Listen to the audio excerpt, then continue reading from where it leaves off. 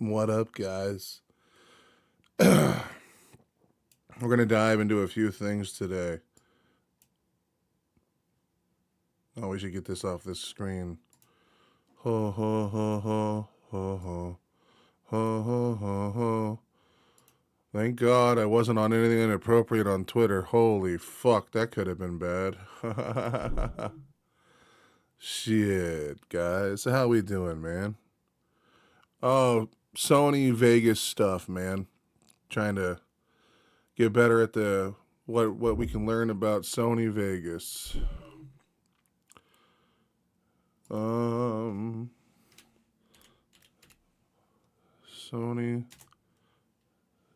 Vegas Pro. Bro, we're on Pro 23 and I'm using 17. Oh no, me and Key have been doing that. But so I figured at least one day a week where I don't do music or politics or too many video games, I'm just going to focus on learning a new thing. Like maybe I'll dive into like the history of coding for dummies. I don't know. Something a little more informative, you know what I mean? Feed the brain a little bit since I'm stuck in my own echo chamber.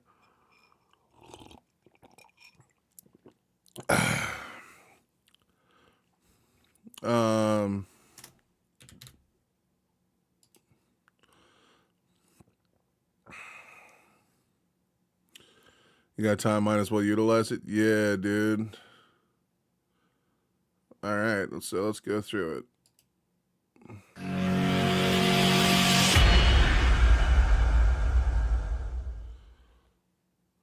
Hello, welcome to this video tutorial.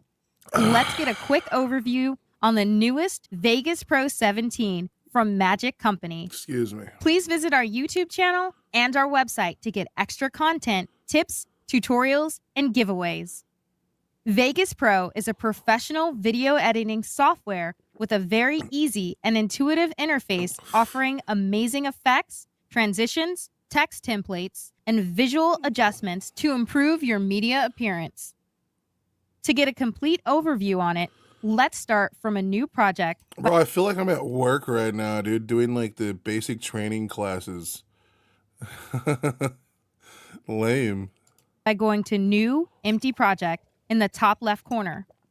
The Vegas project is open on the project. Oh, by the way, Steve, I almost had I have the spider cooking, and I only need 2 more components, and then I have her all 3 of her weapons. Project timeline at the bottom with several windows around, collecting features and templates to create and edit. In case any of these panels is missing, you can go to View and then to Window to reopen these. My God, dude, it took me so long to figure that part out, bro. I accidentally closed something really important, the display, and I couldn't figure out how to reopen it for like a month. Like, Jesus. I cut out energy drinks. Now I just have a cup of hot chocolate in the morning. It's cold enough. I like it, dude. I'm in hoodie weather again. I get to be the fat Obi-Wan Kenobi. These are not the droids you're looking for. Like, come on, man. To start editing, you have to import all the media files to work with.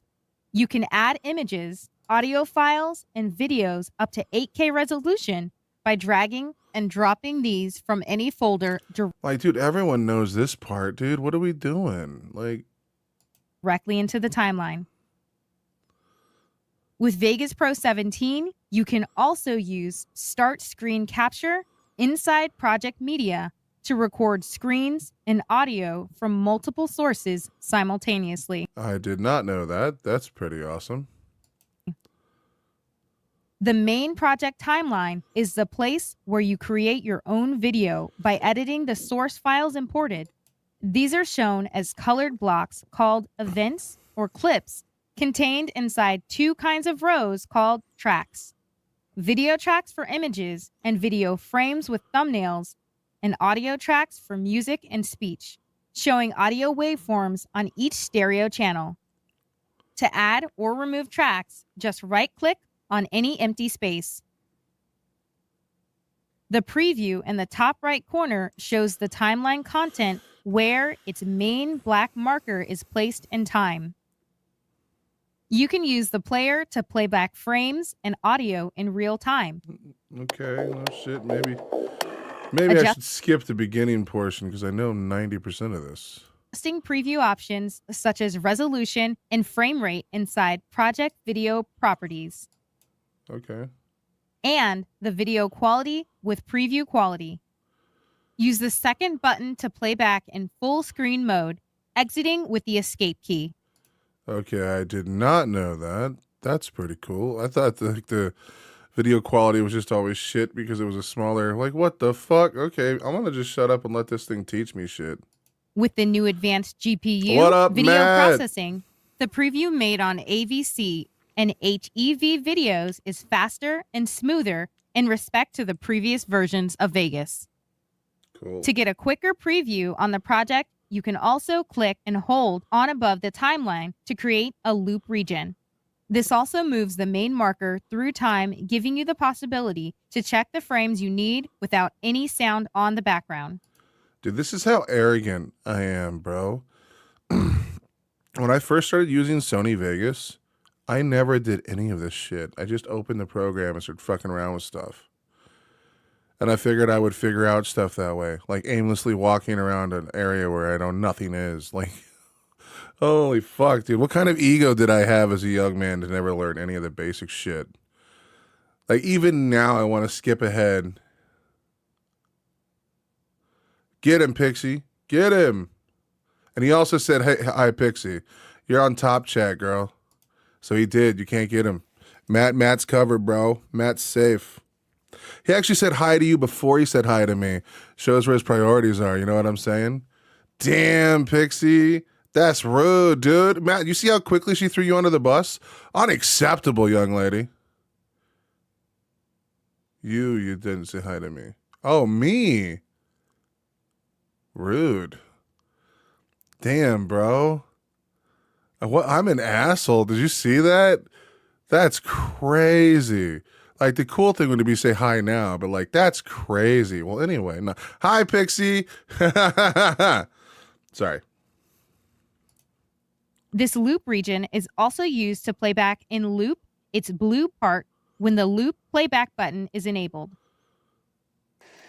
Too late, bro.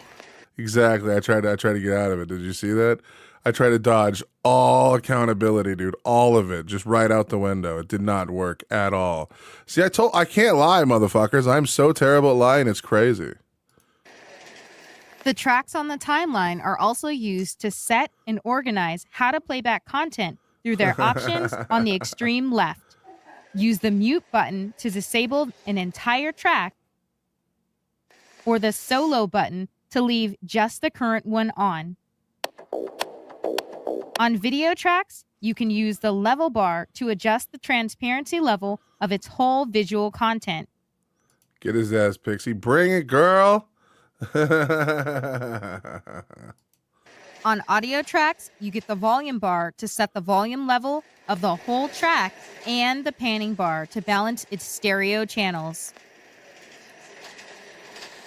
Make sure to check the volume levels with a decibel meter in order to avoid any red saturated volume level. Yeah. Now, let's see how to edit the timeline content. You can enable the normal edit tool.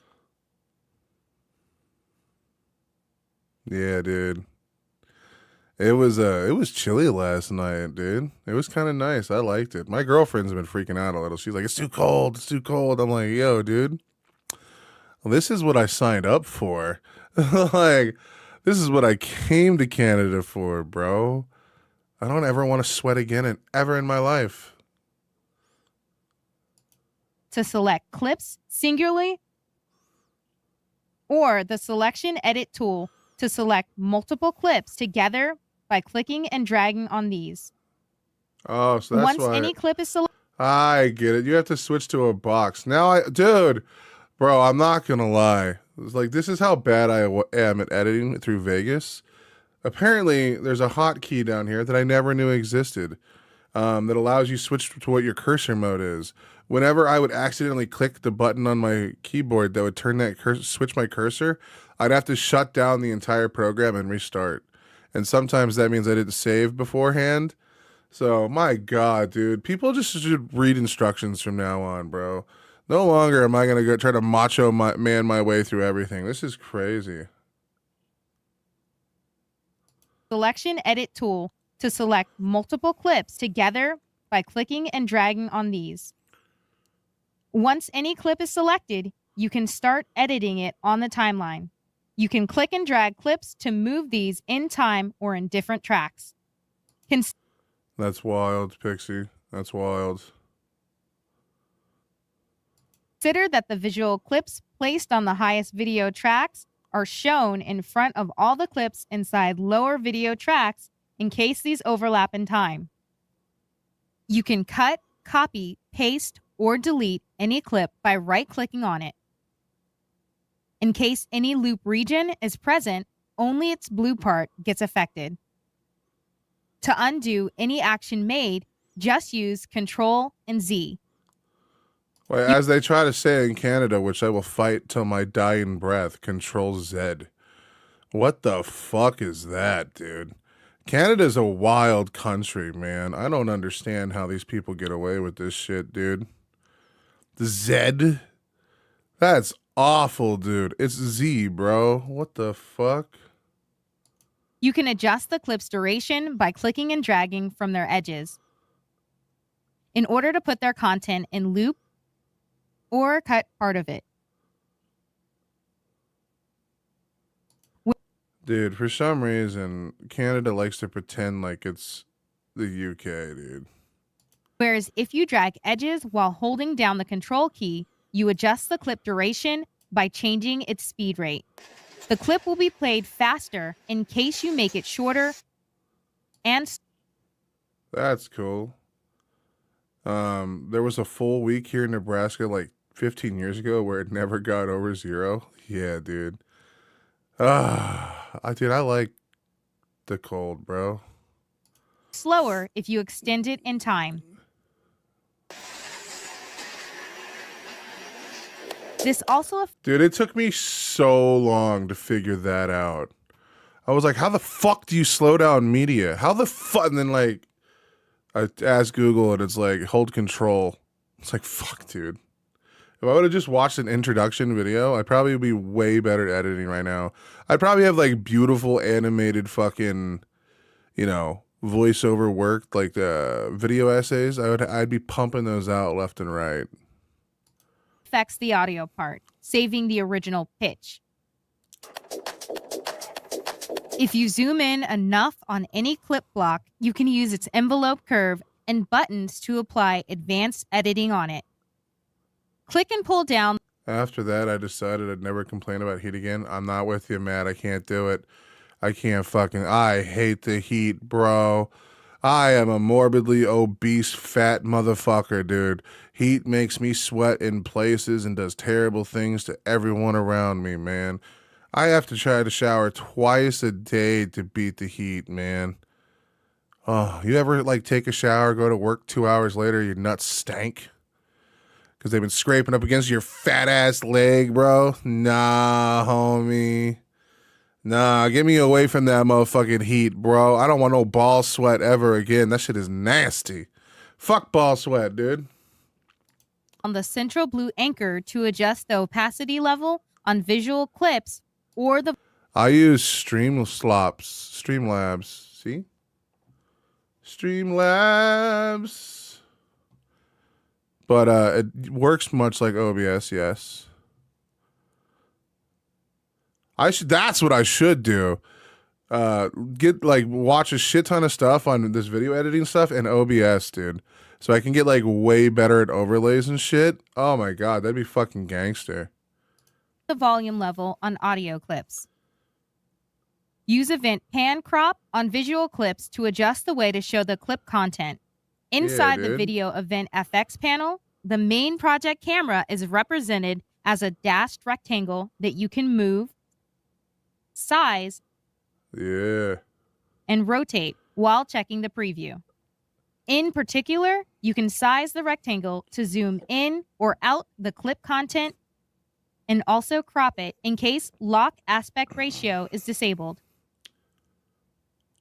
Oh, what the fuck? Click on Event FX on videos or audio clips to browse from the list of effects you want to apply. Just select the effects interested and use Add to import these on the effect chain above. That applies the effects in order from left to right. Once you click on OK, the Video Event FX panel opens, showing the properties of the effect selected from the top. You What can the also fuck? add effects quickly by dragging these directly from the Video FX window. This whole time I could have just been adding effects to my shit. I'm just like such a dipshit, dude. I just started messing around with this like last week. Vegas Pro 17 now includes new effects. The new slow motion effect analyzes the clip motion and processes it to apply professional slow motion with optical flow or morph.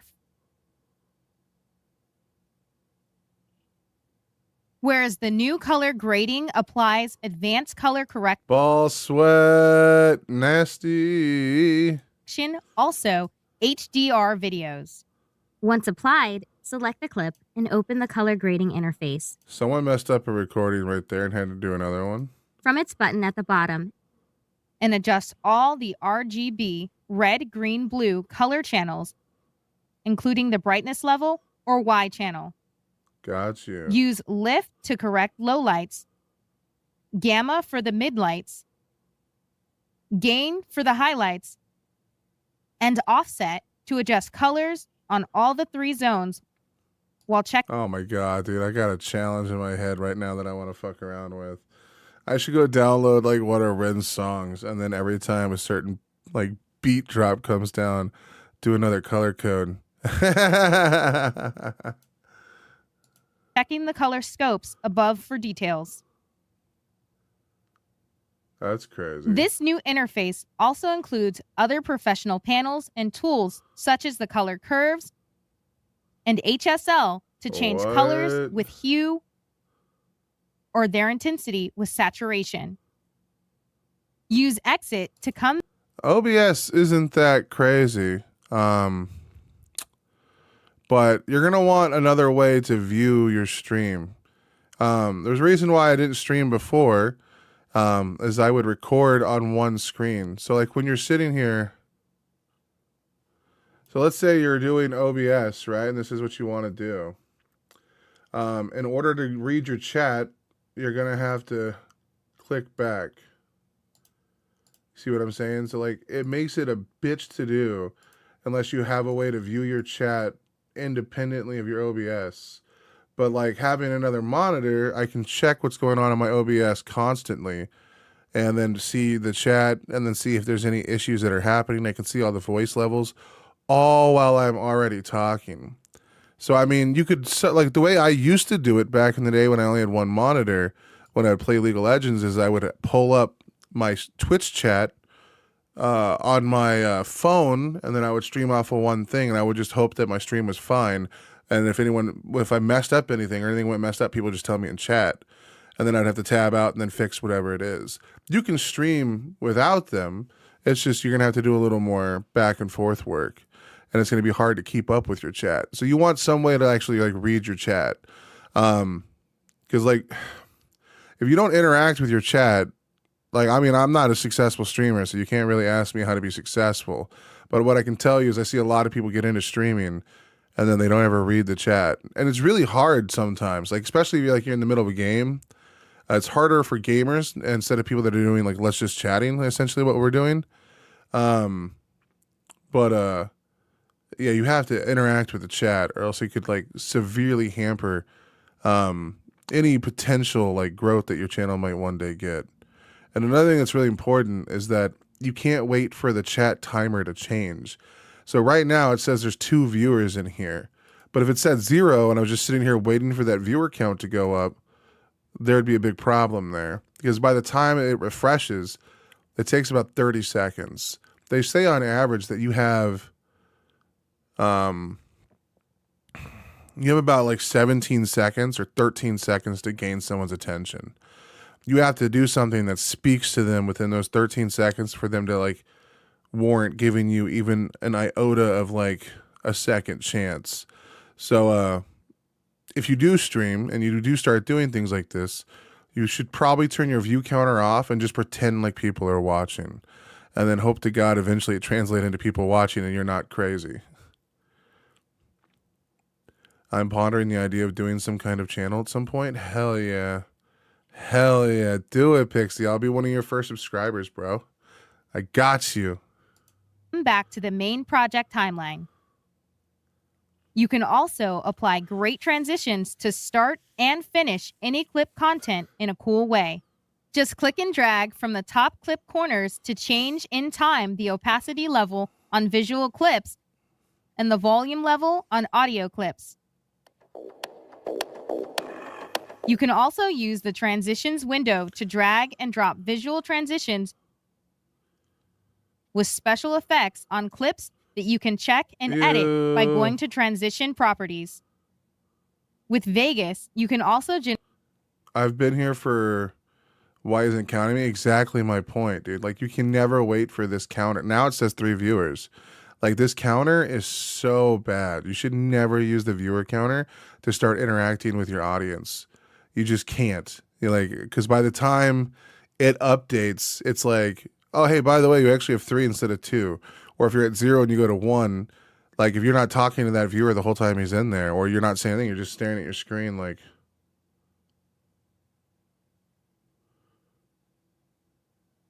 Like they're gonna fucking leave, dude. They're gonna, what the fuck? What am I doing? This guy's not entertaining. Yeah. Oh yeah. It's also just healthy for your ego too. Like you don't ever want to like, bro. I am so afraid of the pitfalls of being a YouTuber. Like the egocentrism or like the egocentricness comes out more, or you become more egotistical. I can't do it. I can't do that.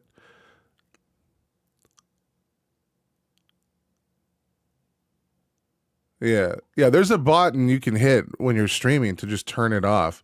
Like, so for example, here, I'll show you again. While you're streaming, like up here, it'll tell me the active view counters. So if I do that, it'll just say viewers hidden. I'll never know who's here. And I'm going to pretend like someone's here until people start talking. You know what I mean? The reason why Streamlabs is cool over just OBS Raw is because back in the day, it used to be the only one that like lets you take donations. Like this way you could go through Streamlabs to do the donations, and it's kind of like buy me a coffee. And Streamlabs would do all of the hard work for you, then just load it into your account. And it only take like 1 or 2%. It's like whatever buy me a coffee takes. So a lot of people started using Streamlabs so they can do the their version of buy me a coffee back in the day, and then not have to wait and rely on Twitch partnership. So that's why I switched to Streamlabs. I haven't gone back and checked and looked through all of them to see which one's better these days and which one has more bang for their buck. Because I know OBS is still pretty fucking popular. But I mean, Streamlabs is a version of OBS. But anyway, I've been running my mouth way too much. Let's get back to learning about Sony Vegas. Because I could then start doing more editing stuff.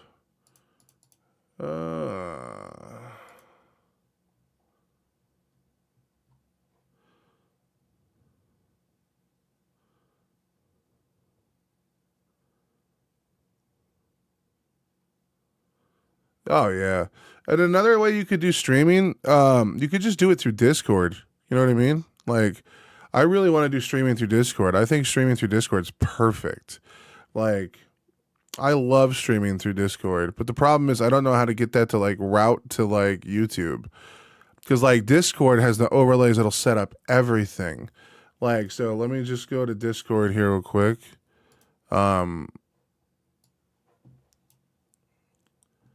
So let's just go to normal chat or just to the rules because I know that it's all going to be good.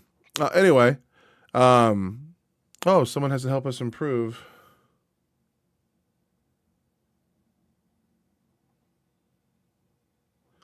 I think they put that in the wrong section. Anyway, so while you're down here, because I am streaming, you can't see any of it. While you're in Discord, you can connect and hit a stream button, which will share your screen. You can turn on your webcam through it, and then when you play video games, it'll just automatically load in overlays for you. So people will see who's doing what and what's happening. But my entire section... Wait, can I just disable this real quick? Will that... No, I can't see anything down here.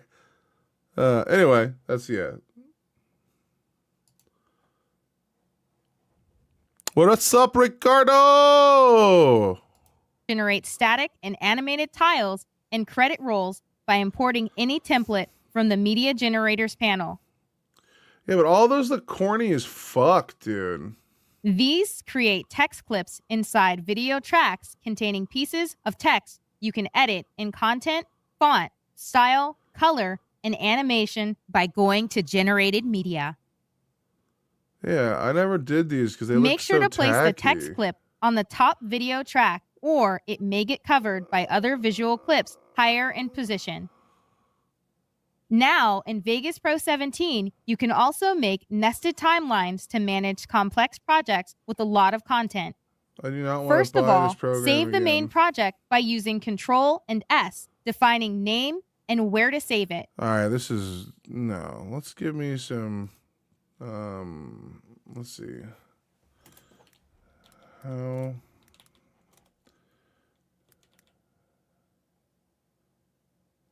you know what?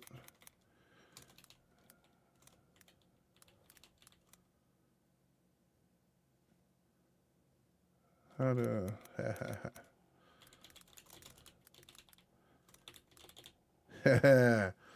Let's just go start from the very basics.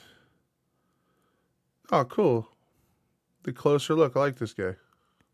So I get a lot of questions from you guys on how to become a video essayist, and it's great to see that tons of people want to join this community, which I absolutely adore. However, a lot of you are having some serious trouble with this, and the fact that there are almost 0 videos on this topic, well, that doesn't exactly help. So today I want to make this old-fashioned commentary to talk about what it takes to be a video essayist, and this video I hope will be invaluable to anyone looking to enter this space, and equally as interesting to anyone who simply wants to know my controversial thoughts on the video essay community. This is an experiment. So if this video gets lots of views and lots of likes, I will seriously consider making a sequel to this video, or even making this advice on being an essayist a short 3-part series. But anyway, cutting to it, I want to start with the most important thing when it comes to being an essayist, because I have a major gripe with a lot of people in the video essay community. That's right, call up Killer Keemstar, get your pitchforks nice and sharp, because we're about to start some drama up in here. Okay, I'm not actually starting drama, but I do have a pretty major gripe with the video essay community. But why should I say it when Patrick H. Willems has already said that for me? And over the course of the year, I made more and more of these, and as I looked around YouTube, I realized how boring I find most video essays, including my own. YouTube is saturated with them now, and it seems like every 20-something dude with a Blu-ray copy of The Dark Knight wants to get in on the fun. And there are plenty of people doing great work, but since so many of us are using the same format, it's easy for them all to blur together. This is the #1 problem essayists face, and it is a critical point of the most pivotal importance that if you do not address it, you will blur into the murky background with so many other essayists out there, and you will never be anyone's favourite creator.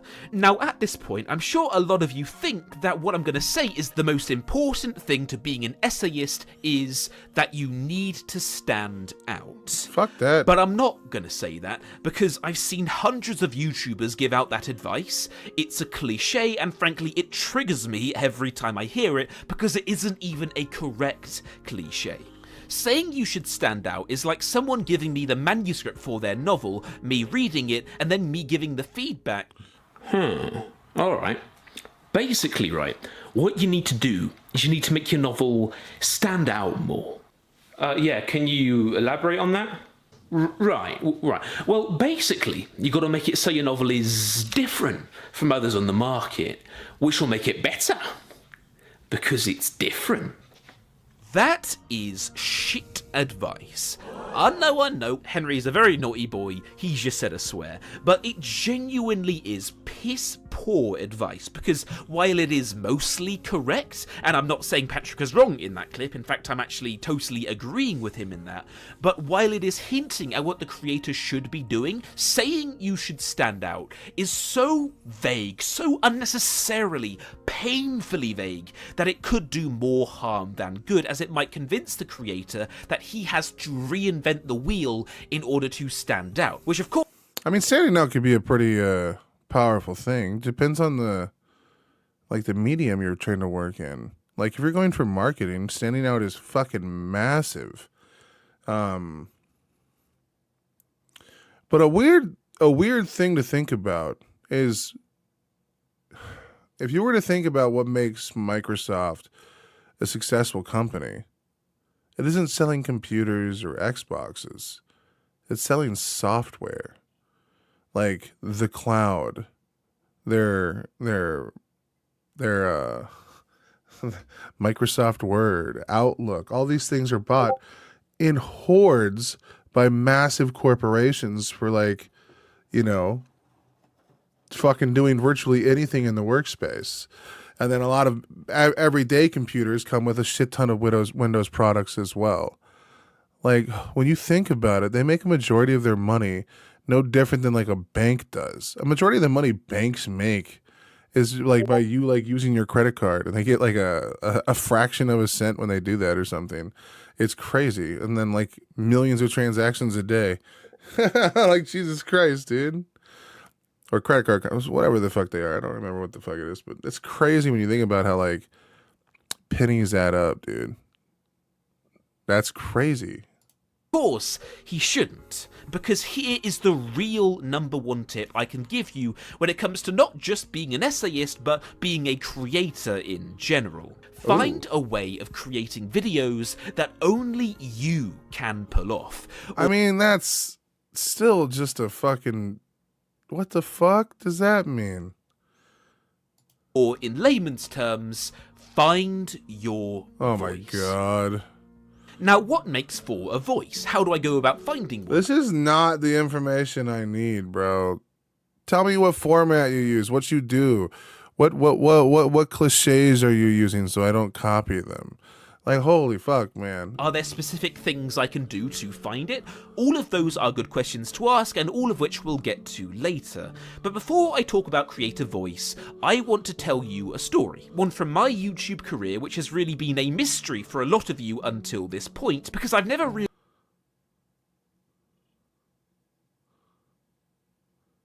That's a recognized stage, yes, indeed it is. talked about. All right, Matt, enjoy your lunch. It, and I feel it perfectly summarizes an incredibly important thing you need to know as an essayist. And well, what is it? I have a second channel. It's called Rusky, and it's essentially the Closer Look but for video games, where I look at the craft of game making. And with this channel, I had an absolutely insane success. I launched this channel with 2 videos. The first, Why Fallout 4 Failed, is currently sitting at 1 million views, and the second, The Day Daisy Died, is currently at 1.3 million views. Bear in mind that when I started this channel, the Closer Look was at around maybe 90,000 subscribers, and of those 90,000, I think about 1,000 actually subscribe to this channel. So these videos, the mad success, if you discount those 1,000 or so people who subbed at the beginning, this success was almost completely independent of the Closer Look, which I'm very chuffed with. But for pretty much most people out there who dream about being a YouTuber, this is the good life. This is the goal they strive so hard to achieve. But as you can see, I haven't uploaded onto this channel in over 10 months. I have effectively abandoned it. And this is something I get a lot of questions about as to why. Why I basically threw away this insane success, because for many people, this is like getting a winning lottery ticket, then throwing it into... Yeah, but you saw that his viewership on that channel went down with each view. Like, you had lightning in a bottle, and then eventually... You know, people will disappear once the fire is gone, the effect of newness is gone.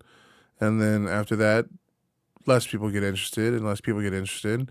And then through that, you hemorrhage a lot of fans you might initially gain, but then you get a steady fan base that show up all the time.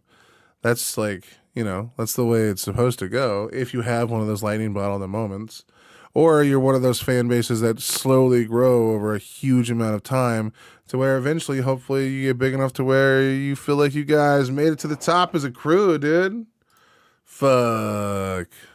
A fire and never cashing it in. To be honest, there are a lot of reasons as to why. I mean, I'm working on my novels and this channel and running another YouTube channel as well. That's a lot of work for just one guy. But honestly, the big one, the heaviest straw on the camel's back, I have no idea how video games work. I made my video the day Daisy died, and it was a runaway success. At the time, pretty much if you were a person who watched gaming content on YouTube, this video was probably in your suggested section, and it got a really good amount of positive feedback. But then I saw how Soviet Womble, that's right, that guy who makes all those funny moments videos on like Armor and all that, Soviet Womble had been making a very secret series of video essays on why the same game, Daisy Standalone, really Hey, what's going on? Hello. failed. In Womble's series, which is private, so I won't share a link or show any footage because he doesn't want the general public to see it, but in the videos, he goes in depth. He talks about development cycles, work tickets, and so many elements of game design that I had never even heard of before. Soviet Womble knows an insane amount about game design because I think he studied it in college, and me watching his series, it felt like I'd stumbled into Narnia. I was discovering 1,000 new things for the first time about game design. True, dude. That is like something that scares the fuck out of me. It's like, what if my channel ever got big? Like, I don't think I'm as good with politics as someone like Destiny, Dean, or Parker. Like, I don't deserve any kind of success compared to these fucking kids. What about, Ren reactions and music and shit?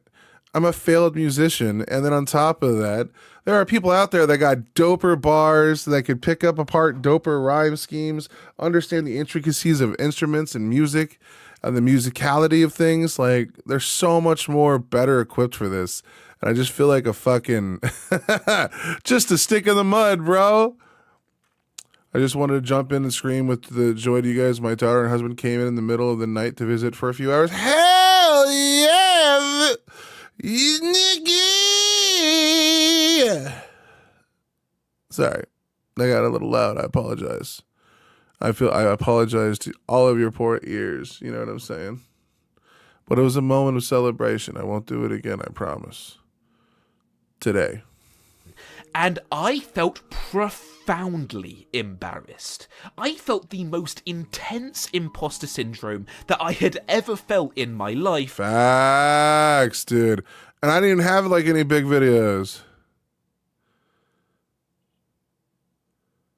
And then reality hits. Yeah. Oh yeah. Well, yeah, like people, if you ever, what's the word I'm looking for? If you go ever have like a really big, explosive, dynamic blow up, I think I heard Destiny talking about this one time. He said that, let's see if I can remember what he said. He said, whenever you switch content or get like any big momentum, it is always temporary. It's what you do during that determines on like what kind of fans you actually grow on the things that you're doing. So like right now, Destiny might be in a controversy over the Charlie Kirk stuff. So he's getting a lot of new fans, but most of those fans are only watching temporarily, especially for a streamer where he's trying to keep his numbers around 10,000 and shit every stream, which is fucking crazy. But Hassan's at 30, So like right now, Hassan's in the news because his dog wears an electric collar and he shocked his dog on stream when it was just getting out of the bed because it like didn't want to sit there and LARP anymore as a fucking prop for his his stream. Like, what a fucking monster. But he's gonna lose a bunch of fans right away, but it's not gonna negatively impact him really. I don't know, dude. I don't know. Like, YouTubers need to learn and streamers need to learn that, like, bro, even if you have a successful video, I saw a new reactor go from 35,000 subs to almost 20K in a little over a month. Yeah, that's crazy. Well, and the freak thing is, like, a lot of reactors come out and say the things that a lot of people want to hear. Then they start like feeding into like audience capture, and then it has a negative impact on their ability to do anything, because eventually the artist you're reacting to runs out of music. Like, what are you going to do at that point? You know? And even then, like, the songs that people care about, people you've probably already reacted to. Like, I already know with every Ren video I do, I'm still going to get views on it, but it's going to be less than, you know, the other ones. Like, my first handful of Ren videos are like 5,000 views. The rest, they're like 300, 700, 400, you know? Like, you have to be understanding that that is going to happen. You know, and then every time you go into a new band, if they have an active fan base, you might gain a few people, but it's usually temporary. Other than like the people that like see something they actually genuinely vibe with, and they're like, oh, cool, I can stick around for streaming. That is, some people hit a subscribe and then they never even go back and watch a video, or because like the algorithm is ridiculous. Sometimes if you're subscribed to someone, it still won't tell you about their video coming out and stuff like that. Much until they have to go. Of course, Nikki, go spend time with your family. That's more important than this shit. I'm watching video essay shit, man. Like this, I'm just trying to learn to perfect my craft. And my boy here is just giving general information that everyone knows. Everybody here is for more than Ren. The political shit really slaps for me.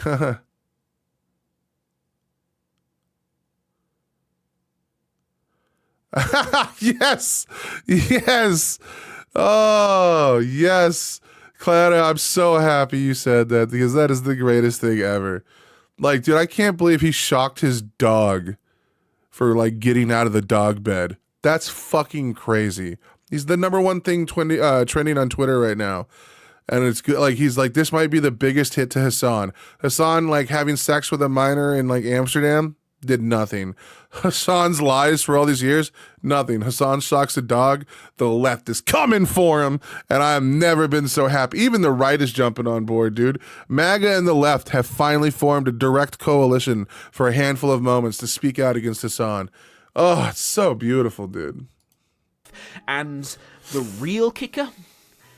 It was warranted. That is the reason I abandoned my gaming essay channel, because when I saw these videos, I knew for a fact I had to change the focus of my YouTube career, because I knew... Hell yeah, Nikki! I was a hack. And all the views, all the ad revenue and clout, none of that was worth a fucking thing when I knew for a fact that I wasn't providing insight, I wasn't adding anything to the conversation, I was just a member of the echo chamber that contributed towards the blurry... Oh god, dude, I feel that way every fucking day. Every day. That Patrick H. Willems just talked about.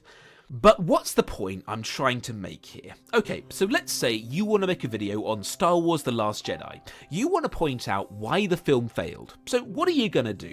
Say that Rey's character is a Mary Sue? Say how Admiral Holdo ramming that ship was bad because it broke the established canon of things? Do you want to bring up how they mistreated Luke's character by making him a shadow of a former self and turning him from an optimist into a pessimist? If that's what you're going to say in your video, then in the words of Will Turner, that's not good enough. The reason True, because everyone says that. why that's not good enough is because everyone has already pointed out these things. This is why a whole lot of essays out there feel so samey and boring, because it's an echo chamber of the same argument. But Kristen Nolan dog killers are a special shitty breed? Oh yeah, dude. Oh yeah. Yeah, we could sacrifice her to the gods of cancel culture too. I'm okay with that. Arguments, the same points, made over and over again. If you want to make the kinds of essays that people adore, the kind that people find genuinely fascinating, you need to make fresh points and insightful arguments, and that is way easier said than done, but it's also 100% true. I mean, if you want an example of that, take how I covered The Last Jedi. When I was watching the film in the cinema, I noticed an exhausting amount of the device bathos, and for me, that ruined the movie. I looked around and noticed how nobody had even said the word bathos in any essays or reviews on the film, and I knew I had a winning ticket because I had a mainstream popular film and a fresh angle to take on it that nobody had even spoken on before. And when I look back now and see how that video got 1.2 million views, I'm not surprised. In fact, if that video got any less than about 900,000 views, that was what would have surprised me, because I knew that I had a fresh angle on a popular topic, which meant that God damn, bro. I wish I had that level of confidence. I release a video and I'm like, I hope it gets 5. You know what I mean? God damn, dude.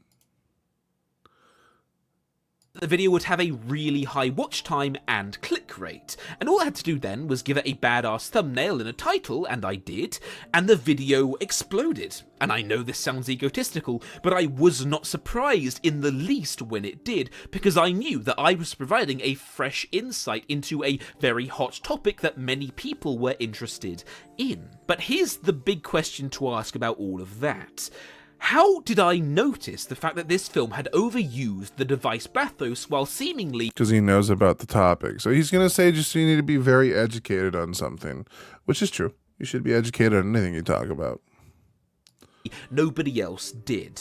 Truthfully, because I had done an exhaustive amount of research into creative writing and what makes for good storytelling before I even saw the movie. And this is leading us to the core of it, the most harsh, the most soul-crushing, and frankly the most important truth to essay making. The entire purpose of video essays is to provide insightful analysis of a piece of media. How can you provide insightful analysis when you have no insight? Those were the very thoughts that made me quit my second channel, and frankly, as far as I'm concerned, if you know nothing more about a topic than the average Joe, you should not be making video essays on that topic. Rude. That is the core of it. That is the reason why most essays feel so samey and boring, because a lot of essayists, they don't do the legwork. They don't study the material. Their entire research cycle is to watch other essayists, absorb their points, and then just use them in their own videos. And before you know it, everyone's copying ideas off of each other, and before you know it, almost every last video is the same. The direct call out, dude. However, that doesn't mean you should give up. That doesn't mean you should resign to making Minecraft Let's Plays and comedy vlogs, because if you yourself want to make film essays, your first step is to realize the area that you are the most knowledgeable in, or at least have the greatest interest in, and then make that area the focus of your channel. For an example, let's say that you want to analyze the craft of cinematography, but you have no background in cinematography and you don't understand how it works. Well, here's what you do. You take an educational course in filmmaking, you read books on the topic, you make it your mission to become a total and complete expert in the field of cinematography, until you know a whole wealth of knowledge that even people in the know do not know. And then you carry on learning. And then you bring that knowledge front and center and use it in your videos. This is a quest that you will never complete, because it is impossible to become a total expert in anything. But just because something is impossible, that doesn't mean it's not worth trying to obtain. I made the active choice to narrow my sights. I chose not to focus on the field of game design because I already had a ton on my plate, and frankly, that topic didn't interest me all that much. So I picked the focus of being a writer, which was very good for me because I was trying to be a writer. And by the way, my debut novel is coming out at some point next year, so keep your eyes peeled for that. But my side hustle of trying to write novels and my main hustle of doing the closer look and studying writing, both of those complemented each other, as when I worked on my novel, I learned things and used it in the closer look, and when I worked on the closer look, I gained new insights and used that to work on my novel, and it was this kind of synergy.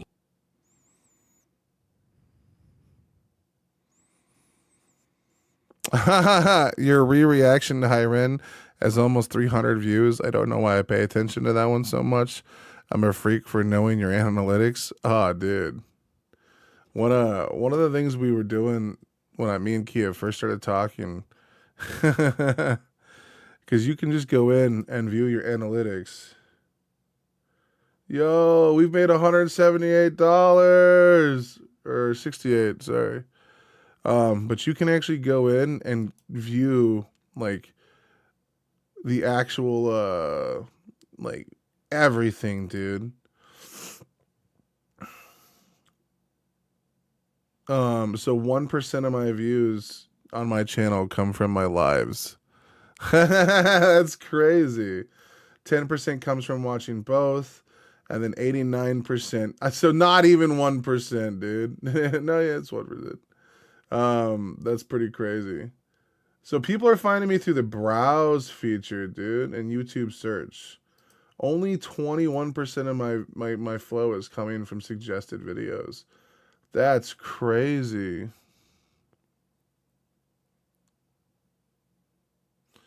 I'm on the homepage for some people. Recommended watch page.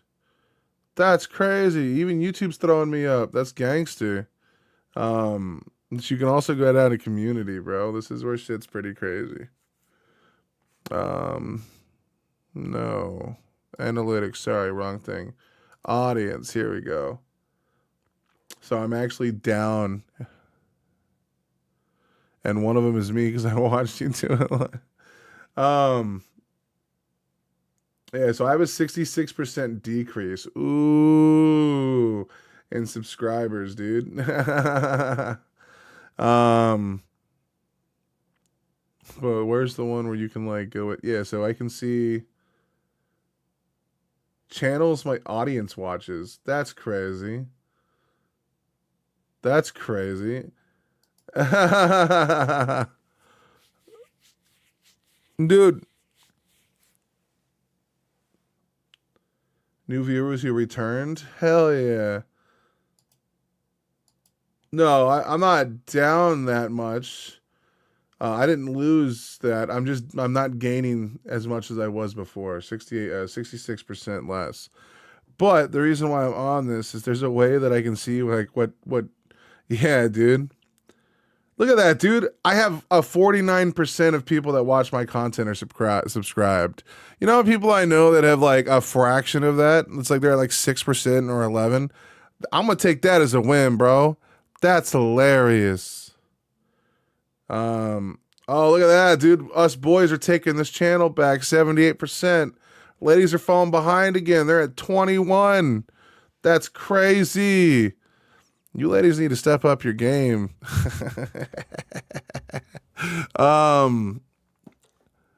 So I have no people under the age of 17 watching my content. That's crazy, dude. I like it. I am not cool with the Zoomers, boys. I have people from 18 to 24, only 2% of my audience, so that's scary. 25 to 34, dude, I got 17. That's crazy as shit. 35 to 44 years old. That sounds about like these are my people. And then 45 to 54 years old. I got 32% of that. I'm actually some of the older folks like me a little bit. I'm kind of cool with that. And then the people 55 to 64, I got a few of them. 18%, hell yeah. And then people 65 plus, dude. I got more old people watching me than I got young people watching me. That's cool as fuck, dude. Hell yeah, dude. I have a more mature audience. That's so awesome. No one can ever hit me with the pedophile vibes. Thank fucking God. I do. The United States is still like, bro, the United Kingdom is only 11%. I have people in South Korea that watch me. What the fuck? There's no way. I have people from Japan. Oh, that's right. I cover Japanese music. More people from Japan watch my content than people in Canada. That's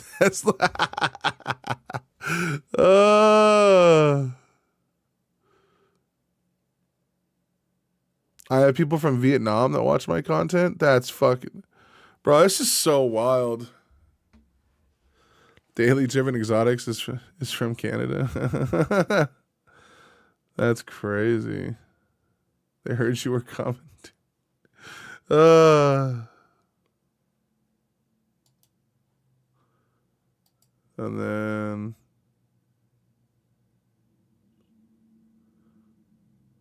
People don't use subtitles, bro. That's crazy. What are people watching on, dude? Hey, look at that, dude. People watch my lives. I'm not even on that low on... Hell yeah, bro.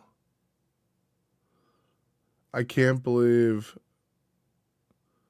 I need to get back to doing some of these. Oh, that's the reason why I haven't done Callboy yet, because like they still haven't cleared their copyright strike. Oh fuck, I need to put this video live. Monetization. Manage ad slots. Automatic ad slots. Look at that, dude. It has that many ads. That's nah, get the fuck out of here, bro. Add one there. Add one there. Add one there. Every 30 minutes is fair by me, man. We aim to be better than TV, man.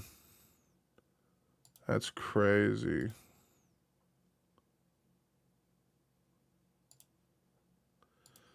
That's so much better, dude. Jesus. All right, save.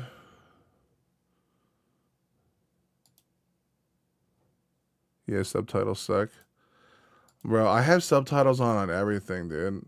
Like, we'll be watching Stranger Things and I have subtitles on. Like, I'm an old person. I have a hard time hearing things. I've listened to way too much metal in my life. All right, that one's live.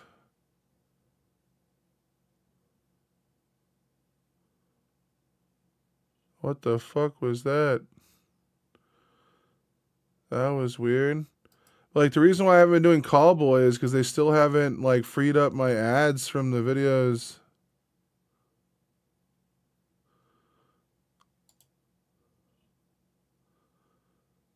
Why can't you watch it anymore?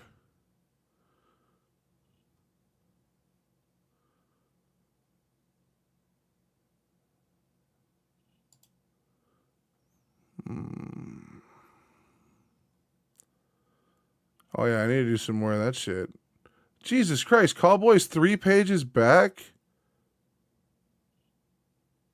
Uh-oh. Oh no. No. Oh, well, I'll never do another one of them. Oh.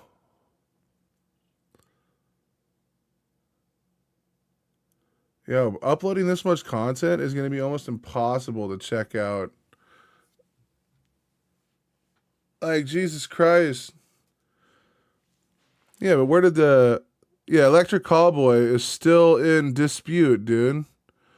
It'll settle in 3 days. Jesus Christ. Like, these guys are supposed to be friendly with these people. The other first Electric Callboy is still in dispute, dude.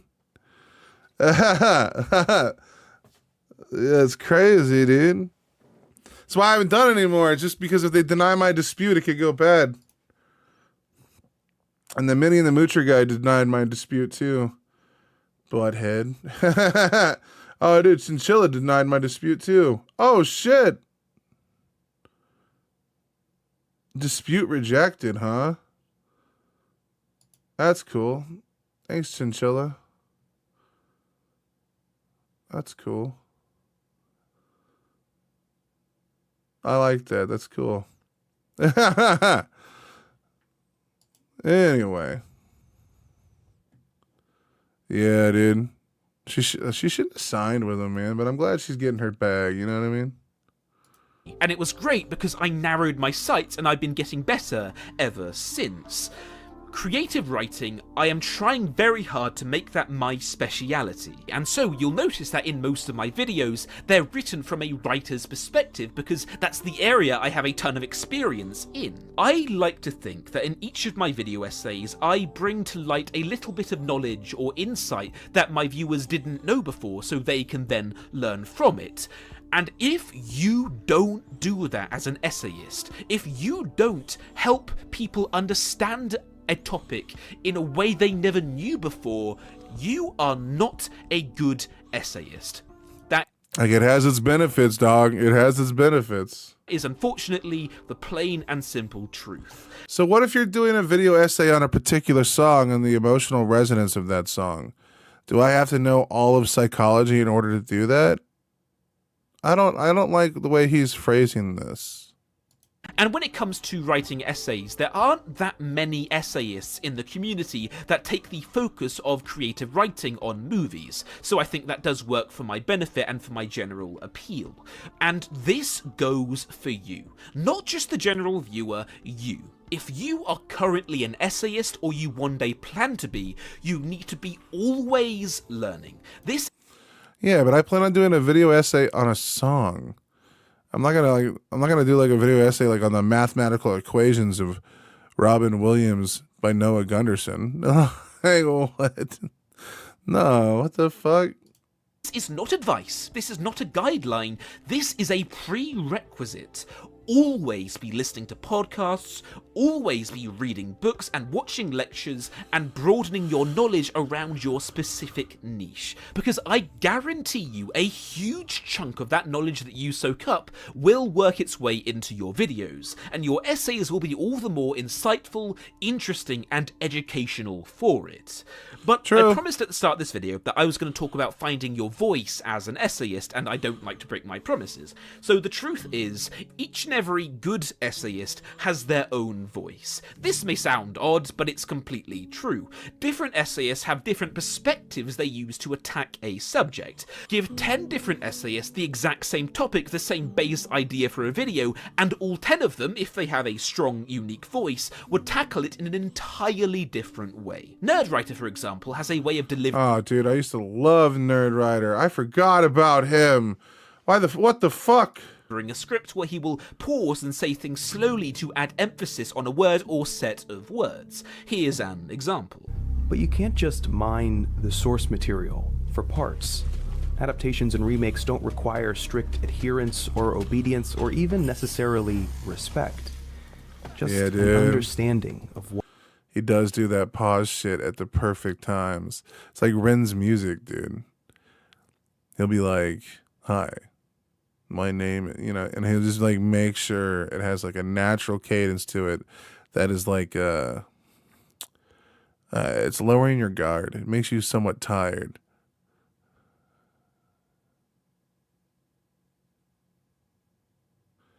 No, I know you're saying that, Clara. Yeah.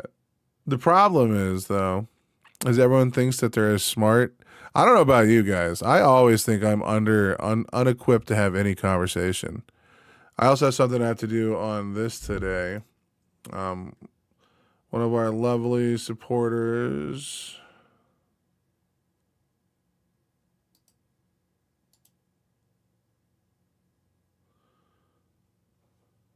Wait a second.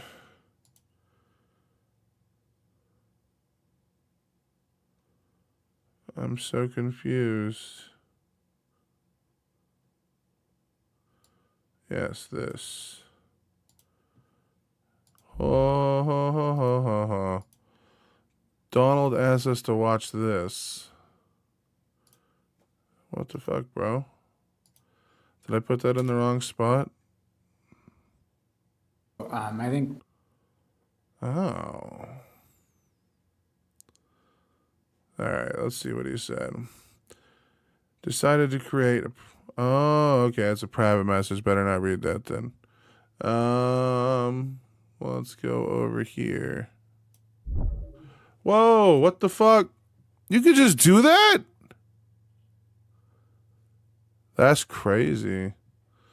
All right. Anyway, let's get back to what we were doing. What made the original so powerful in the first place? And do you want to know what happens when you copy the voice of another creator? Well, it looks like this. If I had to pin down the singular reason why the film Logan surprised me so much, it would have to be its impressively small scale. Yeah, I'm pretty embarrassed when I look back on my older stuff, but when I was starting out, I saw the way Nerdwriter delivered his voiceover, and I consciously decided to imitate it when making my video, Logan, the Death of... That makes me wonder what conscious things or subconscious things I pick up from other content creators that I watch.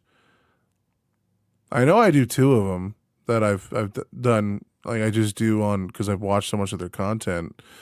Like, whenever I start a video, sometimes I'd be like, William Barry here coming at you live from the power of the internet. Because I watched Boogie as when I was a younger man, dude. I love Boogie. Boogie is my boy. He's an insane freak now, but I liked him when I was younger. He was the internet nice guy for a little bit. That was my Boogie, dude. You know? And then, who's the other one? Oh, you know, when I say peace out at the end of my videos, like, peace the fuck out. That's from The Amazing Atheist, dude. Because he'd be like, peace the fuck out. Like, he would do it in every video. And, like, I subconsciously added that into my videos without even thinking. You know, that's crazy. That's crazy. I think that might just be theft. I think I'm just a thief, dude. Why the film Logan surprised me so much, it would have to be its impressively small scale. Yeah, I'm pretty embarrassed when I look back on my older stuff, but when I was starting out, I saw the way Nerdwriter delivered his voiceover, and I consciously decided to imitate it when making my video, Logan, the Death of a Genre, and I look back on it with shame. And my advice to you, for the love of God, don't do this. Do not steal the voices of creators wholesale, although it is fine to just copy little bits here and there and see if they work out well for you. I mean, how else are you going to improve your craft if you never experiment? But right now for me, I think I've spent like 7 years on YouTube. I think maybe like two and a half of those years being a video essayist, and in that time I like to think that I've nailed down exactly what my voice is. I mean, you look at my recent video essays and you see that I'll pronounce everything in my way, and there aren't really any... It's not theft, it's homage, yeah. No, you're not. Think of Hyren, he said the same thing. Exactly, dude. Exactly. Other essayists that cover topics in the same way I do. And that's basically, that is your end goal. You want to be making essays in a way... This wasn't what I watched for, but I'm glad I got like a valuable life lesson that only you can make. If you're making essays and you copy my style or anyone else's style, I won't hold it against you, and neither will any of the other essayists, because we're all very supportive in this community. I mean, after all, you can't trademark a style. But if you want to become your own standout creator, you don't just want to blend into the beigey background. The sappy music in the background feels a little much. I feel like I'm being emotionally manipulated right now. With a dozen others, you want to be unique and easily identifiable, and the kind of person that I personally would drop everything when I see that you've uploaded because I want to watch your video. If you want to achieve that, you need to discover your voice. Do you want to deliver your lines slowly in a low and calming voice, something like how Stories Like Old does it? Do you want to have your essays filled with snarky wit, where you combine interesting analysis with humor? She was pretty fun to watch back in the day, like Lindsay Ellis does? Do you want to tackle it all from the perspective of a writer, where you... See, the goal in my life is to be the most abysmal white milquetoast man on earth. That's it, dude. I want to have like the most bland, boring takes of all. What's your favorite food? Pizza. Everyone loves pizza, man. Like, hell yeah, dude. Make me average. But then also ruin that averageness by being the most unhinged fucker in the room. It's gonna be a balancing act, I guarantee you. You don't put that much effort into motion graphics because when it comes to editing, you're extremely lazy. Like, Me, for example. Do you want to be the kind of essayist who makes exclusively insert X film here is way worse than you remember, and here's why. And you do nothing but whinge and complain about how anyone who likes a thing is actually wrong in their opinion, and they need to change it. I mean, I think there's already more than enough creators out there who take that angle on things. I'd probably argue that one is probably more than enough. But if that truly is your voice, if being that cynical whinger is genuinely true to who you are deep inside, then screw all the positive, analytical, nerd writer, lessons from the screenplay, now you see it crap. You make those kinds of videos because that is the voice that fits you the best. If there is something the average viewer is a master at, it's noticing when someone is using a voice that doesn't fit them as a person. But the average viewer will pretty much never consciously realise, Hey, this guy stole Now You See It style. it's pretty much never that simple. But what the viewers will realise subconsciously is that your voice lacks synergy. A lot of newer creators make the mistake of thinking that finding your voice is like browsing the shelves of a supermarket. They'll say, oh, I like this one, oh, I like that one, and they will copy elements wholesale. Those creators are wrong. Finding a voice is more like browsing the ones at Ollivander's. You try and you fail. You try, you fail. You try again, you have a little success. You didn't go over anything worthwhile, man. This was just... Jesus Christ.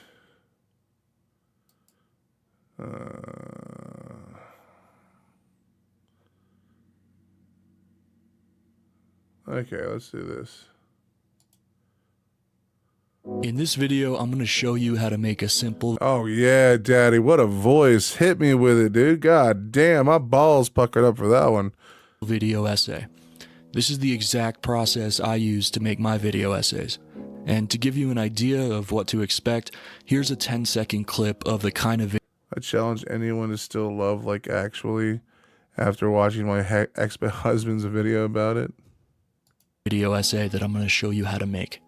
Our culture sees wealth as the ultimate achievement, a status symbol, something that will change the way other people perceive you, and maybe the way you perceive yourself.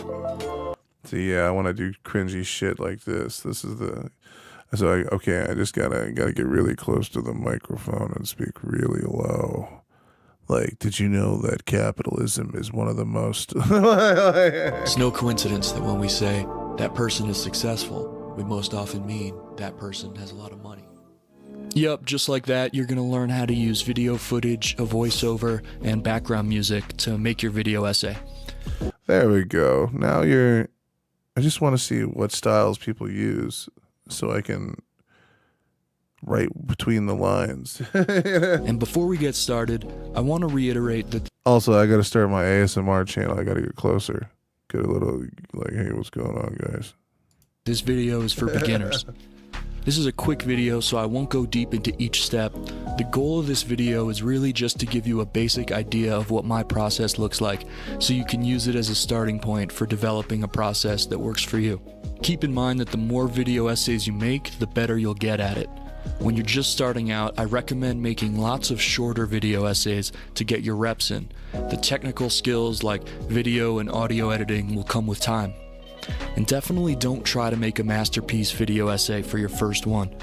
There are tons of amazing video essays out there, and it will really take you time to get to the level of quality that you're used to watching. Lastly, heads up, there's a lot of information in this video. I've included a link to a Google Doc that has a There's no way there's a lot of information in this video. It's 14 minutes long. What are you gonna teach me in 14 minutes, bro? text of everything I say in this video, so you can check that out now or use it as a reference at any point later on. Before we dive in, you'll need a few things before we can get started. Hell yeah, dude. First is video editing software. I actually got onto an MSRI of Ashar equal whatever it is the other night. It was so weird. Oh.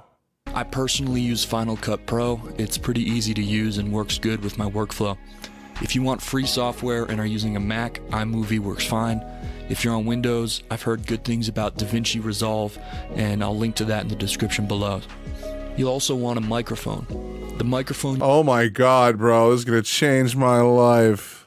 you use will heavily influence the quality of your audio. I've had good Like, oh my god, is this like how to play? Move the joystick to walk. Okay. results with the ATR 2100 USB mic. That's what I'm using right now, and I'll link to that in the description below. I strongly recommend a USB mic, but if you don't have a microphone, you can use a phone or laptop mic if you're in a pinch. The quality won't be as good as a USB mic, but there's a few tricks we can use to make the quality Holy fuck, really blowing my hair back here. at least decent later on. You'll also need patience. If this is your first time making a video I don't have that, dude. I don't have patience. essay, be patient with yourself. There are a lot of different skills to learn here, and it's going to take you time to get good at this process. When you look at videos like Nerdwriters, there's really a lot of work and time that he puts in behind the scenes to get so good. The finished videos that you're seeing are really years in the making, so give yourself time. True. Alright, now we're ready to dive in. Here are the 10 steps I use to make a video essay. Step 1, write script. This is a basic I have it video, done. so I'm not going to dive into this too much, but think of the script you write as the words you'll speak in your video essay. Try to focus on making your script read like it's conversational, like you're just talking to a friend. Once you get a decent script, read it out loud a few times to make sure it sounds good spoken out loud. You'll usually have to make a few small Well, I was trying to learn how to. I'm trying to make a good video essay for my Noah Gunderson video. I already have the script and everything. Wanted to see, like, I have a few ideas that I want to do. But I'm trying to see how people, like, start their video essays. I guess the first rule is I should just watch a lot of video essays to see how they do it. But that sounds lame, dude. small edits after doing this, but that's good because it helps you catch them. After you've locked in your script, move on to the next step. Step 2, record rough voiceover. Use your microphone to record a quick voiceover of your script. Don't focus on making this perfect. Okay, I definitely need to do that more often. Dude, I try not to edit my voiceovers at all when I'm doing them. So, like, anytime you see, like, me doing what is it called? Doing, like, a read-through of a chapter or something, or doing a letter to myself, that's in, like, one go. Like, you know what I mean? Like, I don't... So, like, I will, like, start recording. I'll be like, here, I'll just show you. Because it'll happen on its own. It'll just happen. All right. So, what is the song's purpose? Why do we pull ourselves into the atmosphere? Or into its... See, I already fucked up. So, like, I would just restart the entire thing. That's what I try to do. Because, like... Or I would end the recording and start again. So, like, anything that you heard of me that, like, is, like, just voiceover, that's just one shot. Because, like, that means I didn't make too many mistakes and I just kept it.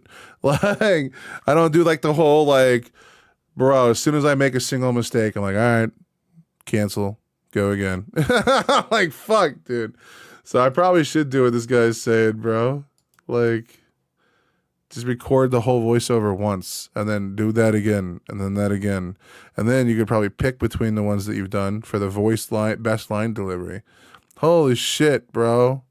Why don't I do that? I make everything as ridiculously hard as possible. I'm a fucking moron. Record the final audio later. For the actual recording, you should be able to record your voiceover in whatever video editing software you are using. Audacity! Though I could do it in Vegas, but Vegas crashes a lot, dude. But if you don't know how, just Google how to record voiceover in software name, and videos will show up showing you how. If for some reason your video software can't record voiceovers, you can download the free software called Audacity to record your voiceover and then export the .wav file to your video editing software. That's what I do! Because I don't want to use Sony Acid, bro. I had bad experiences with Sony Acid. Link to Audacity in the description below. Alright, now that you've got your rough voiceover recorded, let's move on. Step 3, find video footage. Alright, this is a big one. Obviously, the footage you use is going to depend on what your video essay is about. Sometimes you'll already have specific footage in mind, like footage from a movie or current events or Yeah, for a song, that's going to be pretty hard. I had ideas, but something like that. But if you don't have specific footage in mind, the good news is there are a bunch of free stock footage sites that have decent videos you can use. When I need footage, I just go to these stock footage sites and search for the term of the video type that I'm looking for. Like if I need video of a museum, I just type in museum to the search bar of these sites and find the one that fits best with my script. I never thought of that. I just go like record something. Yo, wait, what the fuck? What the fuck? Here's the best free stock footage sites that I've found, and links to all of these sites are in the description below. My favorite are Pixabay, Videvo, Pexels, and VidEasy. You can also use archive.org, beachfrontbroll.com, maswy.com, and WeDistill.io. Keep in mind that you may need to search across a few of the different sites to find the footage you're looking for. Sometimes this can be pretty time consuming to find the right footage for what matches what you have in mind. If you can't find the right footage on the free stock footage sites, or you don't want to spend as much time there looking for footage, there are paid stock footage sites you can use, like Envato Elements or VideoBlocks. I've used both of those sites, and what I like about them is you pay something affordable like $30 a month for unlimited footage downloads. Other sites like Adobe Stock, Pond5, and Shutterstock have very high quality footage, but they charge for each clip, which can add up depending on your budget. All that said, you can definitely make great... There's a market for stock footage. That's so crazy, dude. Video essays using only free stock footage. The footage is important. I want to get on that, dude. I'm going to just go set up recording equipment on my van and drive around Canada and then sell stock footage to people. But what you do with it is what counts most. Again, links to all the best free and paid sites I've found are in the description below. And when you're looking for footage on these sites, type in terms related to your script. Shit. I forgot to... I fucked up. Oh, I forgot to add it to the description. Right here. Sorry, Destiny. You're going to have to go down a little bit. Even though I should respect the original artist and all that jazz. But I need to get into Discord now. Whoa, why is it opening up over here?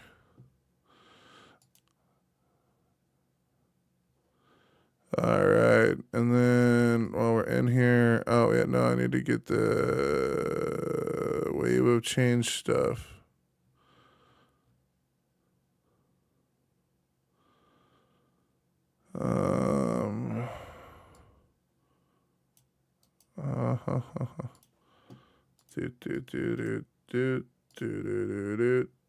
Do.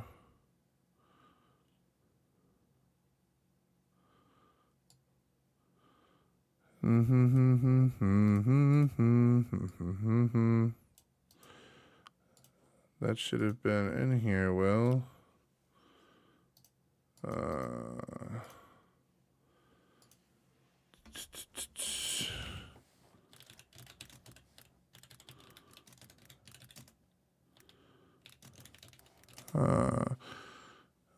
then while that's going on, I'll take off my buy me a coffee.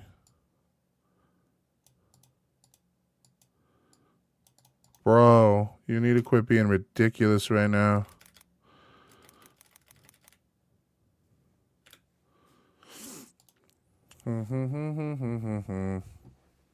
Cool. Hell yeah. Because that one should have a wave of change introduction. I believe it does. And just go ahead and download a bunch of clips. Don't get hung up on finding the perfect footage. Just find some clips that are related to what you're talking about. You can always find better clips later. Once you've downloaded a lot of footage that pertains to your script, move on to the next step. Step 4, import footage into video editing software. If you haven't already, create a new project in your software. Then Bring your rough voiceover into your project. Now, bring all the clips you downloaded into your project and start placing each clip according to the script.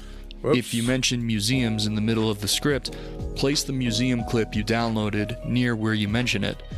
Do this for all of your clips. Just try to find somewhere for them to live in your project, and you can use your voiceover as a reference point. Don't focus yet on editing or making it perfect. Right now, just try to get your clips in the general right place that matches up with your voiceover. It's okay if you change the clips or their placement later on, but that's something we're going to do later. Step 5, find background music. This is one of my favorite parts. The music you choose is really important for your video essay. Yeah, it your helps set music the is tone way and too can help support loud. your storytelling. You want to find Jesus a track that Christ. fits in with the rhythm of your voiceover and the atmosphere you're trying to convey. Luckily, there are lots of places online where you can find quality background music for your video essay, and there are both free and paid options. You can definitely find quality music for free, but it'll usually take you longer to find that right track that you're looking for. The quality of music that you have to pay for to use is usually much higher and is much easier to sort through on those sites because they're trying to make it easy for people to find the music that fits with their project. I'll give you options for both free music and paid music sites right now, so you can see which one is better for you. For free music, someone on Reddit actually made a huge spreadsheet with tons of options for finding free music to use in your videos. I linked it below in the description under free music site spreadsheet. There's a ton of options there. When you're using free music, pay attention to the license of the track that you choose. Actually, In hold on. exchange for using their music, some artists might require attribution, meaning that in exchange Let me, for them letting you let me use their do track Wild for free, Gaming. you need to link to their website in the description of your video. For the paid music sites, my favorites are Audio Network, Envato Elements, and MusicBed. The biggest benefit of using these paid sites are that you can quickly find high-quality music that matches wait, the what? goals of your project. Links to the sites I mentioned in the description below. Once you've got a track you like, download it and bring it into your project. Pay attention to how this background track meshes with your voiceover. When you've got one that fits, move on to the next step. Step 6. Record final voiceover. Alright, now it's time to record your final voiceover. When you're doing this, don't try to record it in a video essay voice. Really, the harder you try, the worse it will sound. True! Just try to record it in as natural a voice as possible, like you're talking to a friend that's sitting across from you. You'll likely want to do this in multiple takes, recording each section one at a time, and then pasting them all together at the end. Once you have a final voiceover that you're happy with, import it into your project. If you used Audacity and you need to export the audio, make sure that you export it into a .wav file before you bring it into your video editing software. If you just recorded your voiceover directly into the software, then we're all good, and let's move on. Step 7. Improve voiceover quality. There's a great tool out there called Auphonic that can improve the quality of your voiceover recording for free. How use does this it tool improve for every it? video essay that I make. It's really good at removing background noise and bringing the So you're using something to do an auto compressor on your voice? You're not even doing the sound stuff yourself? What the fuck, man? audio to high enough loudness that it's going to be ready for YouTube. So I'm going to show you how to upload your voiceover to that website right now and the settings you should choose. All right, let's go. So the first thing you want to do is go to auphonic.com. Damn. That's auphonic.com. Once you're there, sign up for an account. You just need to put in an email address and a password. And we're going to use this website to really improve the quality of our voiceover. So after you're signed up and logged in, it's going to look like this. Click on New Production. All right, and after you're at New Production, click on Choose File. Have your voiceover and music all set. It's time to finish editing the video. Oh my gosh, you didn't go into anything. All right, fuck it, dude. We're just gonna get into it ourselves. That's what we're gonna do. All right, so we're gonna save this one.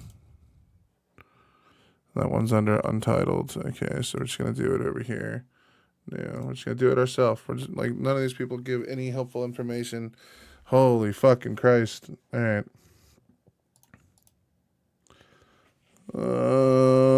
So, all right, again, I have to come here. Yes. And then come here. Thank you. Yes. Alright.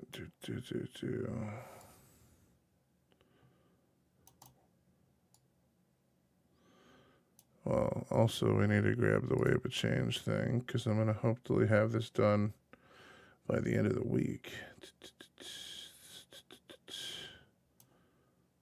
Do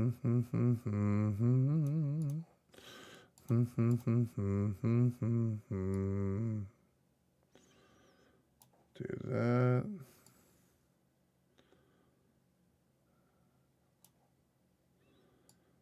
All right. No. Up you go. Thank you. All right. So, Donald said we should listen to this. So I want to see what Donald's got going on. Many people have probably been able to surmise my opinion on this, but I'll say it again in public. Oh my God, dude. My boy said surmise. Cuddle worthy, dude. Here. You know, I don't know if anyone else on this board has served our country. Myself, I have. I was deployed twice to combat zones. I'm a disabled veteran of the United States Air Force. And to me, I fought so that every single person could have their voice heard. I swear to God, dude, I respect you so much, bro. I may be a dyed-in-the-wool liberal. I am. But I want every single voice heard. And that means whether I agree with them or not, and especially when I don't agree with them. Hell yeah, dude. Oh my God. Make voices heard. Yes. Bring them to the light. Meet us in the battlefield of ideas, dude. Hell yeah, dude. Hell yes. All right, sorry. And the fact that this was decided by a single person and without even consultation of a single board member and our board president or the board as a whole, when it's something as charged as this, and I don't believe that there was no understanding that this was a charged decision, that this decision itself would cause controversy. If not, if there was no understanding of that, that in itself to me is an issue. Man, you talk so much more intelligently than I do. Oh, fucking Christ, brother. Because it speaks to the division that Director Clark just spoke of, right? We should be making decisions to bring our community together. We should not be making decisions that drive us apart. Yeah, dude. We can't, it's such a bummer. Like, because I don't know the entire circumstance in which we're referring to, but like, we do kind of need to like work our community to like less division. It's why we should try to agree on facts, on findings. We should listen to the specialist instead of YouTube bros and fucking podcasters and, you know, Joe Rogan. Maybe we should like, you know, agree on some, you know, we should agree on some borderline facts off the gate. You know, well, what is the American dream? What is the purpose of our government? Like, we should probably agree on these, but in order to agree on those, we need to have these conversations. And I may disagree wholeheartedly, and I do, with what Charlie Kirk said while he was alive. The respect for the dead to me is important. And it does not mean that I say that what they did was correct. True. But it does mean that I say their life was not worth being snuffed out because of their words. No matter how abhorrent they may be to someone, that shouldn't come into play in my opinion. True. Yes. It's the classic age-old conversation. It's not okay to punch a Nazi. Like if the Nazi's no direct threat to you. It's one thing when the Nazis are in power and like they're, you know, knocking on doors, pulling people out of buildings and stuff. But if someone just has some like crazy far right opinion, you don't get to go assault them because they have a far right opinion. That's crazy. Now, there is a line, you know, as long as they don't, you know, cross certain parameters. But like, bro, they have to be like threatening some form of actual violence. You know what I mean? You can't just be like, I don't like their opinion and assault them. What the fuck, man? Like arguing with the far left in like 2016 and 2015 and 2014 over this, where they called everyone who disagreed with them Nazis. Like if you were a Republican, you were an automatic Nazi. Like, no, man. Like, God, I wish we'd go back to the days where we were just not meaning people were Nazis when we called them that. And now look at that, dude. Now we have Trump. Now we have authoritarian assholes doing crazy shit. It's fucking wild. Opinion. And it does not mean that, you know, us doing that agrees with it. And I think our governor provided a way for us to go forward in a way that would make it so that we're not at each other's throats over something like this. And granted, not everyone agreed with that. And that's okay too. You know, part of being an American here, at least as far as I understand it, is being able to debate things. And when you take that away from your elected representatives here, I feel that's wrong. And I really do believe in democracy. I believe that having all 5 of us weigh in would have avoided this controversy. Do I know that it would have ended up in a different way? I don't. But at least then your representatives, our community's representatives, would be making that choice. And I think if we can do nothing but just say, if there's a directive from our governor, that we are going to honor that directive unless the board says otherwise. I think that's a fair compromise between saying that we have to answer every single operational question. That wouldn't be the case, because the vast majority of the time, we are going along with what our governor says. And because of that, I think that is where I draw the line. And, you know, many of you may know, all right, Pixie, my be own safe. family was targeted to some extent. I had my own child contacted by someone via text messages. And I'm sorry, but that really upset me, you know, and I couldn't get my head around the fact that all of the wording that had been put out by our district said we, or the district, or the administration. Nothing took ownership until I made a public plea through the press saying, we need this. We need someone to say, this is my decision. And I do not deny that our superintendent had the right to do so. I don't. His right is to do his work as needed. That doesn't mean that he made the right choice, and it doesn't mean he shouldn't have consulted our board first. And that is how I feel about the issue. And I don't know how the rest of my board feels, but I would like to hear any comments on what I had to say.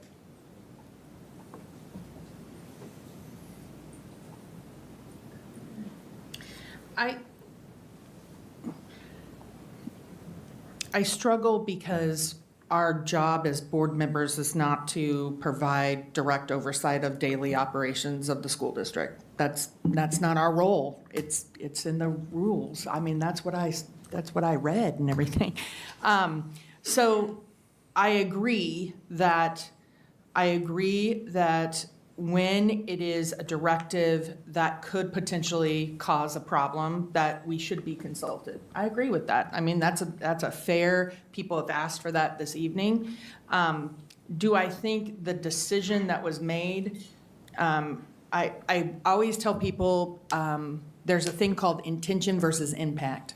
So my intention is to be welcoming, warming, et cetera. My impact to an individual could be seen as opposite of that, right? My intention is to be representative of all people. And I'm looking at who this person is and how the devices that person is. And then I'm trying to make a general decision about all the people of Kent. And it's such a diverse group. So intention is I'm trying to honor what I think is the community. And the impact clearly is we have people that said, I'm not now represented by this. And how can you say that I'm not represented? So I understand the conflict in that. And so, again, I think we could potentially look at how do we address things that come up in the future if something's going to be divisive like this, that we are consulted. And that way we can provide that community voice from our community and have a different perspective. We can all learn from that. Yeah, I think I don't think I get the point of what she's saying. I know what she's saying is that like our intent is important because it always is important, but our impact is also not necessarily in conjunction with our content. Like sometimes we intend to do something and our impact is the opposite. But how is that like a retort to anything Donald said? I'm so confused. what's coming to mind is just going back to the root cause of all of this was a deviation from a directive from additional government agencies, and maybe guiding our conversation towards a protocol, not just related to flags, but if we see that there's additional directives, say from the governor, from the president, those might be objective enough opportunities for the board to be an additional layer of filtration if the superintendent and the administration chooses to deviate from those directives. What does the other board members think? Could I step on this? Yeah. I believe that our policy actually already states this. I'm sorry, I keep on going back to the policy because I really do feel like that's where we should be rooted in. And I believe it's already there. I believe it's missing a sentence. And so, if I may, again, quoting, the superintendent and other staff whom administrative or supervisory authority have been delegated will be authorized to use their best judgment in the absence of a specific policy or procedure, providing that such action will not be in conflict with the general aims and objectives of the district or any local, state, national ordinance, statute, regulation, or directives. So I think that's where I'm commenting on my own here, where that's could be a question here. In the event that there is doubt at the appropriate course of action, or if it's apparent that the consequences could be serious, the staff member is expected to contact the superintendent or other administrator who could provide appropriate assistance. I think our rub becomes on this one is there is no, it doesn't say when the superintendent makes the decision, and there's not, and it may be different than a directive. So how this is written, I believe the superintendent followed the policy that we have today. Yes. I think that we do need to look and say, you know, what that looks like if we do decide we need to have that. I also say, yeah, but like, I mean, if you guys are members of the board for the school, you guys should be like, you guys should be involved in what the superintendent's doing, bro. David, you are way calmer than I am. we need to think about contracts. We need to think about what our policy is. And we need to say, we can't just pick and choose when we're going to step in on administration and when we're not. When we hired administration to make administrative decisions, do we stick by them? And then what our course of action is in our role as the board is then to evaluate in the hiring and the firing of the superintendent. And so that is already set up for us. It is up to our superintendent to make those decisions, what is best and outside the bounds of what is said here. I still believe that that's what our role is, and we should not go down and start picking out little pieces of. Yeah, but this is like a rare event that happened. Like, this is like kind of a big thing. If people are being fired for enacting their freedom of speech, like, that's a dangerous game. Okay. How we're going to overstep the bounds of what a board is, just as we wouldn't want the superintendent to overstep into. And like, in what world is this true? Because I guarantee you, board members can have say over like management ideas inside companies. Like if the board throws its weight behind certain people, these people are like the ones who get promoted and the ones who are let go. And like, it's always been something that the board can do on like anywhere. Like, now I don't know the parameters here, but like, what the fuck? The dude's just asking to be included in like major conference. Like, dude, Jesus Christ. What the board's role is. And so I feel that there's a delineation there and that it's already set up. That's my personal opinion. And in my opinion on that, I don't think we need to change it. I think we are also administrators of this district. We do make administrative choices as far as policy is concerned. And in certain cases, there are things that are brought to us and we make the decision. Our superintendent brings them to us. We have multiple different issues that come up in that way, things that we end up in exempt session for or executive session for, and those things Fucking get her, dude. are expected to come to the board, and the board is making a decision for the district. So I think this statement exactly specifies that or other administrator. I think we are that other administrator, or at least could be in the case of a superintendent. We are the only people that are responsible for this district. I'm going to push back on both of you guys. I don't think administrator is the right word, but also we do set policies that the district needs to enact. For example, we are setting, we're working on a policy right now for technology usage in schools. In a way, I mean, we're still dictating and contributing to operational oversight that the superintendent then implements. I'm not seeing a distinction from those policies that we're writing versus a policy on when the board should be consulted for controversial topics or deviations from higher governmental administrations.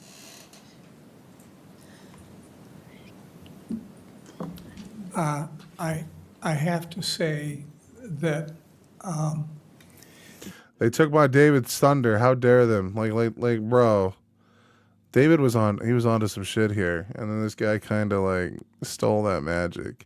Like, at the end of the day, if you guys are the ones that have to make the administrative decisions for the administrator, you guys would still technically be administrators. This lady is trying to wave off responsibility while you're trying to like take back some form of responsibility for the actions. I don't even have to know like the deeper parameters here, bro. the concept of board members being administrators is directly contrary to the language of the empowerment of the office. We are not here to deal with day-to-day operations. That's very... Is this a day-to-day operation? Seems like a pretty big event. Very specifically stated in the role of board members. We do have, obviously, an oversight responsibility because operations once in a while simply don't work because of a changing circumstance. And if we're going to do things differently, that falls to the board to listen to what staff and leadership has to say and then finalize a plan to address that specific issue or problem. So it's important that we don't micromanage. And I find that's the area that we're basically getting into. The fact is, the superintendent made a decision, but he did talk to the board president, and he did modify what he was doing by taking full responsibility himself. Now, at that point, that's an operational decision, and so that's been done. But the question that you're basically asking yourself is, should we write a policy to try and oversee? There's the problem. You're not going to oversee daily policy. And so the situation you're left with is, do you want to create a circumstance that is clear, or are you unfortunately in that giant mass of decisions? This guy's really good at like, I feel like he's obfuscating down to some extent, bro. Like, you're using daily operations as like, again, are these daily operations? Do these events happen constantly? like abnormal circumstances require like a level of higher scrutiny than versus like, you know what I mean? Like, and also this guy is a very effective communicator right now. He's like not directly speaking to our boy David here, but he's like speaking to the audience and like trying to like thwart some level of like control. And he's going to probably use like, maybe he's been doing this longer or I don't know, something like that. But you can feel like this guy's pretty confident in what he's saying. And these guys are dangerous. That get made by... Because he's speaking matter of fact. You know what I mean? There's no leeway. There's no, I think, there's the problem. You're going to run into this problem. Like, he's saying things like, as if he already knows exactly what needs to be done. These are the guys that can convince you to do dangerous shit, by the way. Elected representatives as they occur, because that's what happens in an election. In an election, you get candidates and they will tell you how they see things and what they would like to do. But the bottom line is, none of us can know what those people once in office are going to face because circumstances change. And so in effect, when you elect somebody, you're basically trusting that the character... What a stupid fucking argument. Like, if we're going to talk about any form of democracy, if you elect someone, you have to have a way to hold them accountable. If people are doing things outside of like the shit that they promised, we can recall elected officials. Now, in this situation, you guys probably hired or brought in someone to do a particular job. They did something that was probably damaging to the entire community because the I forget what it's called now. And they do to oversees like a few superintendent. You guys oversee the superintendent. The superintendent probably runs a district of schools, and like what he does has an effect on the whole community. And you guys are the board members of that community. Like what? What? Okay. And what their record has said to this point in time will give guidance in what they use for their decision-making process. But the fact is, when you granted them that power, that's when that begins to take place. Any power that's granted can be taken away. What the fuck?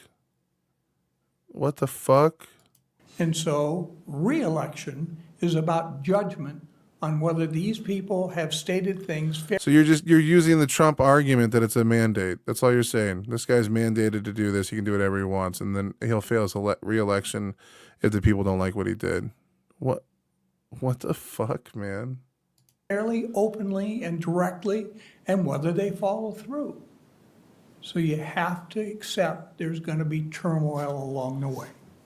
And I just want to clarify, I was not brought into the decision.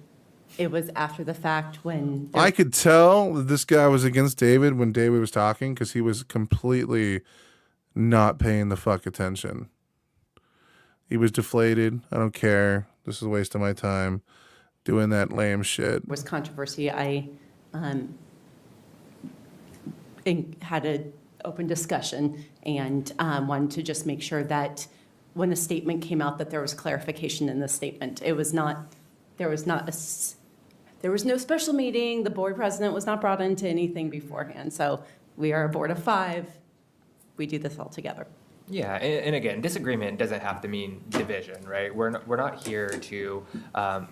I don't see it as micromanagement because part of our role is to set parameters and some boundaries, and I feel like if anything, we are very accepting and opening and trusting of our superintendent to make these decisions. One example of success is that our district is one of the strongest in our state because we're not facing the same levels of, say, closures and the rate of downsizing in some other districts. However, in circumstances like this, I do feel like there can be room for dialogue and conversation about setting some additional protocols, especially when it comes to, again, the deviation from a request from our state governor. To me, that doesn't seem like micromanagement. because that's not a regularly occurring operational task that we're going to be faced with. I don't foresee events like this happening on a consistent basis. And so due to the low frequency but then high severity of outcomes, we should be putting in some level of safeguards. If anything, as a response to hearing what our community had to say tonight, with their expression of feeling like we lost a large portion of our community for not feeling heard, for not being included, and for not feeling like the term equity applied to them. If I may, I appreciate the open discussion that we're having here tonight. Because this is a discussion item, there's not anything for voting. right. And so I think I fucking hate political correct speak, man. Thank you for the discussion. Lady, just continue the that discussion. we all have strong opinions, and we could probably talk this for a very long time. Oh, she's trying to We're end the also all discussion. elected officials, we can talk for a really long time. So if I may, propose a kind of a next step for us and see if that works. We do have it coming up in our policy discussions about the role of the superintendent. And I feel like that this is an appropriate place to have this. And in that moment, if we also, oh my, I told you I was going to take my jacket off 12 times. If we get to the place where we think that there's other policies that we need to have brought up, that we can also see what connected policies there may be that we can bring up then. Does that sound like an appropriate next step for us to move on to? Yeah, I'm for that. Okay. I can't remember exactly which policy session it is. I want to say it's in October, but it may be October. December. It is October. October. Okay. Great. With that, are we at a place that we feel like we can move on to the next topic? Yes. Wonderful. Thank you. Give me just one moment. Jesus. That gave me AIDS, bro. You guys are the real ones. Oh, Jesus Christ. All right, let's just find... What the fuck? The official cinematic, bro. From 2XKO. 3 million views? That's not a lot of views.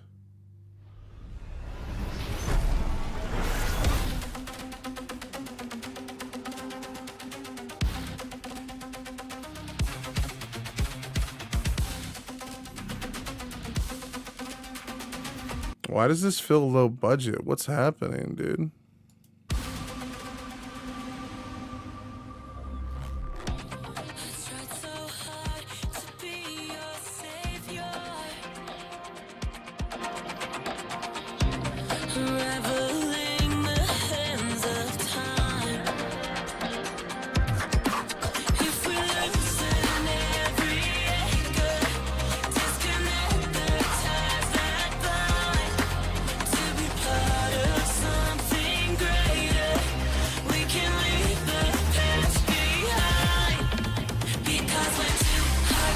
Dude, I mean, the song is so far cool and stuff.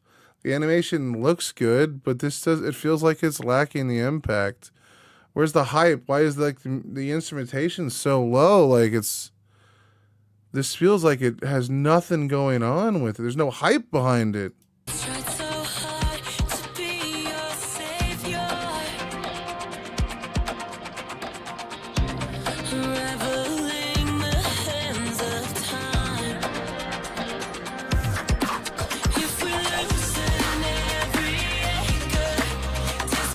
Like, the animation quality is kind of shit.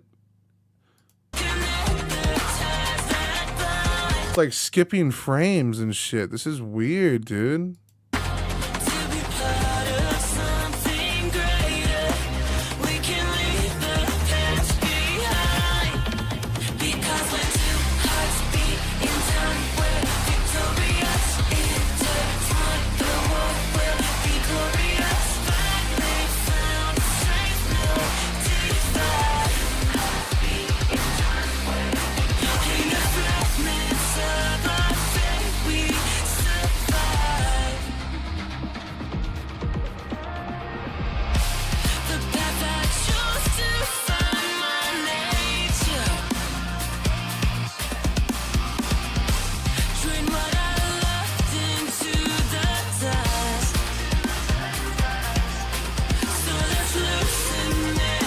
Echo's gonna fuck Ari and confirm, dude. New relationship.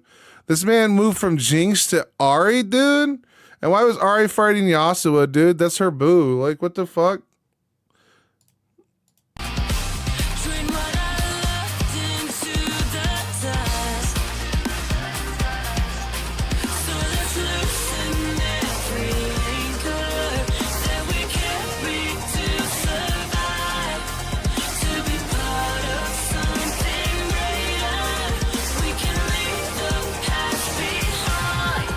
What the fuck is this?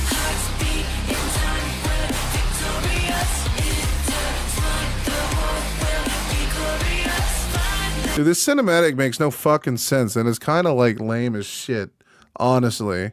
What the fuck is this?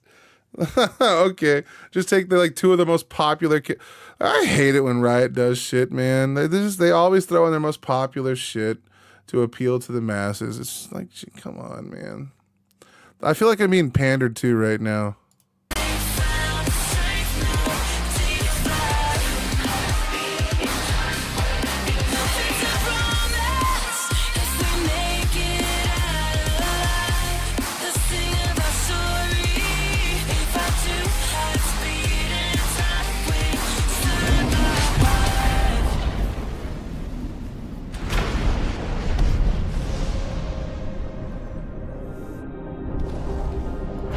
Ari's gone now, just like the last dawn, bro.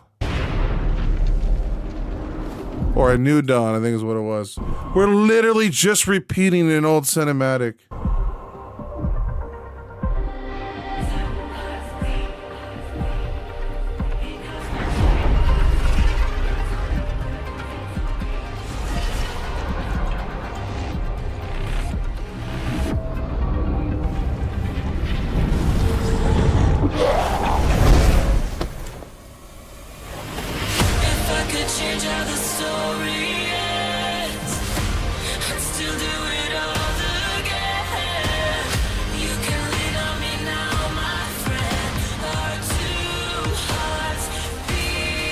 Dragon Ball, bro.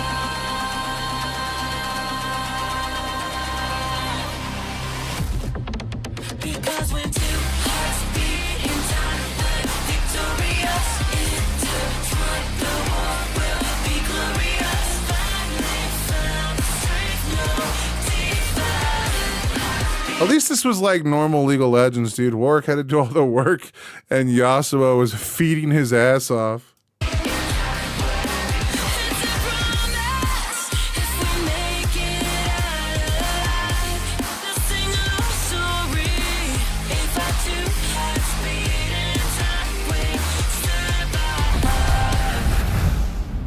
She used her Sharingan.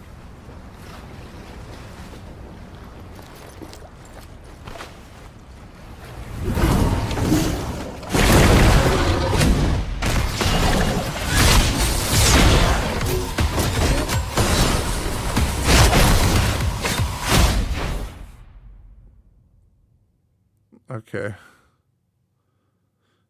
Oh shit, it's out now, dude. Holy shit. Alright, hold on. Let's go load up fucking Riot shit, dude. I mean, that was probably a pretty weak cinematic. It got better as it went on, but it was essentially just someone playing arcade, dude. That's all it was, dude. That's all it was. It lacked some of the fire I like from my cinematic stuff from League of Legends, man.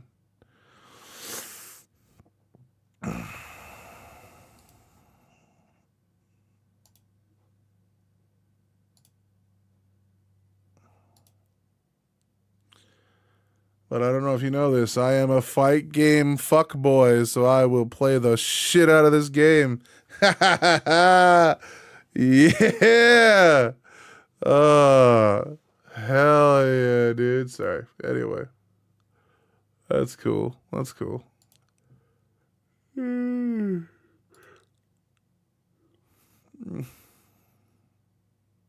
the world needed him most, work returned. A beautiful trailer about Juggernaut Yasuo learning a second character.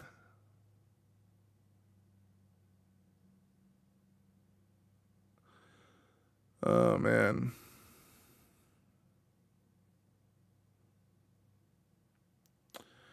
Yeah, that cinematic did nothing for me, man. None of the hairs on my neck stood up. It's also just a bunch of characters that I don't like.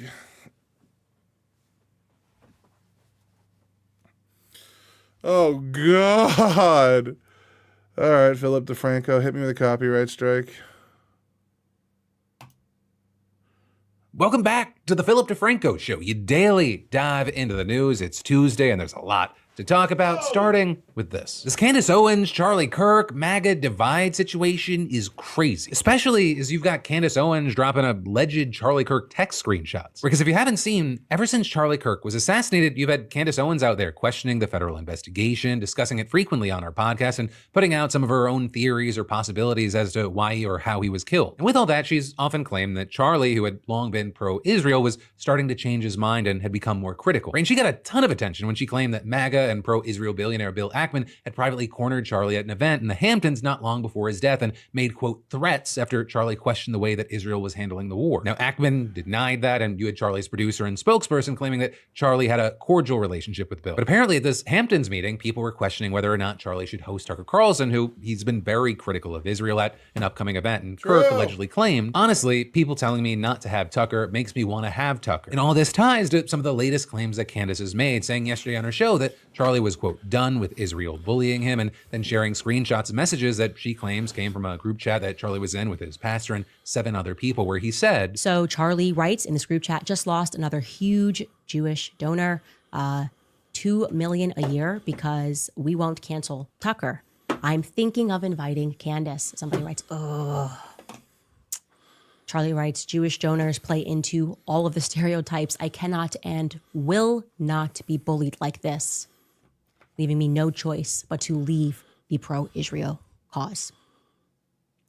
And somebody writes, a donor writes, please do not invite Candace. That might feel good short term, but it's not good long term. This is 48 hours before Charlie Kirk was assassinated. He was very clear and he was very explicit, and he did not back down, not in that Hamptons meeting, which they're all lying about, nor in this text thread. Now with this, it seems like Candace wasn't part of this alleged group chat, and she also doesn't make it 100% clear how she got these apparent messages, which I also will say have not been independently verified by any major news outlets, at least as of recording. Right, but this comes as she was also alleging that higher-ups at Turning Point USA are trying to stop her and others from investigating Charlie's death and promoting their own conspiracies about what happened. What we do know definitively is that the feds are lying to us. That is obvious. It is abundant. If you if you're able to think thoughts, you recognize that something is very wrong with the story.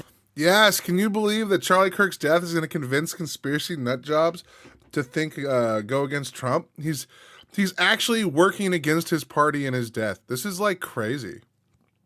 I should watch this more. That has been presented to the public. And I think that what the public doesn't understand, and I count myself among the public, is why it seems as though Turning Point USA executives, and I'll say seems, are not even remotely interested in challenging that official narrative. Who are they protecting exactly? You'll see oftentimes they and other influencers will invoke Erica as the reason that it's not appropriate to ask questions. It's just not appropriate while Erica is still mourning for you guys to ask any questions. And I'm just going to come back at you with some common sense. What sort of widow wouldn't want people to investigate the assassination of their husband? You also had Candace claiming that Charlie had been discussing his increased interest in Catholicism with her, even sharing a screenshot where it appears that he said it was looking better and better. And while she also said that he wasn't in the process of converting, she suggested that he was toying with the idea. But also, apparently people at TPUSA were denying that he had a major interest in converting to Catholicism, and this upset Candace Owens as she felt that was not being fully honest. Right? And she was overall just upset that she believes that Turning Point execs are telling small lies here and there about Charlie and questioning why they would be doing this. With it then tying it back to the comments that Charlie allegedly made about the donors withholding money and adding, you got people that are hosting a show. Have they in one honorable thing come out and said, you know what, F a couple of these donors who made his life a living hell in the last couple of weeks? That registers to me as very suspicious. I'm going to frankly say that. It's suspicious to me. It makes me think that in the same way that Charlie was being pressured by money, that you might be now run by that same money. With Candace also claiming that Turning Point has made tens of millions of dollars since Charlie died, and saying that from the organization's perspective. So how are we supposed to honor Charlie, right? You honor Charlie, of course, by donating to Turning Point USA and shutting up and trusting the feds. Don't question anything. Right, and so you've had tons of people seeing Candace share this, especially the screenshots discussing donors, and thinking, she's dropping a major bombshell here. And then with all that, you had Andrew Colvett, a spokesperson for TPUSA and a producer of the Charlie Kirk Show, saying today that yes, the texts are real and that he was in the group chat and he was the one who took the screenshots. Then he added that he never shared them with the public because they were private messages and he'd only given them to the government amid the initial investigation to Charlie's death. But they somehow made their way out to the world, and then adding, in those first moments, we wanted no stone unturned. We wanted to leave nothing unturned. So I shared it with a few people. One of the reasons, Blake, that I'm glad to have this now public, it was not mine to share publicly, but you know, one of the criticisms we've received is that we don't care, we're not investigating every lead, we're not looking under every stone. When I say that we want justice for Charlie more than anybody else, I really mean it, and no stone unturned. But then another guy on the show saying that the reason some in the organization aren't talking about it is because these guys really think they can replace Charlie Kirk? They have the charisma of like a fucking doorknob. They don't want to interfere with the ongoing investigation. And Andrew adding that he doesn't begrudge anyone publicly asking questions, but also adding that he believes that Charlie's views towards Israel were totally transparent. What is the truth about the way Charlie felt about Israel? Well, it's complicated and it's nuanced, and it was a wrestle that was going on for months. I looked at that moment as like, he's just blown off steam, he's frustrated, he's venting, right? And I just want to say, like, you know, he made that very clear under any circumstances that he was not going to be cowed or bullied into deplatforming Tucker, for example. With him suggesting that Charlie was ultimately pro-Israel, even if he did have some criticisms and questions. But then also you've had some noting that Candace's comments about Charlie point to a larger discussion about how different factions of the riot are trying to jump on Charlie's death for different reasons. Right? Because while it appeared that, you know, she's trying to suggest that TPUSA is trying to use Charlie's death in a way that best serves the organization, you that also had some turning the tables and saying that the same could be said for Candace. You know, with all this, you even had the... So true. Candace Owens is making many videos on Charlie Kirk. She's a conspiracy nut job that like loves. She makes all of her bread and butter off of abusing like terrible situations. She's a fucking vulture, dude.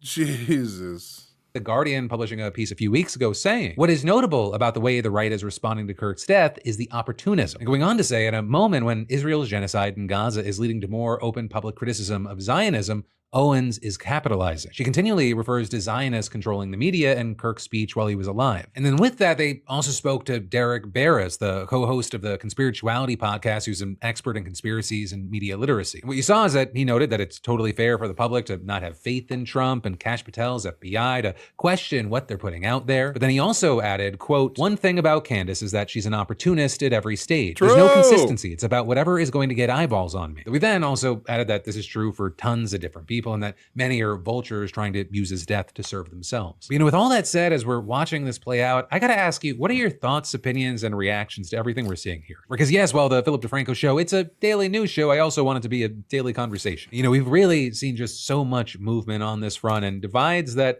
weren't there before. And then there's more we've got to dive into, but first, let me take a second to say, you know, have you ever wished that Breaking a Bad Habit, it came with an easy mode button? Because turns out, it does, and it costs less than a night out at Taco Bell. I mean, today's sponsor, Fume Zero, the grab-and-go flavored air device that looks like it came out of a sci-fi movie, but somehow it costs only $24.99. Right, and it's not a vape, it's not a diffuser, it's not a pipe, it's flavored air. Zero nicotine, zero vapor, zero batteries, which makes it clean, simple, and way less complicated than anything else you've probably tried. Where this thing's sleek, triangular, and fidget-friendly with a subtle click that keeps your hands busy. The tip, it's chewable, which is weird at first, but it scratches that oral fixation loop that we all know too well. The airflow is adjustable, so you want a stronger draw, twist it, want it lighter, twist again, easy. And the flavors, you get 6 bold ones, from crisp mint to peach blush to raspberry, and each lasts up to 10 days. No charging, no refills, no setup, just open and go. It's designed to replace the ritual, not just the habit, the hand-to-mouth satisfaction without the chemicals. And it could also just be a great gift for someone you know that's looking to break a bad habit. And at $24.99, it's the easiest on-ramp to a good habit. So take 0 chances with Fume Zero today. Just head to tryfume.com and grab yours today for $24.99. But then next up in the news, 1 week week into this U.S. government shutdown, and things are quickly going to shit. Right from chaos with airports across the U.S. to reports that the Trump administration is trying to screw furloughed workers out of back pay. I mean, things are getting messy. Right, and starting with the workers, as soon as the government shut down on October 1st, pretty much all non-essential staff, about 750,000 people, were...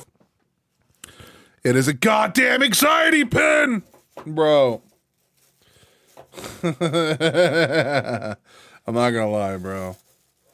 Dean's crash out on that was so beautiful. I feel like he did it intentionally to get views. I feel like that was like an intentional crash out. I should do that. I should just have like a big old crash out moment, clip it and post it to Twitter so people will make fun of me, and then by proxy they will come watch me. Furloughed and not being paid.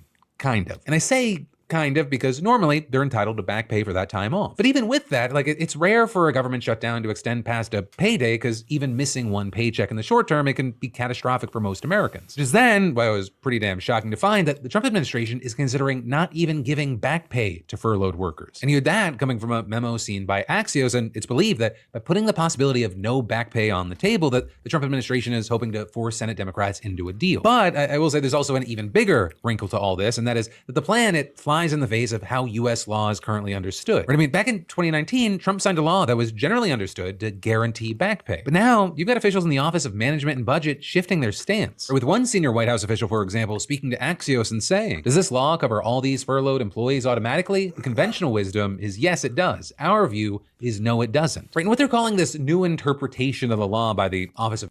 It was all good fun trolling MAGA that gives him shit for it all the time. Yeah, because you saw Parker and Dean laughing while they were doing it.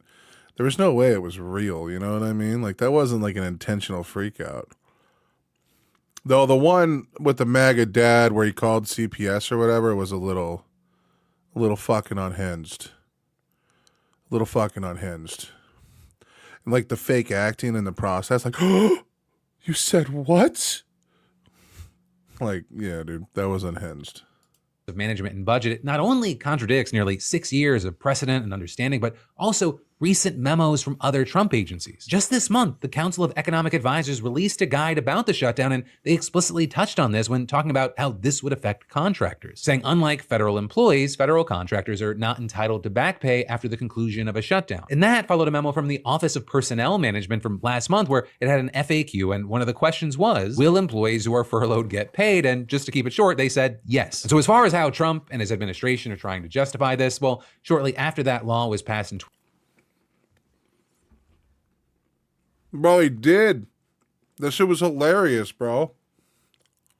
2019, it was amended. And in that amendment, the law said that workers would get paid, quote, subject to the enactment of appropriations acts ending the lapse. Right? That language, it makes it sound like an automatic thing. But Trump, he's arguing that... Like, it's so crazy that Trump can just do this shit and no one cares.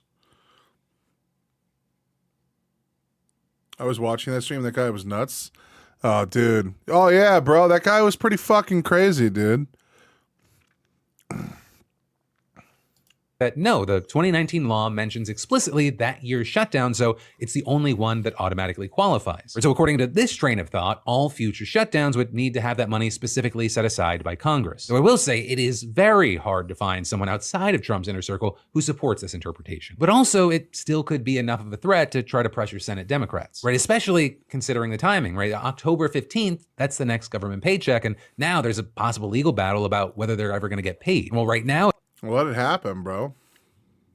At least according to the polling, more people blame the Republicans and the Democrats for this shutdown. One of the big questions that pops up here, in addition to, oh my God, how is this going to affect so many hundreds of thousands of Americans, is will this messaging work? Can they muddy the waters not only for this fight, but maybe even the upcoming midterm? Now, with all this, if you're thinking, this isn't that... Oh, yeah, man. Bro.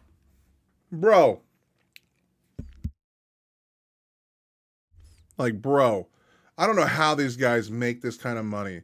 Like, did you guys see the amount of money that woman made while she was like at the park for calling a small black child the N-word because he was being rude? Like, bro, she made like $1 million. That's crazy, dude. Like, why is it these people can make a fortune off of being like bigots? They tried to fuck him. Oh, they tried to fuck Dean. Hell yeah, dude. Hell yeah. Not my type. That motherfucker, he look weird, dude. I don't like his hair, like, at all.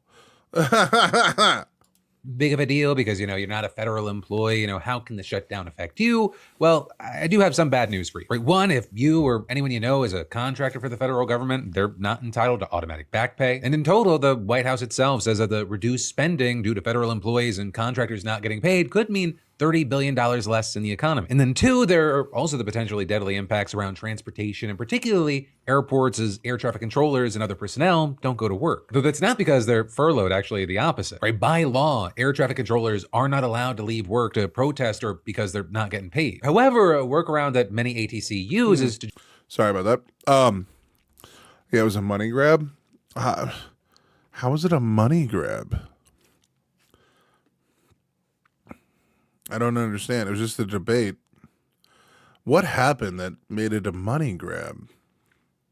Just call out sick, with the feds pointing out that worker absenteeism among ATCs triples to 10% during government shutdowns. We're actually seeing this play out in real time. You've got airports like Burbank literally having no one manning air traffic control yesterday afternoon and evening, with then ATCs in San Diego having to take over, and there were also major flight delays. Right? And while in the grand scheme of things, Burbank, it's not the most major airport, it is one in SoCal and shares airspace with major airports like LAX and San Diego, not to mention other regionals like John Wayne and Ontario. But also, two, Burbank is hardly alone in dealing with delays, and even airports that still have ATCs dealing with massive headaches. Right? Newark, Jacksonville, Chicago, and DC, they've all had less air traffic controllers than usual, leading up to multiple hour delays. And that's not only because the flights get fucked, but also because staff like TSA actually call out more often during shutdowns as well. And then, of course, there are just the increased safety concerns that come with fewer air traffic controllers, which is an occupation that was already heavily short-staffed and facing tons of scrutiny over recent aviation disasters earlier this year. And so with all this, you've had administration officials like Transportation Secretary Sean Duffy recognizing the absences spiking and saying in a conference yesterday. And so now what they think about as they're controlling our airspace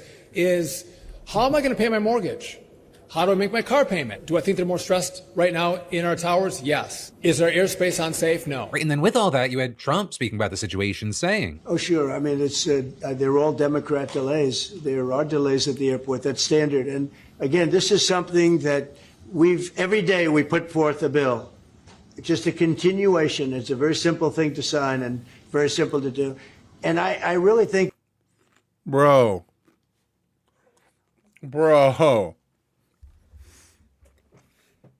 How can he lie with such impunity, bro? This motherfucker does not care.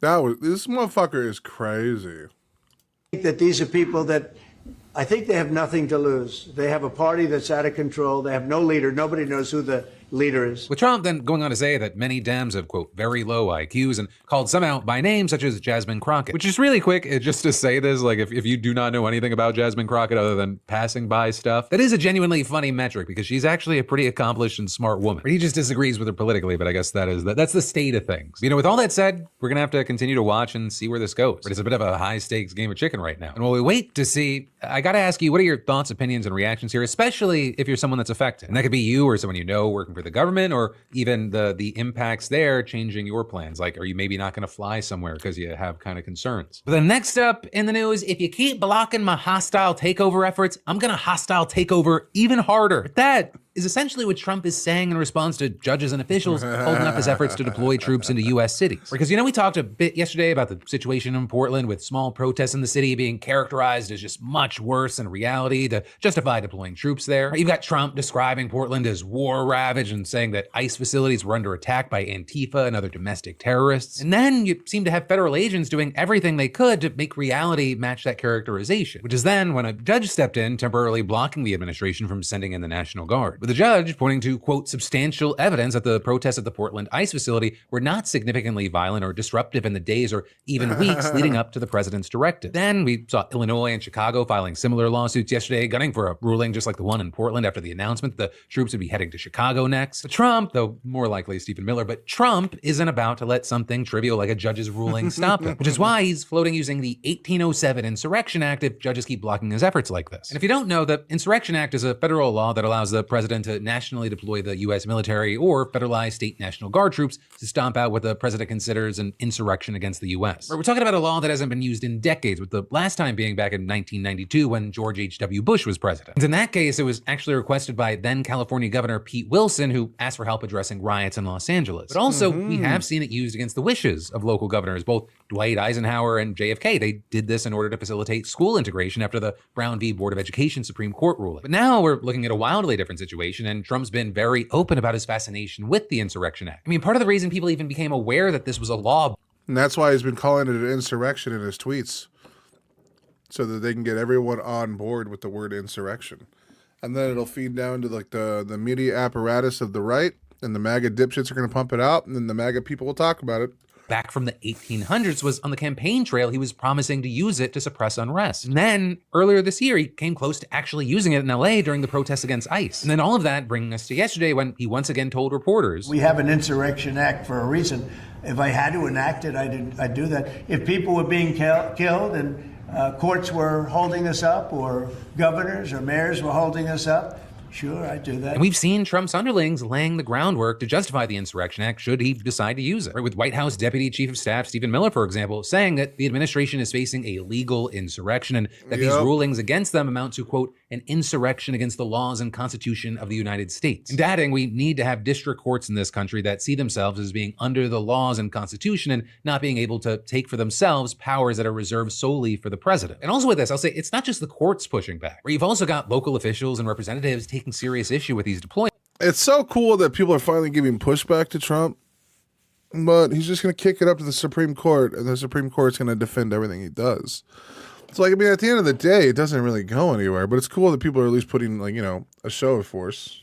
And one of the things we saw there was Senator Dick Durbin from Illinois grilling Pam Bondi today about the deployments in his state during a Senate hearing. Why do you want to keep this secret? The American people don't know the rationale behind the deployment of National Guard troops in my state. Yeah, Chairman, as you shut down the government, you voted to shut down the government, and you're sitting here, our law enforcement officers aren't being paid. They're out there working to protect you. I wish you loved Chicago as much as you hate President Trump. And currently, the National Guard are on the way to Chicago. If you're not going to protect your citizens, President Trump will. I've been on this committee for more than 20 years. That's the kind of testimony you expect from this administration. A simple question as to whether or not they had a legal rationale for deploying National Guard troops becomes grounds for a personal attack. And then in addition to that, you would Chicago Mayor Brandon Johnson taking a stand against the deployments by signing an executive order banning federal immigration officials from using city property in their operations. Right, and specifically, the order prevents ICE agents from using city-owned, vacant, or designated parking lots for anything related to their operations, including staging and processing. With Johnson saying, we will not tolerate ICE agents violating our residents' constitutional rights, nor will we allow the federal government to disregard our local authority. And that, as you'd expect, was not taken well by Team Trump. Or with Tricia McLaughlin, for example, Assistant Secretary at the Department of Homeland Security, slamming Johnson in a statement, saying his reckless policies not only endanger our law enforcement, but public safety, and claiming while he continues to release pedophiles, rapists, gang members, and murderers onto Chicago's streets, our brave law enforcement will continue to risk their lives without pay to arrest these heinous criminals and make Chicago safe again. Right, and that is the White House calling Johnson's order, quote, a disgusting betrayal of every law-abiding citizen, and adding, shielding the most depraved, violent, criminal, illegal aliens from justice is not only an insult to every Chicagoan, it's also a dangerous intensification of Democrats' lunatic sanctuary agenda where... Like why is... they... How do people fall for this? Like, just shielding the most deprived, violent, criminal, illegal aliens from justice is not only an insult to every Chicagoan, it's also a dangerous intensification of Democrats' lunatic sanctuary agenda. Like, that just sounds like a lie. Like, that's what someone that is lying would say to you. Why would anyone believe this? Oh, my God. It's like criminal illegals. Like, well, you learn this in fucking elementary school, man. Like, they're painting people in these like violent ways so that they can justify anything, and no one cares, dude. come before American citizens, which has long been Team Trump's narrative in their crusade against sanctuary cities, that they harbor dangerous criminals and must be stopped at all costs, etc. And I mean, since taking office, he's sued 14 jurisdictions, threatened criminal charges against local officials who don't comply with federal demands, and conducted large-scale immigration operations on top of deploying the National Guard troops. But those attacks have led to some serious... Because of deep-seated hatred? I know, but like, bro, how do you hate someone so much? Like, bro, I don't understand how Republicans have brainwashed themselves into thinking they're such victims. I don't get it. They spent years fighting against victim culture. I mean, literal fucking years. And they're just happy with it. Think of the white man. That's all they're saying. Like, what the fuck? Our white identity is being erased. Easy to accept what you kind of feel. Yeah, but like, even if the white identity is not as prolific as it was before, how is that a bad thing? Just reinforcement? It doesn't make sense, man.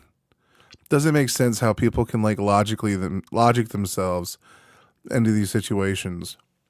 Like, the people complaining about things, like, they're just mad that they're working. They're like, I've heard people say, it kind of grinds my gears that I work all day and all these fucking people on disability or taking money from the government ain't doing shit. And you're like, bro, you are poor as fuck.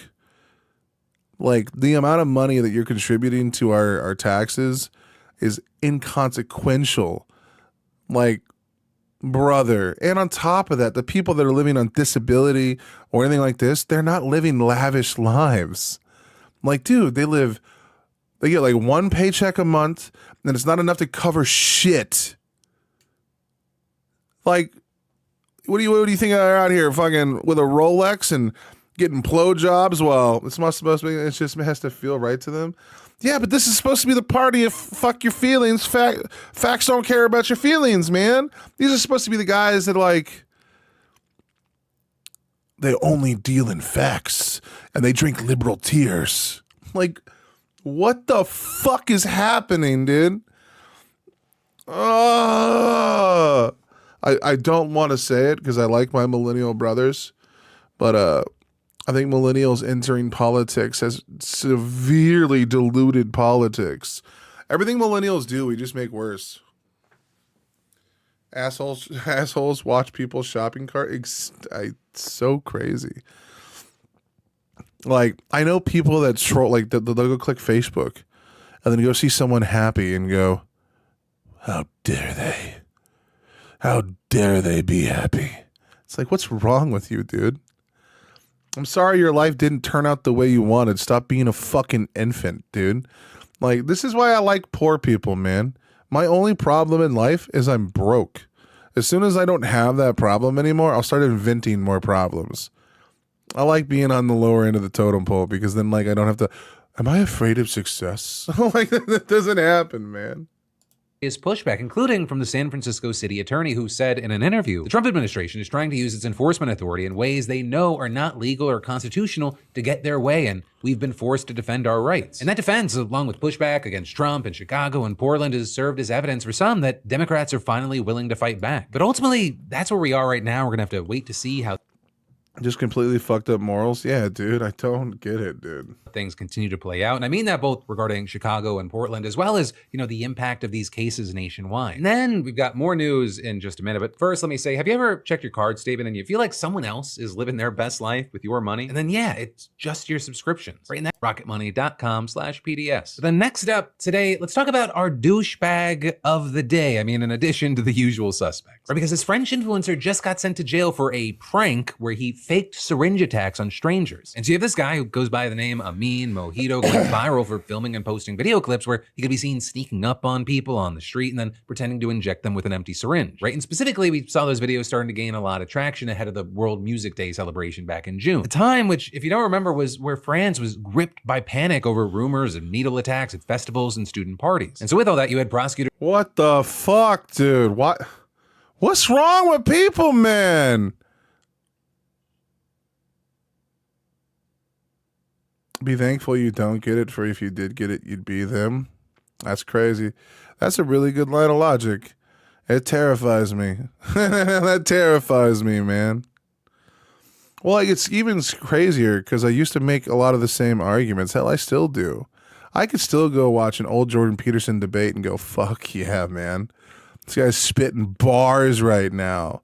But if I watch him today, I'm like, what the fuck is this? Like a lot of the things I made, like, dude, Lou, I guarantee you, we probably, like, 20 years ago or 10 years ago, you would have thought I was like a hardcore manosphere fucking right-wing nut job or whatever. But I wasn't, dude. Even when I was making the arguments against, like, radical feminism and political correctness, I was doing it from the perspective or from the lens of the left. Like, even though I made arguments critiquing the left, I was never on the right. So, like, and a lot of the content creators I watched at the time and a lot of the people I read and followed were on the left. Like, there was a time where I used to watch, like, the Young Turks, you know? But as, like, the anti-SJW movement happened, Gamergate, Atheism Plus, I was on the side of all the stuff that would eventually become MAGA. But what's crazy is I saw that, like, transition happen. And then somewhere around the woke era, I was like, I started listening to people make really bad arguments against wokeism. And I was like, oh, what's happening? Why is this guy making such a reductive take? Like, Arcane is probably one of the best shows probably ever made. And I heard people go, Arcane is woke. I was like, hold on. How?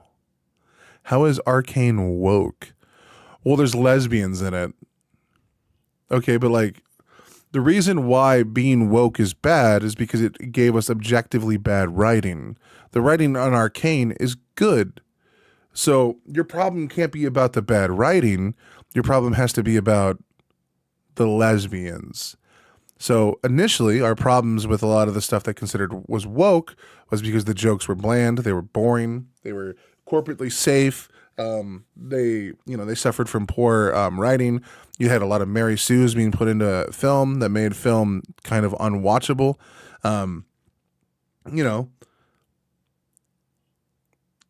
With all that going on, my criticism was of the writing or of the acting or of the poor script or, the poor direction, like from Ryan Johnson or whatever. It was like, you have to subvert every expectation, such as like what a good movie is. We'll just make that bad.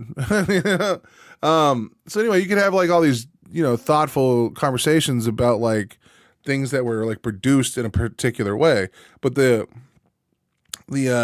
critique wasn't against lesbians. The critique was about the poor writing, the poor characterization. But then, like, when they have those good things and someone still says the show's woke, I was like, wait, hold on. You're not critiquing the writing. You're critiquing the fact that lesbians exist. And then when I saw, like, the anti-woke turn to that, I was like, oh, yeah, these guys are just retards. This is just a waste of time. Like, they might have been onto something initially with truth, but now they're drinking their own Kool-Aid and think they've figured out some divine plan of the universe. And now they're just making appeals to like argue, like, well, we've always like, it's okay to have men and women kissing, but as soon as you put two women doing it, it's like, hold on, no. Like, if like a character comes out and like their entire plot was, woman good, man bad, then of course, yeah, it's going to be a shitty movie. Like if that's like the whole thing, like instead of like you could showcase a man being a piece of shit in a way that is like engaging. Like Stranger Things does this. Like in the first season of Stranger Things, you kind of get the idea that Mike's dad is an asshole. And then this is later perpetuated through like the scenes that you see all the way up to season 3 so far. I haven't got past that. Everything I'm saying could completely change as the show continues. But initially, you see Mike's dad as an asshole. Like, he doesn't get the door, he's asleep in his chair, he's a bad parent, doesn't know where his kids are. Like, you get all of these feelings, So then it's okay to be like, you start using that internally, like, fuck, man, this guy's kind of a piece of shit. And it makes you question things. Like, didn't have to come out and tell you this. Like, it wasn't on the nose. They were just like little moments that you picked up watching the show. Why is he sleeping? Why does his wife have to get the door? Why does his wife have to get out of the shower to answer the door? You know, like, so you see all these little moments that you make, oh, he's kind of a shitty fucking boyfriend or husband. He's kind of a shitty self-centered person, you know? And he's like fulfilling the male archetypical role in like the early 70s and 80s mythical man that was kind of detached from all of that shit, you know? Like he's fitting that core character through action, and it makes people go, oh yeah, I don't really like this guy. No one like walked in and said, you're a fucking bitch, dude. How dare you treat me as a woman poorly? I don't have to do everything in this, you know, like it wasn't forced in anyone's face. You came to that conclusion naturally through like watching the show, seeing the mom putting in more effort with the kids and then the relationship and actually talking with the kids and seeing the dad being cold and detached and essentially it moved away from everything. Like shows you in like real time that like that's like effective writing to showcase like differences between characters instead of just coming out and saying it outright. You know, the problem with woke shit is that it just came off as like that scene in She-Hulk, dude, where she was like talking to Bruce Banner. She's like, I know what it means to be angry because I deal with it infinitely more than you do. And it's like, why? Because men talk down to me in the workplace. It's like, you know, Bruce Banner's dad beat him to death multiple times, and his mom, and he survived gamma radiation and has been turned into a monster where he has to, when he gets angry, slaughter sometimes thousands of people, and he's afraid of who he is and what he is. And you're going to say because you get catcalled and women talk down to you that you are infinitely more angrier than any man? Like, that's bad writing. Like, and then people look at that and they're like, oh, this is a little woke. I agree that is like woke. But when then you get something like Arcane, where the writing is incredibly intelligent, we're in a different situation now. Now we're like, oh, hold on. Now you're just complaining about lesbians.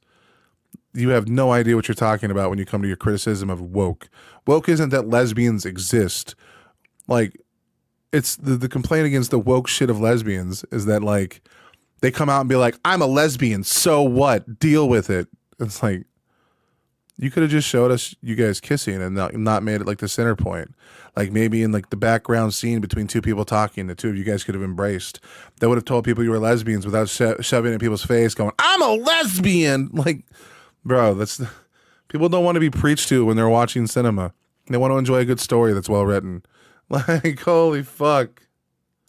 Bringing charges against him and alleging that he had contributed to and incited real fears, even if the syringes were empty. And also with that, they argued that he was a repeat offender, noting that he had been accused of assault and harassing others in the past. But Mojito, for his part, he argued that he was, quote, in his own world and unaware of everything. And he told the court, quote, I had the very bad idea of doing these pranks by imitating what I saw on the internet in Spain and Portugal. I didn't think... Oh my God. He doesn't even own up to his shit. Avengers Endgame was the end of all normality. Yeah, dude. You know, that's crazy. That's when I quit watching Marvel, dude. I dropped it. I would only go back when someone told me something really horrendous came out. I think I did watch the Spider-Man one and Deadpool, but everything else I dropped. I didn't even go watch Guardians of the Galaxy 3. I skipped it. It could hurt people. That was my mistake. I didn't think about others. I thought about myself. But ultimately, the Paris Criminal Court convicted Mojito of violence with a weapon not resulting in work incapacity. Fuck yes! And with that, they sentenced him to 12 months in jail, 6 of which will be suspended, and the court also fined him 1,500 euros, and they banned him from possessing or carrying a gun for 3 years. But I guess all of that brings us to that classic advice, but it's necessary on the daily. Don't be stupid. And honestly, I think more... That's actually a really good statement. So-called pranksters that are really just harassing people out in public, they need to face penalties so that it can be a lesson for others. The world already over-rewards assholes. So the next... True, dude. Fucking true. Up today, let's talk about some quick political news, starting with the fact that Trump is now openly discussing the possibility of pardoning 2 high-profile convicted sex criminals, Ghislaine Maxwell and Diddy. Because yesterday, the Supreme Court rejected Ghislaine Maxwell's appeal to overturn her conviction for facilitating Jeffrey Epstein's crimes, and that it came just a few days after Diddy was sentenced for 4 years for prostitution-related charges. And when asked by reporters yesterday about whether he would consider granting Maxwell clemency, Trump responded, Well, I'll take a look at it. I will speak to the DOJ. I wouldn't consider it or not consider it. I don't know anything about it, but I will speak to the DOJ. Why would she be a candidate for clemency, sir? I don't know. I mean, I'd have to speak to the DOJ. I'll look at it. I have a lot of people have asked me for pardons. I call him Puff Daddy has asked me for a pardon. I call him Puff Daddy, bro. He's been going through the thing as Diddy, bro. What the fuck? Convicted of child sex trafficking. Yeah, I mean, I'm going to have to take a look at it. with that just being an absolutely wild response to that last question. What kind of fucking microphone do you use? Oh, dude, I don't know anything about it. Is the MAGA special? They'll be like, do you condemn the shooting of Charlie Kirk? And you'd be like, yes, I do. Do you condemn the shooting of all those children that happened like in the same state an hour later? Or what about the 2 senators that were killed, or the 2 lawmakers that were killed by a MAGA guy? What about the church that got hit by that guy's truck? You know, do you condemn that? Be like, I don't know about those things. Be like, cool. But I'm so glad you got to grill me for an apology for my side. Awesome. And while it would obviously be absolutely massive if he pardoned Maxwell, or even Diddy for that matter, he could also kind of just be saying this with no intention of following through, right? Especially with at least Maxwell, you'd think that'd be pretty insane for Trump to pardon her while he's still getting so much heat over the Epstein files. You'd have to imagine there'd be some sort of just drop off in support and political capital and will. Nope, not for MAGA. They don't care. He could literally have sex with a child on stage and they would justify it. But also maybe not. Maybe I'm thinking too highly of people. But also, who knows what's in the head of a man when asked, why would a convicted child sex trafficker be a good candidate for a pardon? Trump responded, I don't know. I'll have my people look into it. Like, where is, what? That's also not where the political news ends, and that's because you have Supreme Court related news with the justices now kicking off their new term by hearing an incredibly consequential case that could affect laws that protect minors from conversion therapy in nearly 30 states. Right, and specifically, the legal challenge being heard today was brought by a Christian therapist named Kaylee Childs. Right, and Childs is suing Colorado over its ban on treatment intended to change the sexual orientation or gender identity of kids under 18. And with that, she's arguing that the law violates her right to free speech and talk therapy because it prevents her from talking about her own viewpoints. But wait, what the fuck? I think Kia was telling me something about this. No way. So, okay, hold on. This got to the Supreme Court. It's okay to like send kids to like ungay camps because of your freedom of speech? What?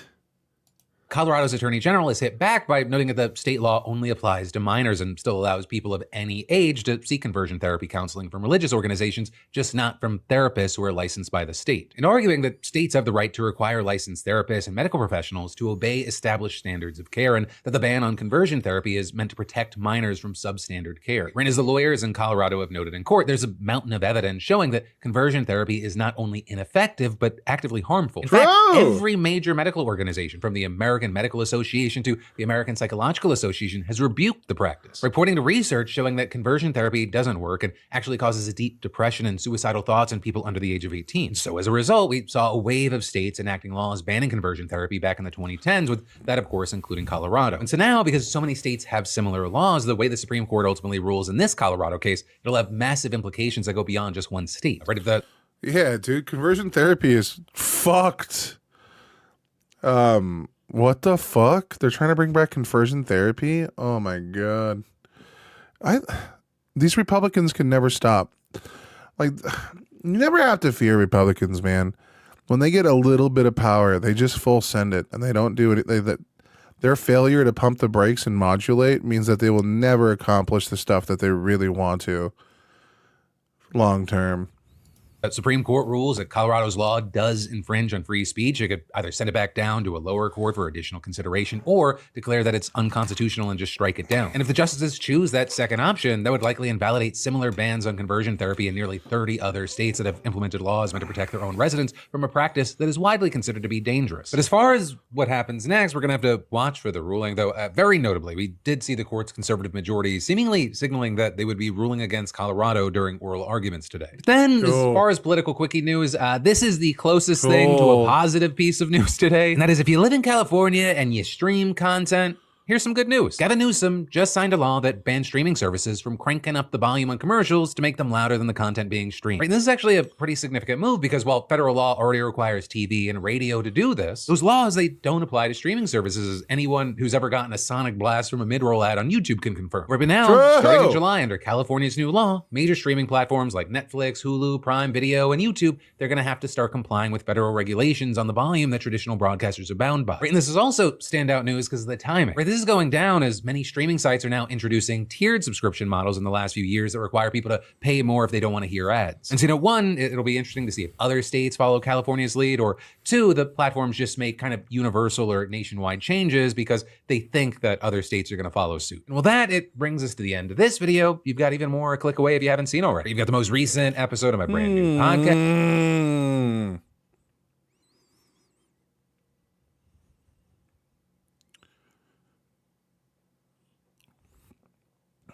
I do like to watch people shit on Hassan, but that's slop content, bro. That's rude.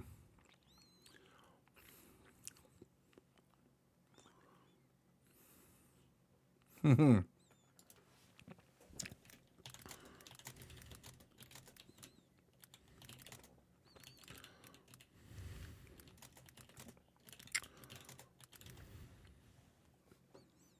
right. There we go.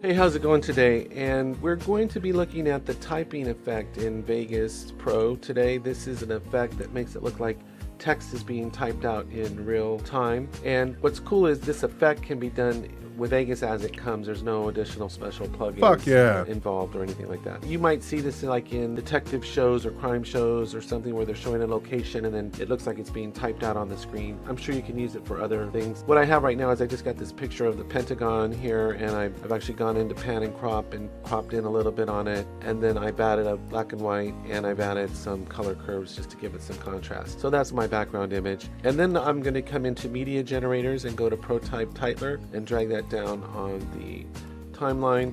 What the fuck? There so we can kind of see. What the fuck is that? Where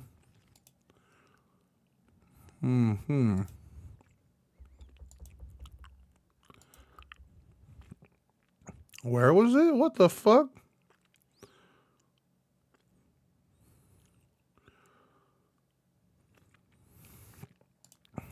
Whoops.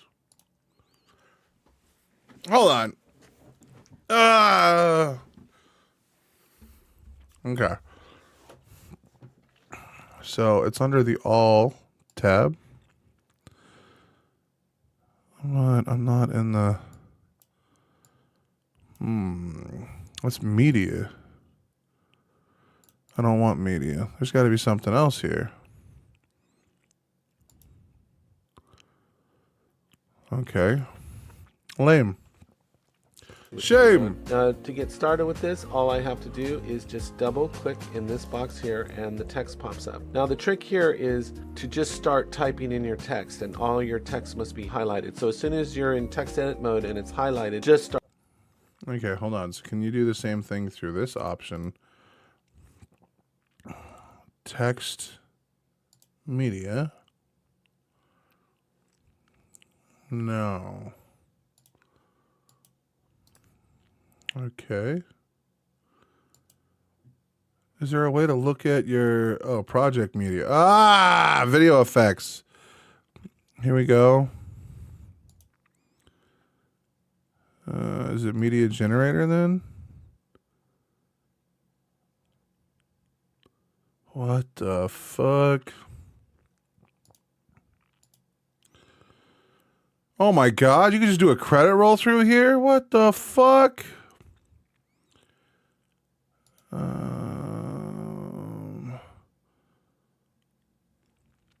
Oh, that's cool. Really? I could just do this, and then it'll make another. You can't lose. Oh, well, it doesn't move. Okay. That's cool. That's cool. Titles and text. Here we go.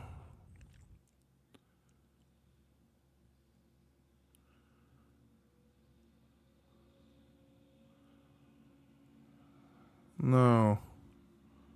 The fuck is a drop split? I don't like the way that looks. What the fuck? Yeah, but...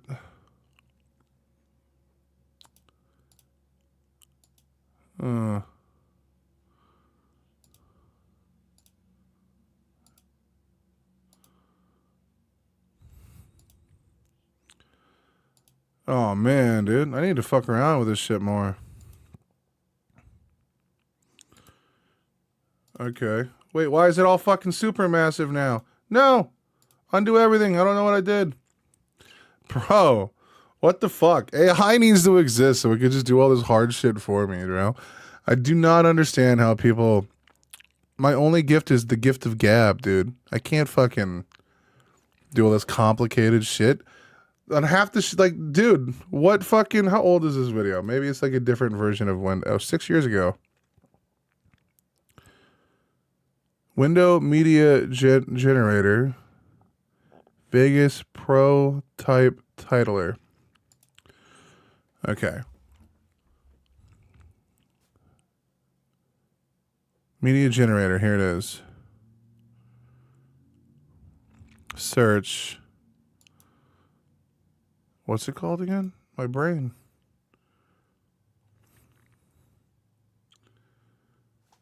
It's called Protype. Okay, let's just try that. It's maybe I don't have it. Maybe I have to hunt down.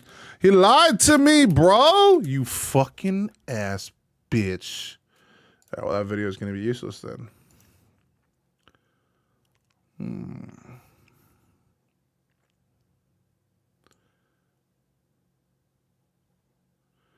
And okay, 16. Hey pigs, and welcome back to another video. Today, I'm going to show you AI voices, dude. Jesus Christ. How to do the typewriter effect in Sony Vegas Pro. The last time I made this for iMovie, it became the most popular video in my channel, so thank you for all of the support. Anyways, let's get started. First, insert a video track and right-click on it, then click on Insert Generated Media. Then, click on Sony Protype Titler. What the fuck? Okay, insert video track.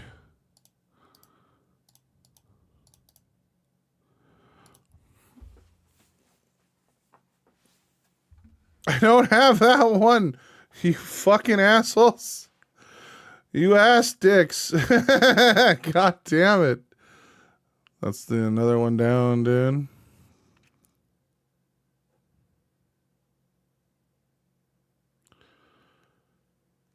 Okay.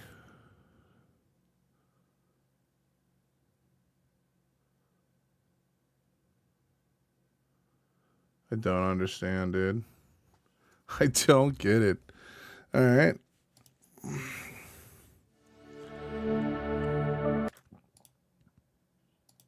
Pro, and what we're going to do is we're going to start off by dragging in some text. So we're going to go ahead and go to the media generators tab, and it's really important, guys, you want to go ahead and pick legacy text, not the titles and text, but the bottom one. We're going to drag that onto our timeline.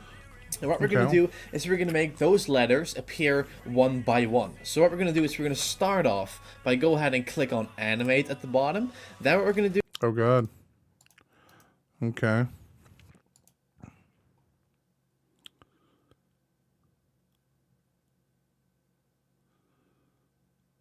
This is lame.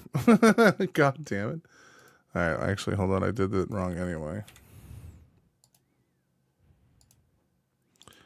So...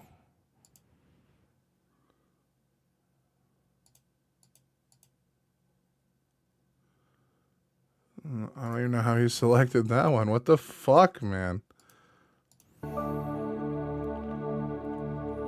What's up guys, my name is Alex. Welcome back to a brand new Vegas 15 tutorial, and in this video guys, I'm going to show you guys exactly how to create this awesome typewriter effect you guys have seen in the intro. So it's going to be really simple, so I would say make sure to smash that like button down below, and I would say let's get started. So as you can see right now, we are in Vegas Pro, and what we're going to do is we're going to start off by dragging in some text. So we're going to go ahead and go to the Media Generators tab, and it's really important guys, you want to go... Okay, so you just go to the Media Generators tab. Okay. And then it's going to probably be titles and text. And then one's got to be, subtitles. How does that work?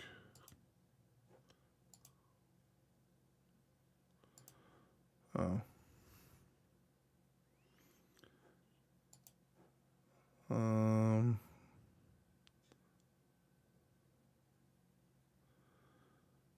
There is no, there is no, you know what, dude? How about we just look for a new fucking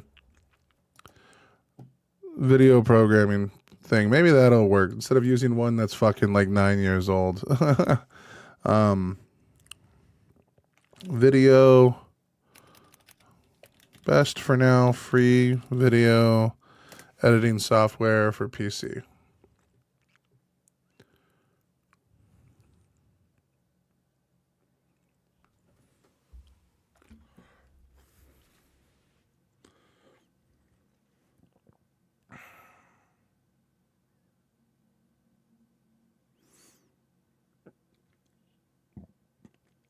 A year ago? Here's the best free video editing software for PC and Mac right now. We've tested all the leading options, and there are some seriously powerful options right now with no watermarks. So this is my shortlist for the best free video editors in 2024. So my top recommendations in this video are all amazing free video editing options. Yes, they do have a paid option, but that's not what we're covering here. The free version of these are fully functional without watermarks, and they're pretty awesome. Option number one is CapCut. Now this is something that we talk about a lot on this channel because it's pretty awesome, and because it works on Mac, it works on Windows. There is an iOS and an Android version as well.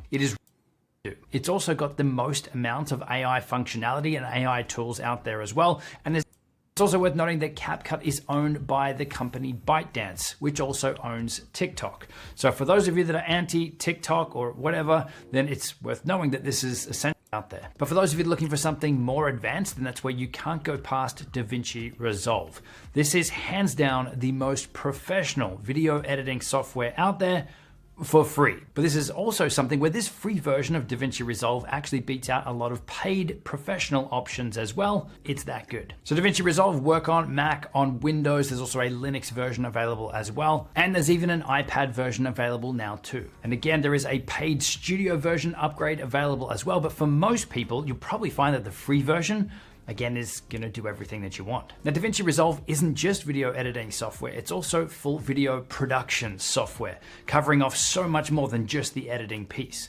It is an amazing tool for managing, importing, and logging your video footage. There's a dedicated area for just doing quick cuts and base edits, and helping you build out your story and your edit fast. And then of course you've got a dedicated area for editing. This is where you'd see this as an Adobe Premiere alternative here. Just this page alone. There's even a dedicated space for color grading and color correcting your videos to really help you build out that look and feel that you're after for your content. And this is really where DaVinci Resolve first started. It was known as a coloring and finishing tool, and now it's so much more than that. There's also a dedicated workspace for motion graphics and animations. Think Adobe After Effects equivalent, built in. Likewise for everything sound and audio production, right through to delivery and customizing up your exports. So I know if you're just hearing this for the first time, that might be pretty overwhelming. Know that For me, I'm just really sticking to that edit page, sometimes the cut page if I want to do a really quick edit, jump into the color page quickly to fix some colors, and then I'm exporting my project. So you can really go as deep or not as you like with this as well. But knowing that you've got access to all of these extra pro grade tools and functionality is amazing. But it is worth noting that with all of this extra stuff in here, that it's not as easy to use and to get up to speed using as something like CapCut. But for those of you that really want to have access to all of this amazing functionality, then it's really not that hard to learn and to master too. And we've got some links down in the description box below to help you with this. And it's also worth noting that DaVinci Resolve is pretty power hungry when it comes to using it and using it fluidly and smoothly. So if you've got an older computer, then this probably isn't going to run well for you. It's pretty resource intensive. But as with a lot of the pro grade tools, there are different settings and things that you can enable to help get performance on a lower spec computer too, but it's going to be easier if you do have a powerful system to begin with. Now, DaVinci Resolve is another one that is innovating and adding a lot of extra functionality and AI tools into the platform, but a lot of those aren't flowing through to the free version. Those you will need to be on the studio version to access. And I'll put a link in the description box below where you can check out the differences between No!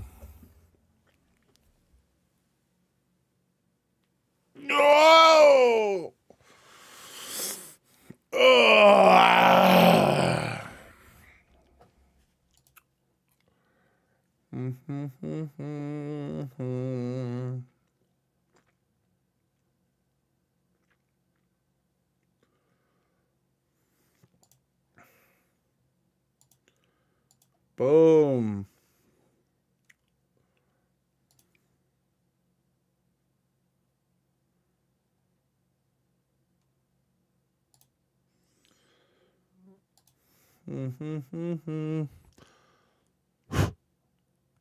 Stupid fly.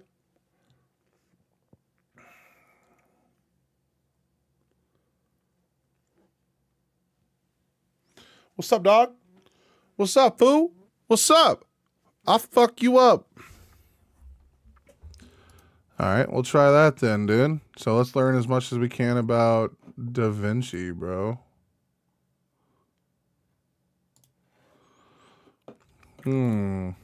Okay. DaVinci Resolve. Typewriter effect.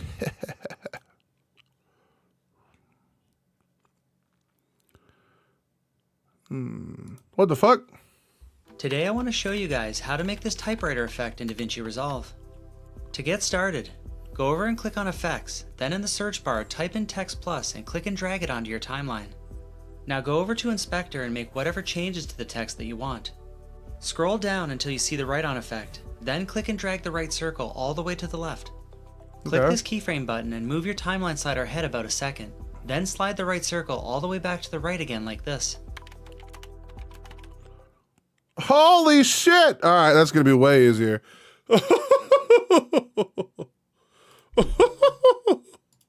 Cool.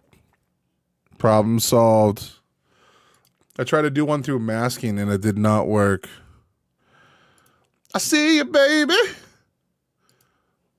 Let's try. Okay, what are 7 text effects then? Here's how to make 7 clean text animations in DaVinci Resolve. These are sleek, easy to customize, and perfect for social media or really any kind of video project. If you want to save some time and skip all these steps, just download the text animation preset pack in the description. Let's jump in. Swipe down. Go up to Effects, search for Text Plus and add it into your timeline. Select it, go to the Fusion tab, go up to the Inspector, change the text font size and color. Go up to Transform, keyframe the offset Y, change the value to 0.05. Hover your playhead 4 frames to the right, change the Y value to 0. It looks alright, but what we can do to improve it is go up to Spline, toggle on the template, and press this Show Full View button. Highlight your points, press S on your keypad. Now adjust your word size graphs to look something like this. Now when we play it, it'll look smoother. Finally, go up to Settings, toggle on Motion Blur, and adjust the shutter angle to your liking. Increase the quality all the way to 10, and there you go. Text Scramble. Go up to Effects, search for Text Plus and add it into your timeline. Select it, go to the Fusion tab, go up to the Inspector and change the text font size and color. Right-click in the panel, select Text Scramble, go up to Modifiers, hover your playhead to the start of your clip, Keyframe the randomness and increase it to around 1.2. Now down here, you can remove any of the characters you don't want to appear in the scramble. I'm going to delete all of the lowercase letters and numbers. Now hover your playhead to frame 24 and change the randomness back to 0. And there you go. Bottom fade reveal. Go up to Effects, search for Text Plus and add it into your timeline. Select it, go to the Fusion tab, go up to the inspector and change the text font size and color. Select your template node, press this button to add a rectangle mask. Make sure your playhead's at the start of your clip. Adjust the Y center value so your rectangle mask is right below your text. Change the soft edge to around 0.05. Now move the Y center further down until you can't see any of the text. Keyframe it, move your playhead to frame. So Text Plus is going to be like the area I spend the majority of my time in. That's going to be fucking wild. Okay. I'm cool with that. 24. Now increase the Y center value until it's just allowing all of the text to be seen. Increase the width of your mask if you need to. Now it looks like this, but we can improve it by going up to Spline, toggle on Rectangle 1, show full view, highlight your keyframes, and press S on your keypad. Adjust the graph to look something like this, and there you go. Flicker text. Go up to Effects, search for Text Plus and add it into your timeline. Select it, go to the Fusion tab, go up to the Inspect. Today I want to show you guys. Okay.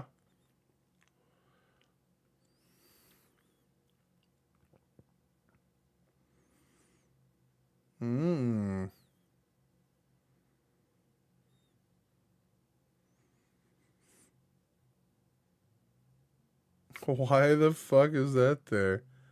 What the fuck? Okay, cool. Well, cool. We got the hard part done. Fuck it.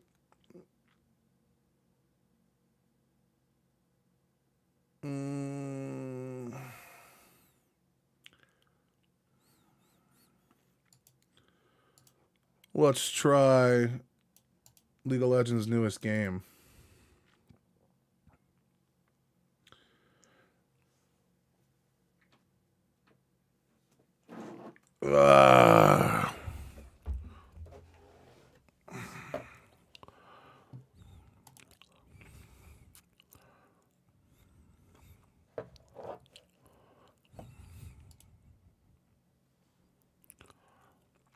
I see you, baby.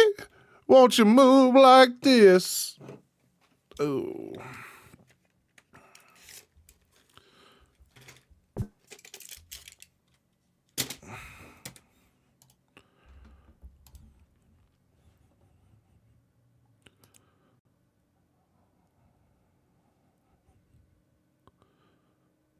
What do we add? Come on. Cooking with.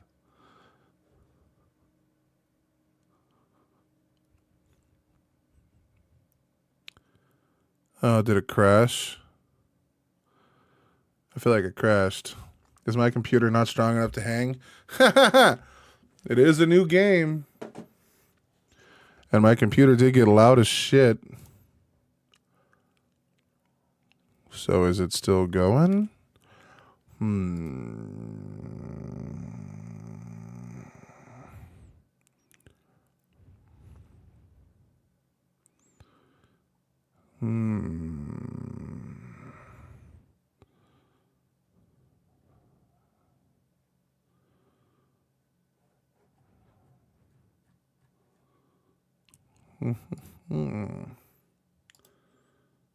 So we could turn off the Elgato because it doesn't do anything. We can turn off Rocot because that doesn't do anything.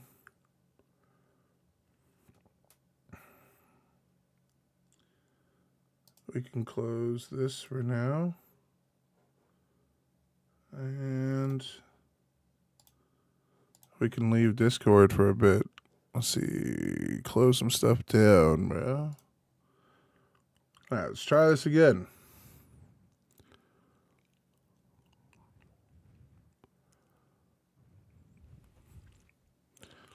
All right, we're going to mute our mic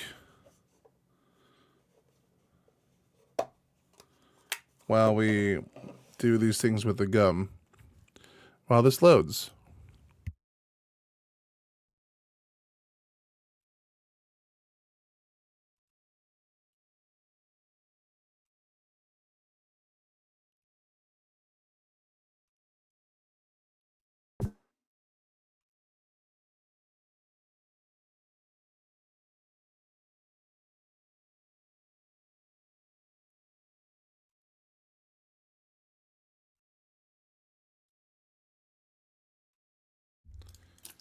So I guess it's just not going to work, huh?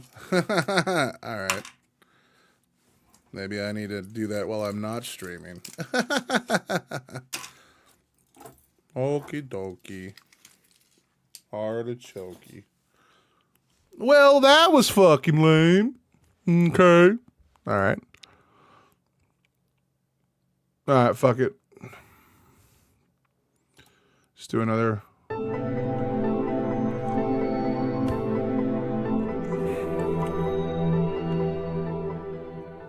What's up? How's it going? So, under Trump's immigration zero tolerance policy in 2018, over 5,000 children were stripped away from their parents. And according to a Yale Human Rights Report, between 2017 and 2021, more than 4,600 were stripped away, and 1,360 were never reunited with their parents.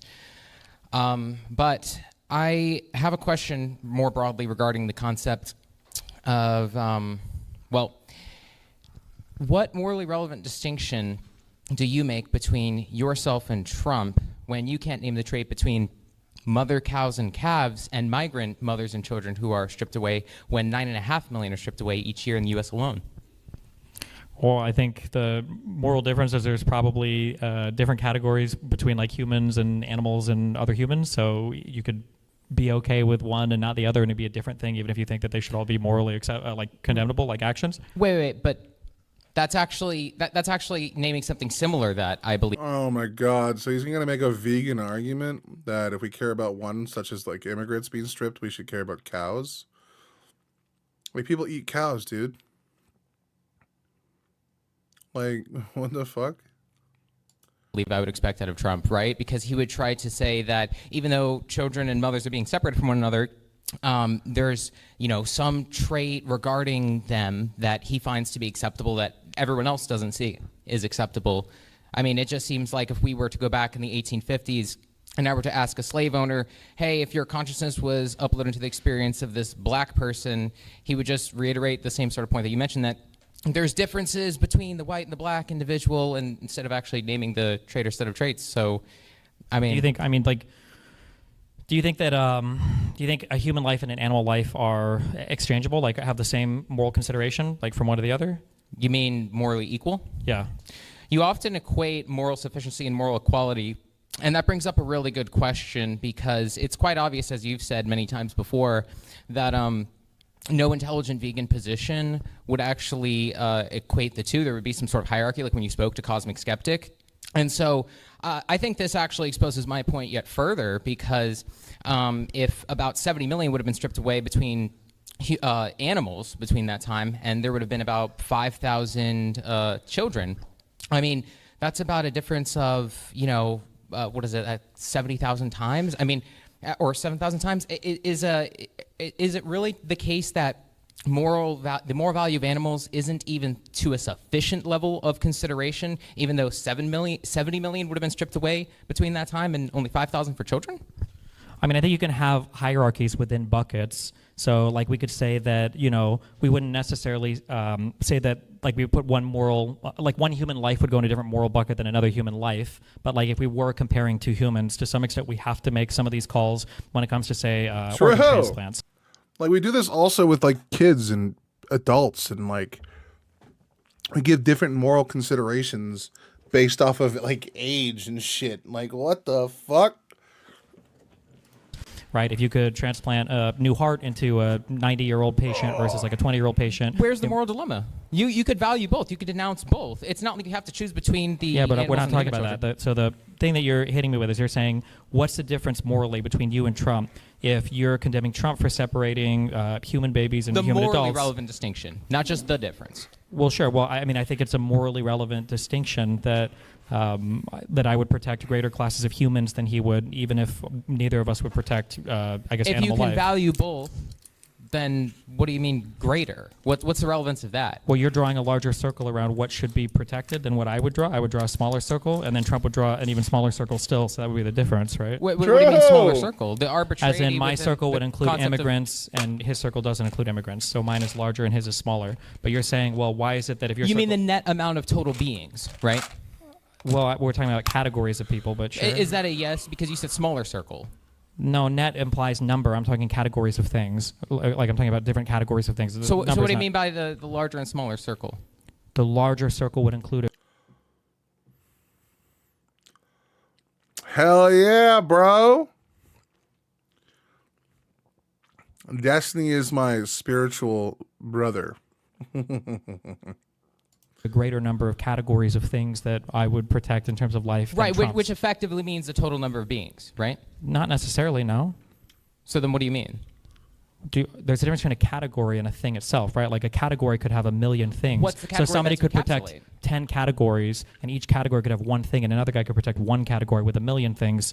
But yeah. No offense, but this all sounds like jargon, right? Because if I was asking Hold someone on, again wait, who's wait, a slave wait. owner, if I Yeah, ask someone this who's a is slave not- owner, hold on, what this does it is not- exclude? This is not jargon. I'm being pretty precise with my language. I'm saying that I would draw a bigger circle around the categories of things, not necessarily the individual numbers of people in those things or the individual numbers of things in those categories. I'm saying there are certain categories that I care about, like the separation of immigrant children from immigrant parents, and Trump doesn't seem to care about that.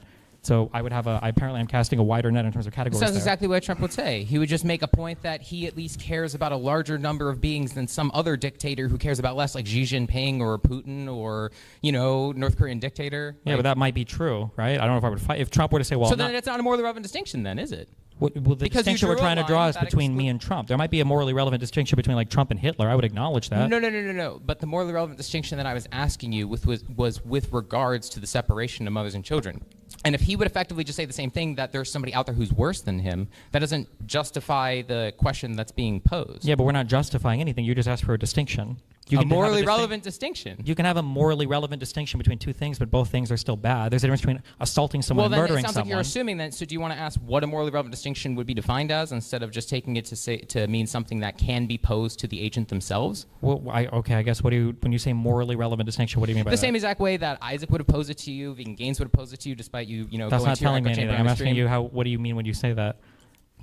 He could be related to Tom Green. Exactly, dude.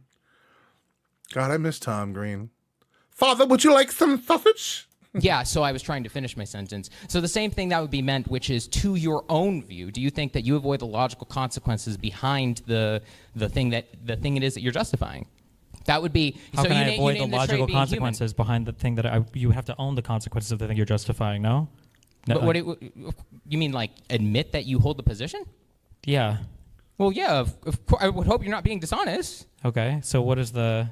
Well, I mean, it's your view, right? So you said the trait was being human. That was the trait that made it more acceptable to strip mothers and children away in one context and not the other, right? Sure. Yeah. Okay, but now we're talking about like how I'm protecting things. Before, the thing that you premised this on was that Trump's distinctions were his distinction between immigrants and non-immigrants. I can't criticize that because I don't draw a distinction between No, not that you humans and can't. non-humans. Not that you can't. That it would be a morally relevant distinction, and it would be very funny When you say morally relevant, what do you mean when you say that? So yeah, I'll say it again. That the logical consequences of the view, right, morally relevant, would be a large distinction. I'm not saying it's the case that cows don't have hooves. Or No, wait. I just define that thing. I don't cocktail. understand what that means. Morally relevant. What do you mean a morally relevant distinction? A morally relevant distinction would be something that makes a difference of consideration to a large enough degree that it would move you from one position versus the other. Okay, so it has to be something that. It's so annoying watching Destiny debate people or whatever, and the other one's always choosing to be stupid and misunderstood the clearest words from Destiny. Like, bro, it terrifies me so much. Like, I would be terrified if Destiny saw one of my videos and said, let's bring on Will to defend a position. I'd be like, fuck, dude. I'm about to look like one of these dipshits. Bro, indeed, though. Holy fuck. That it's like a binary, or it's like a categorically different thing. So, like, there's no morally relevant difference between assaulting someone and murdering someone to you. They're both just wrong, right? Assaulting someone and murdering someone. No, there's hierarchies to these concepts, of course. this retard comes across clear as fucking day to me, and it's my second language, bro. Facts. Well, okay, so then I don't understand. Then it feels like that saves my argument from your moral No. distinction. Having a hierarchy doesn't mean that you're not excluding beings from having protection with regards to their right to life and basic autonomy, simply because of what you just mentioned was a species, right? If my gene detector just went off and found out that Destiny is actually not the species of what you are, which is human, is it okay to kill and eat you by your own logic? Well, I don't know. That's a whole separate argument. You don't know? Well, that's a Wait, totally but if separate. hold on. You're jumping. But if it's your view, jumping, if it's your view, I'm not going to answer whatever question you say because you're jumping topics completely. The initial question was whether or not I would be able to essentially to criticize Donald Trump's position if it would be hypocritical of me to do so because I'm not vegan. You can justify it, but the question is if you can justify it to any meaningful degree to which your audience would say, oh, wow, that's something that makes a difference. When Frederick Douglass gave his speech on the 5th of July in 1852, he talked about the very core foundation of name the trait. The same underlying logic that said not what difference is there, but he essentially pointed to a trivial difference. Or Elizabeth Stanton, who asked, the same prejudice that allowed for color, allowed for sex. It's just these trivial differences. So I think that democracy was built off of the same exact question that's being posed to you, and you just keep essentially running back to these concepts that no one can really understand when they try to unravel it. I'm still having difficulty understanding it. He's philosophy broing, dude. I love these guys, dude. They're like, their whole thing is to get so into the weeds that nothing means anything, and it's all noise. Go believe in God, or whatever insane religious bullshit this man espouses, because he's vegan, so I assume he's got some crazy shit going on in this loose brain of his. Is the trait human that you think makes it acceptable? It is, but that wasn't what the initial thing was. The initial thing was me and Trump can have a different position on immigrants, and I don't lose the ability to criticize You him keep for saying that. different and taking out the component that I think matters, which is morally relevant distinction. Sure, we can have a morally relevant distinction on how to treat immigrants, and I can criticize. To whom? To yourself, right? What do you mean? You said we can have a morally relevant distinction, right? From your own view, right? Sure. I would ask your audience if you think that you're morally distinct from Trump because you drew the line at where moral value was lost simply because of the trait species. Again, I think if you were honest about the reductio that I gave you, which falls from the view that I took my little beep detector out and it said Destiny is actually an android, that your audience would not want to kill and eat you by your own logic, but you would agree in order for, I'm sure, to maintain logical consistency that that's the case, right? Not necessarily. That's a really complicated question. Wait, no, but it would follow from the view. If the trait was actually genuinely what you just said, which was being human, then it would have to follow from your view. You shouldn't not know that. You should know that. This is just like when you spoke to Vegan Gains. You said you weren't sure, but you should be sure if that's your view. Sure. So that's a totally different argument. We were focusing on the Trump thing. If you want to have like a general argument, I guess, about veganism, that we can have like the general argument about it's veganism. Still, but no. It entails the concept of name the trait, but it still reduces down to Trump. Because if name the you trait think, is a singular way by which I have no idea what he's trying to argue for, dude. I couldn't even, in good faith, argue it. He's trying to make a moral equivalence between the way that we treat cows. Why is it that we care about immigrants being deported unjustly if we don't give a fuck about the suffering of cows? He's trying to say these things are the same thing. Now, this is why no one can take a vegan seriously in any direction. You have a dog shit ideology, bro. We can try to expose a non-vegan's hypocrisy when it comes to veganism if we want. Not hypocrisy, logical inconsistency, or absurdity. And it seems like you're taking that Whatever, one. Sure. Whatever you want to say. But the broader question is about Trump, though. Even the comparisons to the slave-owning people before, I don't think were necessarily compelling. Even if a person, might have a bad view on slavery, we would still say there's a huge moral difference between a person's view on human life who wants to kill all humans or enslave all humans versus somebody who wants to enslave just a certain race of humans. The person who wants to enslave anyone, would you not recognize there's a difference between those two people? Again, you keep saying difference. It's a morally relevant distinction. Is there a morally relevant distinction between those two people? Somebody who wants to enslave all people or somebody who wants to enslave just one kind of person? Of course. If there was a woman who was going to be raped and killed versus just killed, I would obviously choose one evil over the other. But sure. So then why can't I make the same distinction? That moral dilemma doesn't get you out of the base question, which you don't have to choose either. What do you mean you don't have to choose either? You don't have. This guy is doing mental gymnastics 1v1. Simone Biles. have to choose either atrocity. Sometimes you can do, though, right? Like in an election, you have to. Is that the context that's being asked of you? Well, the context that was being You asked, can't answer yes or no. I'm just going to say, is that the context that was originally being asked of you, or did you assume that? I don't know. I don't know how this maps onto the concept. Originally, it seemed like the question. Sure. So stripping mothers and children away Yes. for the context exactly as we do in regards to animals, which is just to eat them, or Trump actually at least has a better, on the book, superficial sounding reason because he's trying to protect America. But you're actually lower than that on that. The other one is trying to feed America, dipshit. That is protect America. God, dude, you have no fucking... That tier because you're talking about the Then concept don't of just vote eating for me. animals. I guess if you care about veganism. I mean, Wait, what's that? Don't vote for me. I guess if you care about veganism. I don't. That sounds exactly what Trump would do. He would use humor in order to deflect instead of actually defending. I'm his not position using logically. humor to deflect. I think that you can have two people that are both You non-vegans. just said don't vote for you, You right? can have Was two that your people position? that are non-vegans, and you can have like a moral distinction between. Oh. This guy's doing level. Okay. Got it. the two in the position. You just said you're not joking. Sure. Right? Yeah. What? Well, you just said don't vote for you on veganism. I think if Trump said don't vote for me on black rights, again, you've only proven my point that you are MAGA. You're succumbing to the same exact ideology underlyingly. Oh my God, dude. Oh my God, dude. Where is Blue MAGA? I know he's in the chat somewhere. Come on back, Blue MAGA. Is this one of your guys? Is this one of your boys? Come get your boy.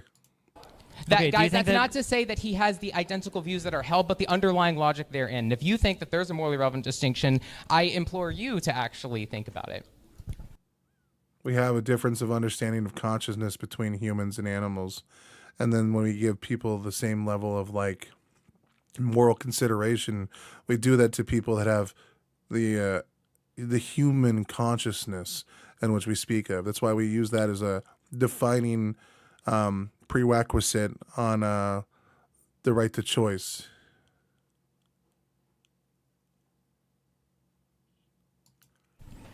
Okay. Saying okay rhetorically and not going back to how you think you're morally distinct doesn't get you out of the point. I've already said how I'm morally distinct. You don't accept the answer because you're. You have it, but every single time rhetorically you've lost it because you're going up against. No, I someone who's haven't lost it because philosophically you want to have a further debate on like how to justify the position of veganism. No, underlyingly it comes back around to that. If you think that there is some sort of a distinction between humans and animals that makes it acceptable, There is a difference between human and animals that make it acceptable, dipshit. Problem solved. but if your justification hinges on you being distinct from Trump because of that underlying distinction, that's not necessarily the same thing. Can you repeat that? Yeah. So the broader question is still, how do you morally distinguish yourself from Trump? Underlyingly, there's a premise of that if you can't name a morally relevant distinction between humans and animals, such that one atrocity of stripping mothers and children away in one context because of species is acceptable, then yes, you can go back to name the trade. But if you're the point is just that there's two separate questions. One's a question within a question with regards to name the trade. I just assumed, or not really assumed, but knew from what your public position was last on veganism that you said, the trait was species, so on and so forth. You had a chance to name it again, but that again, that doesn't sound like anything else Trump would or wouldn't say. It sounds exactly like what he would say. He would try to name mothers and children are being stripped away. Well, they're just another species. Don't vote for me when it comes to, black rights or women's rights, Jew rights, any of these other rights. Okay. This is fucking ridiculous, dude. I think I'm understanding what you're getting at. Okay. I'm going to try to rephrase your argument and tell me if this is what you're saying, okay? All right? It should just be, I'm a fucking retard. Okay. I think you're trying to say that I have a position on veganism versus non-veganism. And part of this ultimately would reduce down to an argument related to name the trait. And my justification for killing animals versus not killing humans would be that I would name some trait that you would say that if you would explore through argumentation, you'd find this ultimately an arbitrary distinction. No, not that I would think, that either you from your own view or anybody else can judge anybody it. logically would say this. Okay. What's that? Anybody logically parsing the statements or anybody... No, there's a big distinction there because you might just say, well, that's from your own vegan perspective. But if it hinges on the core values that you already have regarding human rights and it starts from a human and says at what point is moral value lost, you don't get out of that by saying... This has nothing to do with Trump, dude. This guy's just using Trump to talk about veganism. Jesus fucking Christ. that I already value animals because it doesn't start from that. It would be true of your own view that if you said, again, I took the little beep detector and it found out that Destiny was an android, that would presumably be problematic from your own view. I mean, maybe. I don't know how we would resolve that. I mean, we can talk about that next. You say maybe, but is the trait hold on. You keep trying to. I'm just trying to understand your argument. Okay. Okay, sure. So it sounds like you're trying to say that I'm using name the trait to draw a distinction between human and non-human, and I'm using that to justify why one is okay and one isn't okay. But that ultimately, if I were to explore that, I wouldn't be able to justify my arguments there. But that if we look at Trump, I'm trying to criticize Trump, and you're saying, well, your criticism of Trump is that he's essentially using like name the trait between immigrants and non-immigrants. Therefore, we're both powering our positions with the same type of argumentation. So how can I criticize one versus Not the other? same. I don't know if same type of argumentation means the same underlying logic that attempts to make a distinction between. Yes. Sure, yeah. Okay. All right. Okay. I understand your perspective when it comes to that. We would have to explore. Because technically, Destiny is an android, a strong, black, beautiful female android. I guess the vegan side of the argument more. Do you think on a broader level, do you feel like there is a difference between those two types of people, or in your mind is every single non-vegan basically like incapable of logically criticizing like any other non-vegan's No, position? that's a separate question, right? Being able to logically criticize somebody else that's worse than you is distinct from whether or not you succumb to the underlying logic of the other party in question. Do you think that it might be that one party might be preferable even if they use the No, same sure. underlying So logic? I can understand where, if I understand you correctly, you're trying to say, for example, can a pedophile judge Hitler? Westworld. Of course they could. For example, somebody who's bad can judge somebody else who's worse, but still operate under some sort of disregard for the rights of other beings. That doesn't really get you out of the position in question. And so all I understand from you so far Okay, is wait. I'm very So then, confused. just so we can establish, so I can criticize Trump, and I can say that one side, the Democrats, is preferable to the other side. Who cleans those androids after use? Other androids. But also gross. It's never a matter of if you could say that you could criticize Well, sure. Trump. Then we It's- should be able to it's say if yes. you Then I had a can, morally right? I relevant can, right?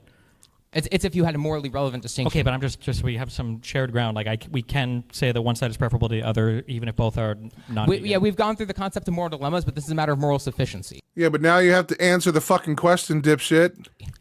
I understand that, but I'm just asking the question again. Can we say that we prefer one side over the other, even if both sides are non-vegan, because of other moral positions they might hold that might have some more relevance? Saying that you have a preference is not the question, though, that was originally posed to you. No, that's the question I'm asking right now. Sure. Okay. All right. Okay.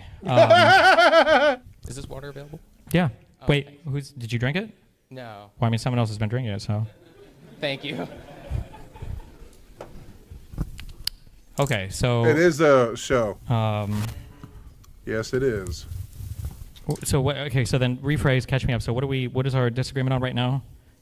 You're saying right now that I'm said not that- able to criticize Trump's position on immigration because we don't have a morally relevant distinction between how I justify non-veganism and how he justifies. You could say that's what caused you to be logically consistent, but it seems that it would make you absurd because you said the trait was species, but then you actually contradicted because you said you're not sure. So is it the trait species that distinguishes the two? I mean, can't there be, if we're talking about like a category of actions that somebody's taking, there's like a category of actions that would probably be unacceptable against a certain category of thing. It seems like even if me and Trump disagree on how we arrive at a certain place, like we're both using kind of like name the trait. If you're going to say I'm using name the trait, we're both using name the trait to power different types of arguments. Like I feel like your criticism here would be more on the nose if Trump was using name the trait to just like kill illegal immigrants. No, I'm not saying that the result of the action necessarily means that it's going to be, the removal of the right to life in those situations. That's why I analogize just the stripping away from mothers and children. There's a further problem, of course, of murder and so on, but I just think it's very interesting to focus on the specific concept as it pertains to what I've seen you be passionate about several times, which was Got a little out of hand towards the end, like Game of Thrones. Saying you're not on board with something isn't you contradicting yourself. I know, dude.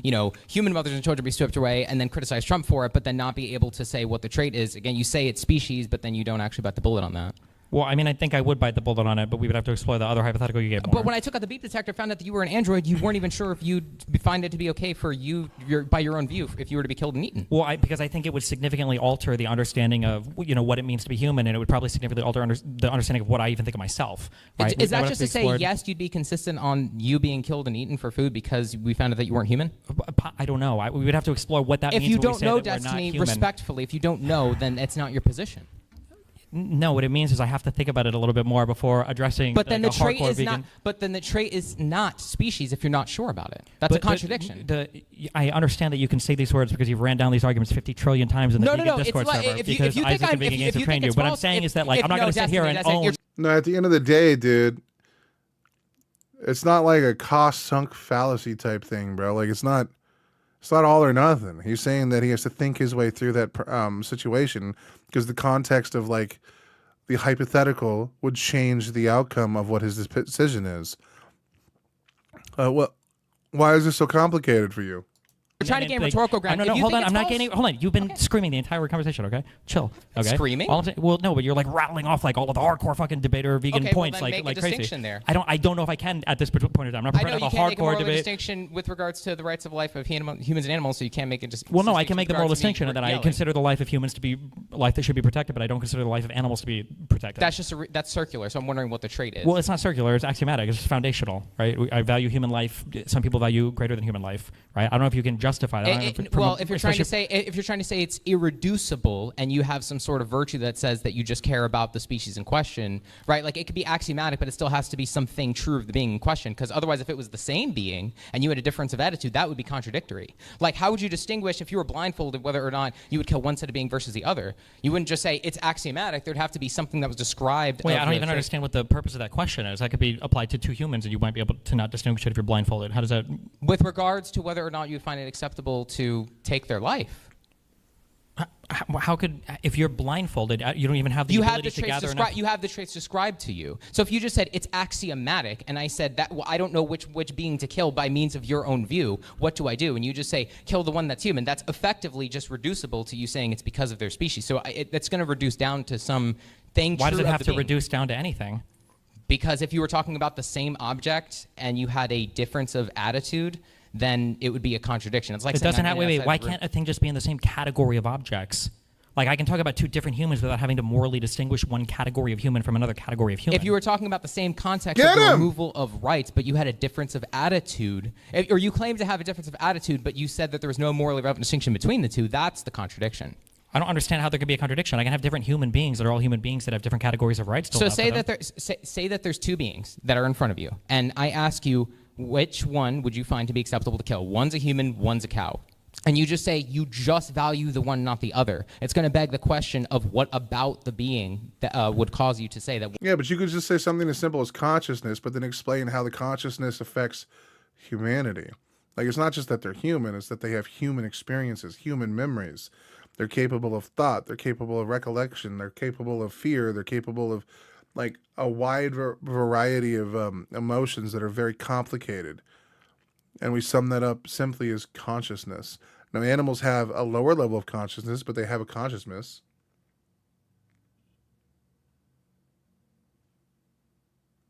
And for that, we thank you. One has one is a human, one isn't. So the trait is species then? Sure, yeah. Belonging to the hoping. You just said that it wasn't your trait, but again, if I took out the beep detector, I never said that it wasn't my trait. I'm saying that I can still draw distinctions between two humans without having to say that it's a contradiction because I'm recognizing there might be different rights between two different humans. No. The concept isn't if one has more or less moral value. It's with regards to, again, the same exact context of the removal of the moral value of the beings. So it's you can. Trump is not removing the moral value. All hail Princess Ginger Tutu. Indeed. I'm ready. I'm ready for the tutu, yeah, girl. Beings, though. I don't understand the comparison there. Wait. He absolutely would be if he's. You just said it yourself earlier, no, this was right? the thing I was pointing out earlier. Undocumented. You said undocumented immigrant or people are having their rights removed. Can someone get this guy off stage already? This is killing me. And that's not happening to people who are documented or. Yeah, but they're not having all of their rights removed. Trump is still treating them as he would treat. Did I analogize all the rights? Yeah, yes, that was the distinction we were literally just talking about 2 seconds ago. Yeah. Yes! Get him! Get him!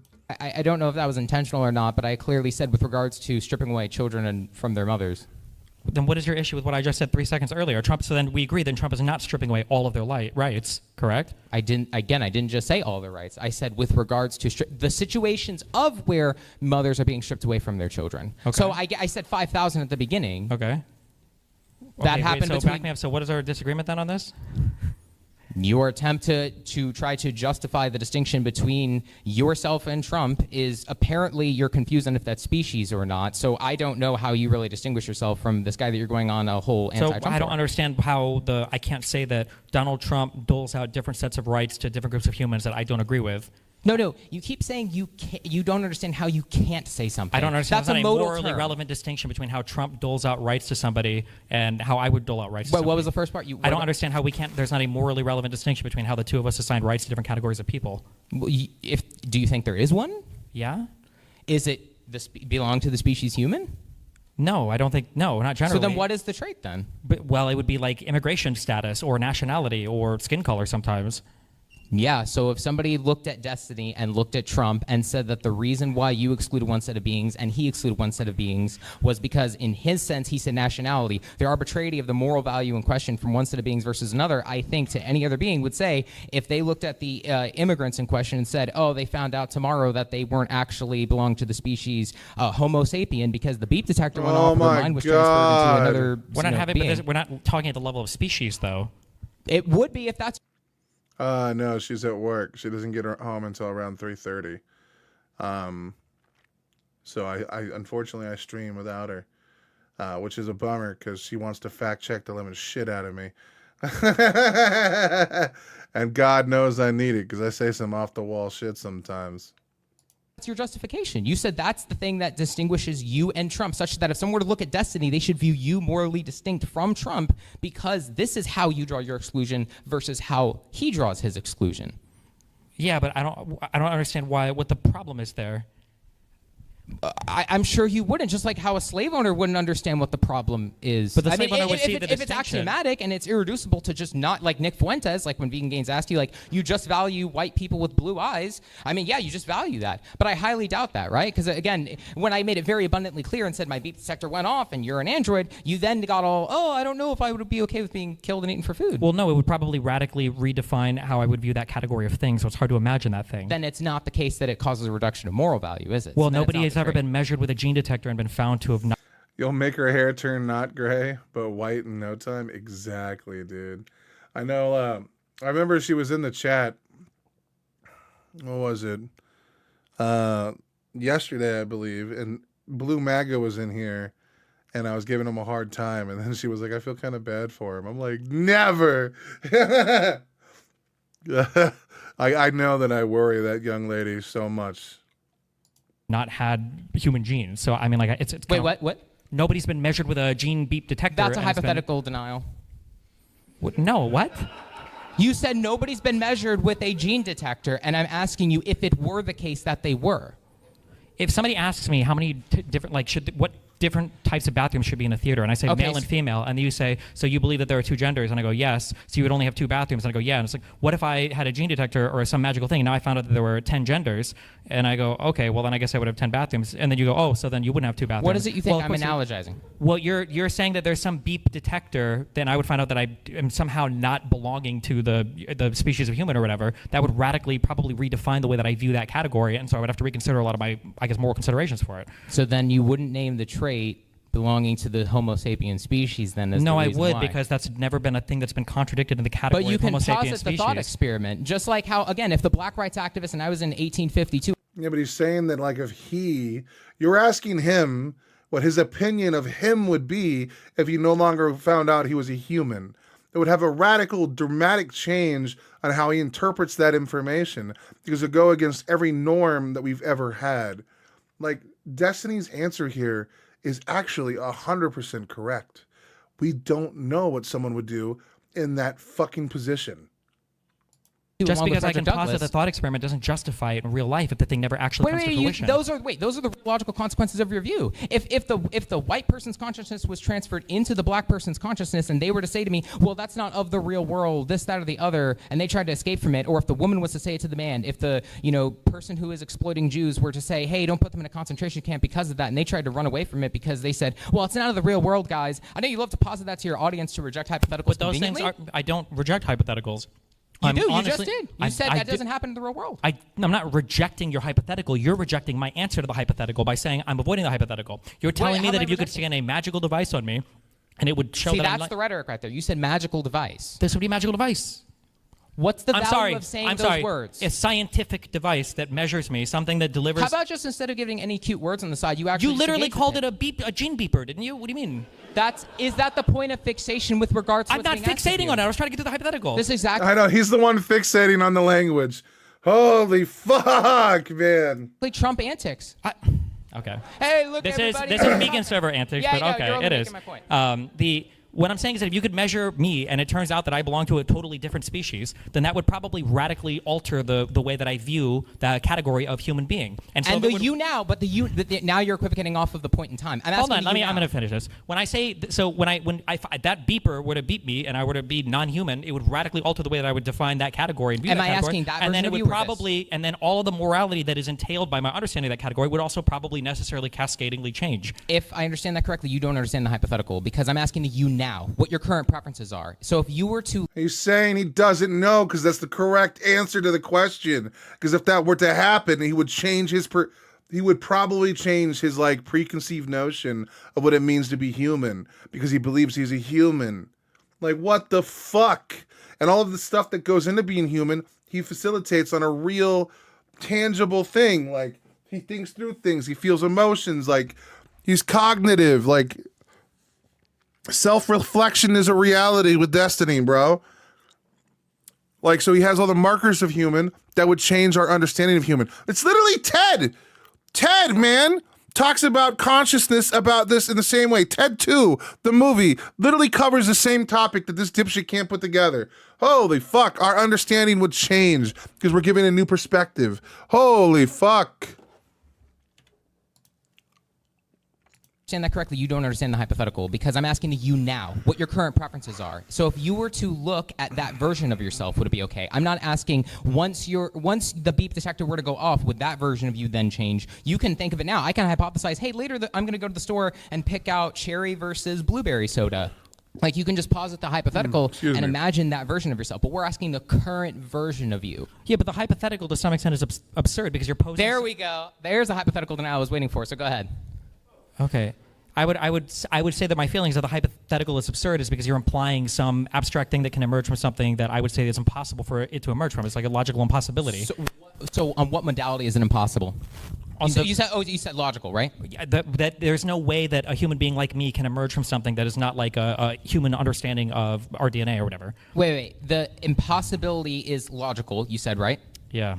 Okay, and then I'm sorry. What's the claim that's specifically logically impossible? That the abstraction of a human being emerges necessarily from the underlying genetic stuff that makes up humans. However you want to define that.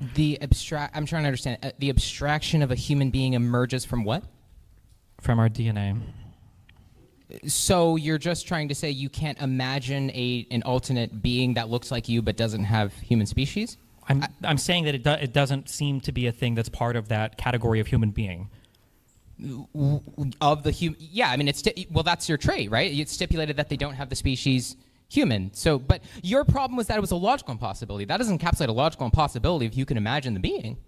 No, but it would radically change the way that I would view that category, and there would be a bunch of other cascading effects that would come from that. But that's not a logical impossibility.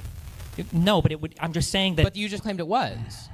Okay. If you want to be not like Trump, can you at least concede that? So it's not about being like Trump. The issue is that because you guys. So you can. So just okay. So I understand that you guys like to railroad everything down into like these like very very very discrete like top logic ones. It's not respectfully. You're not capable of having. The reason my earlier conversation was failing, by the way, is because you have this concept that you learned in the server called morally relevant distinction, and you cannot like fathom anything. That No, doesn't, I understand like, it outside of the you server. didn't. You couldn't understand anything. That's why I had to rephrase your argument like 5 times for us to have some type of conversation with each other. But so the issue is that like if somebody were to tell me, would you ever recommend drinking recommending radioactive poison, and I say, well, no, I don't think I would ever recommend that ever. And they're like, oh, really? Well, what if radioactive poison was sometimes healthy for you? Then I say, okay, well, then I guess that I would. I'm not changing. No, I'm not changing the context. It's held constant. So no, nothing is constant because in my mind right now, my being cannot emerge from a non-human DNA foundation. That's impossible. You said if it were sometimes acceptable. Was that what analogous to what I said?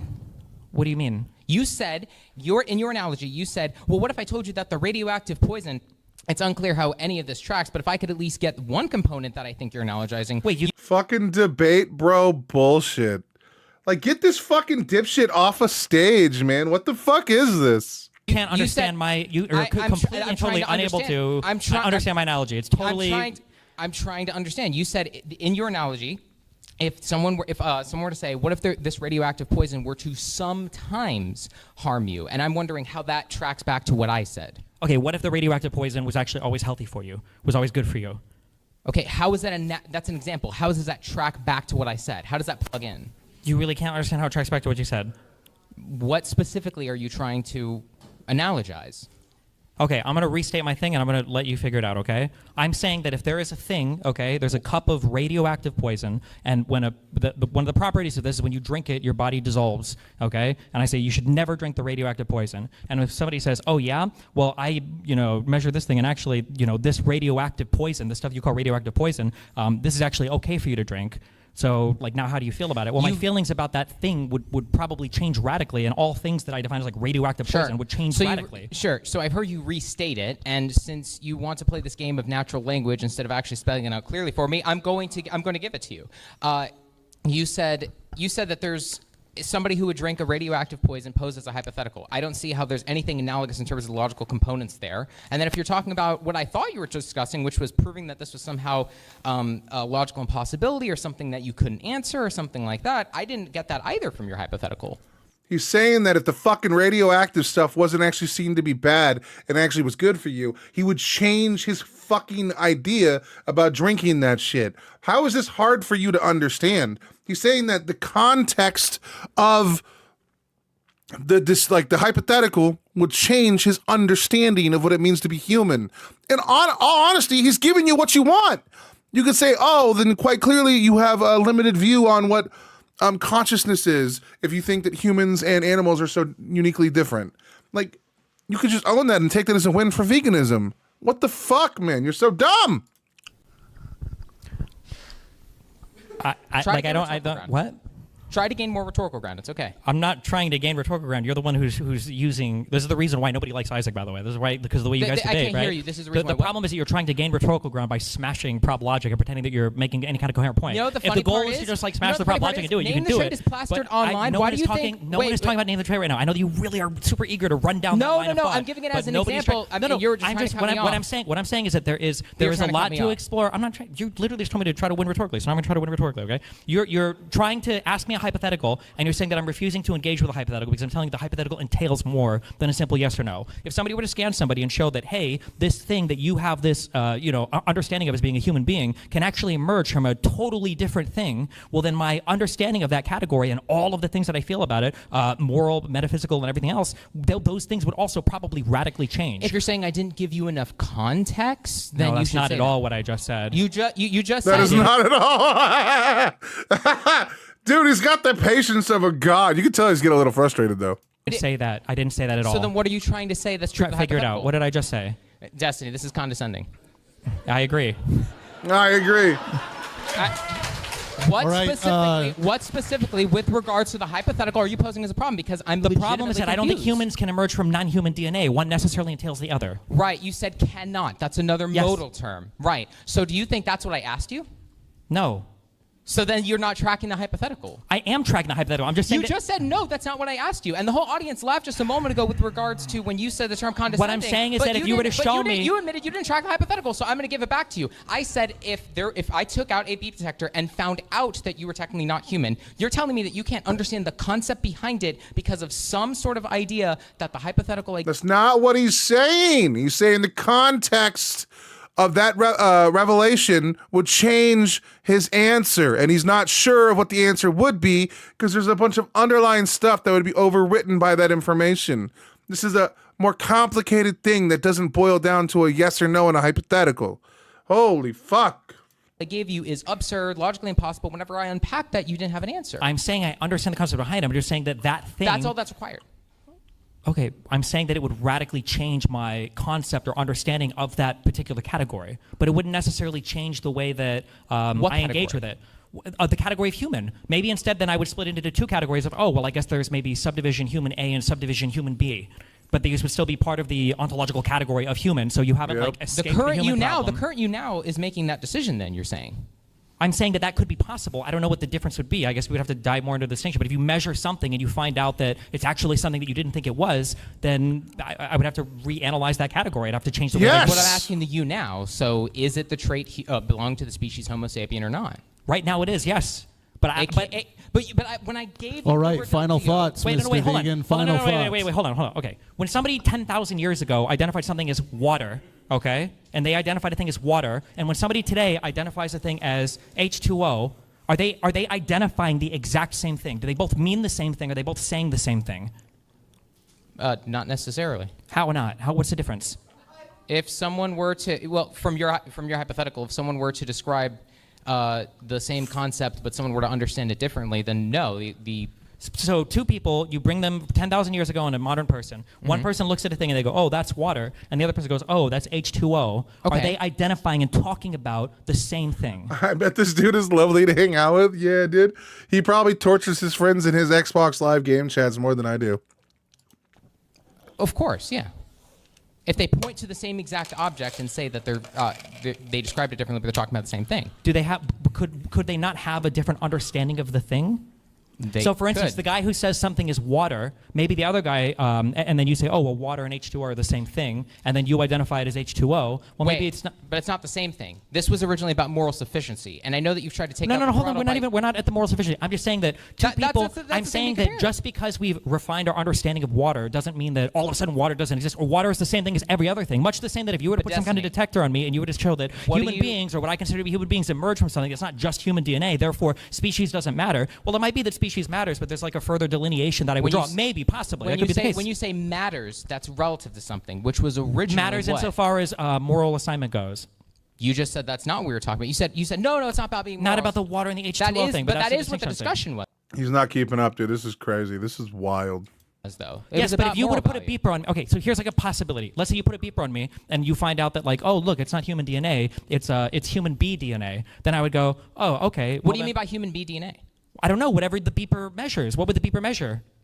That you're not belonging to the species Homo sapien. That's the species Homo sapien is that's a category of stuff that can expand or shrink depending on how we define it, though. Of course, but your trait that you said causes the morally relevant distinction where moral value is lost is just not belonging to the species Homo sapien. Sure, but there could be greater subdivisions of the species Homo. The fact that you're necessary, I'm out, bro. Fuck that guy. Okay. Nice and close to the mic. You can get right on that one. Yep. Yeah. I'm not entirely too sure I'm a hardcore Trump supporter. There's a few policies that I actually back, and it doesn't seem like there's too many actual Trump supporters here in Oregon. So, and all of Oregon? It's pretty light. I'll give you that. Okay. It's pretty light and close to the mic. Thank you.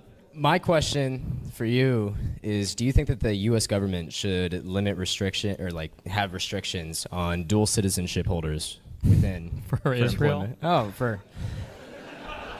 for sure. Are you talking specifically in terms of like running for? I'm so sorry. Government. Yeah. I'm not sure. I don't have a strong opinion on it. Like I could probably be persuaded. Okay. Yeah. I don't know where that argument ends.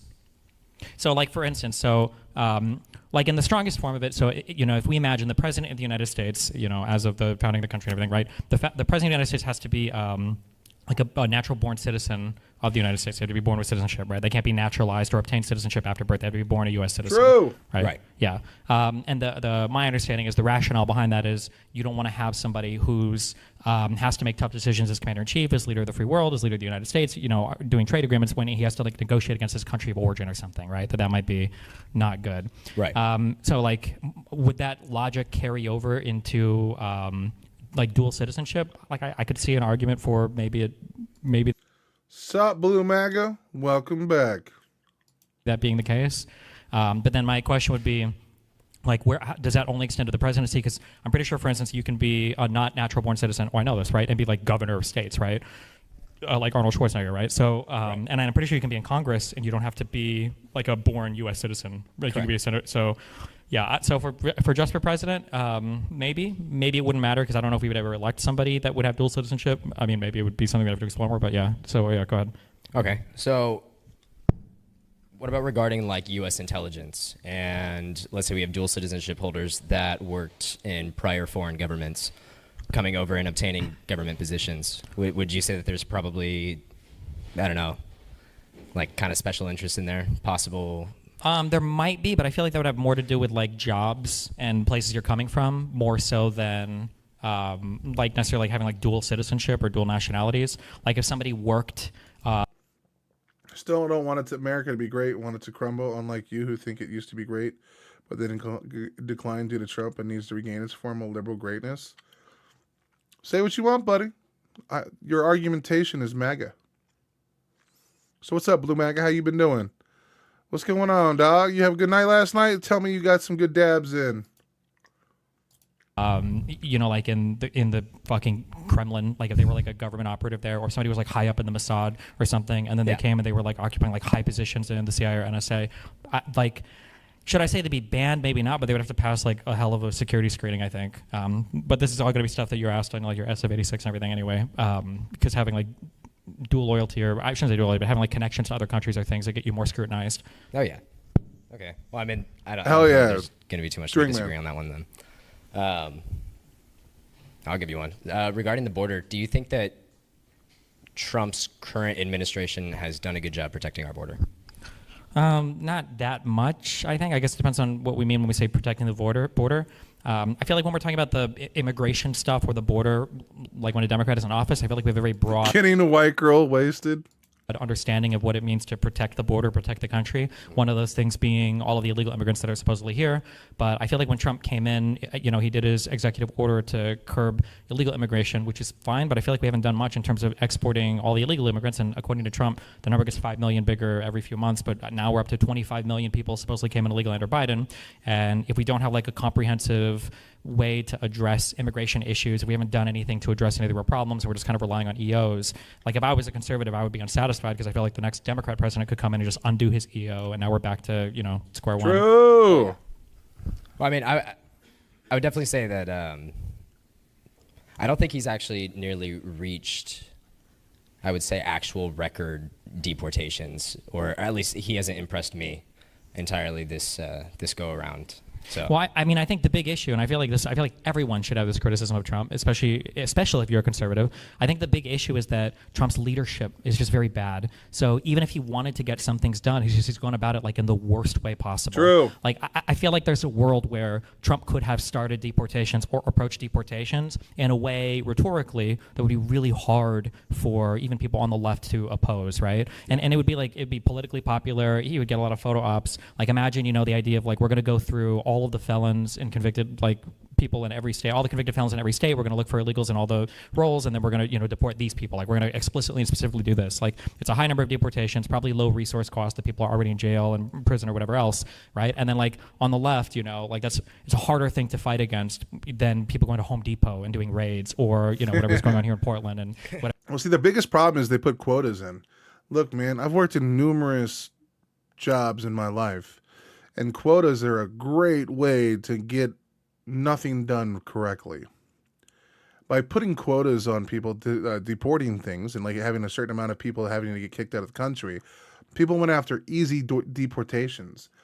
So they'd go after the people at Home Depot because they were just standing there looking for work. You know, the criminals are out hiding.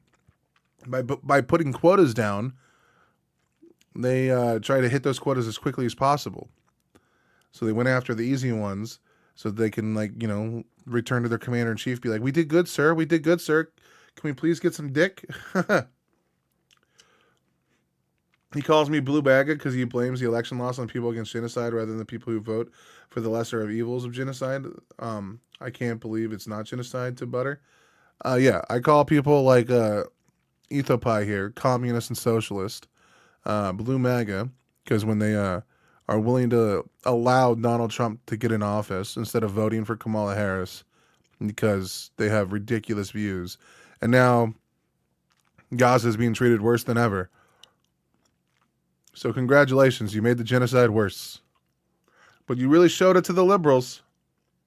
Whatever's going on around the country. Like, so I feel like the divisiveness that he creates around the topic makes it more of a lightning rod than it probably needs to be. You know, you've got that hallway in, is it New York City, where there's like fucking ICE agents are like lining the hallway, catching people like going to court. Like, yeah, and then Stephen Miller is quote 3,000 deportations a day. That's what got him to deport innocent people that were just working. You allowed Donald Trump in office instead of pulling the Democrats left. No. Dude, you were so brain dead. It's actually crazy to me. You have no idea how unpopular your opinions are on so many different topics. And there's a reason why that you guys have no political effectiveness. So anything you want is not worth even arguing for because, it's never going to happen. We don't have to worry about it. It's okay. I'm glad you exist. Hopefully you can pull more MAGA people with your hatred to Jewish people. You guys can get the Nick Fuentes types and the Myron Gaines with your anti-Semitism. You guys can just gather all of these radical people and you guys can all just kind of fuck off into the sun. This is a beautiful sentiment. these are, whatever you think about illegal immigrants, the ones that are actually showing up for their court dates are probably not the ones you want to be going after first. Okay, let's say you're right. Let's say you're 100% right that the only people that don't want to move to the far left are the whites.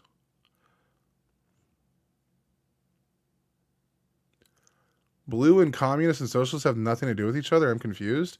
What do you know? Marx wrote that he thought that socialism was a bridgeway or a transitorial system to communism. You understand that white people make up the biggest demographic, right? So let's say I'm going to use your argumentation, right? Let's say I'm going to use your argumentation. You've already failed at politics. So again, you're going to get nothing done. If you have a war against white people make up the biggest voting bloc in this country. So I'm actually a Marxist and I'm not a Democrat. I know. That's my problem. First, unless they're just easy pick. Red is the color of communism? Yeah, but here in America, the left and right is considered red, left is considered blue. Red already has their MAGA, their populist movement called Trump. And people like this gentleman here that want to actually tear down the entire American system and replace it with communism. They are on the far end of the blue spectrum. White people who don't self-identify as evil are stupid. Yeah, see, just blatant racism. Awesome. So yeah, I feel like if you wanted to do anything about immigration, just approaching it the most divisive manner possible makes it even harder to realistically get anything done. Especially after we've seen what the ICE budget grow 10x and everything too. Are we even going to see results for that massive increase in spending? No, I mean, honestly, at this point, I really don't think so. And my hope is kind of starting to dwindle, which is why I said I can't really come up here as a hardcore Trump supporter. Hayden, may I ask, what is it you find appealing about Donald Trump at all? Or what you ever found appealing? Well, so originally I was pretty impressed with his policies regarding school choice and trying to bring parents' attention back into schools and actually giving them a voice. Yeah, dude, parents' opinions. Could you imagine having to be a teacher and someone who is completely uneducated on anything coming into your classroom to tell them exactly how to teach your child?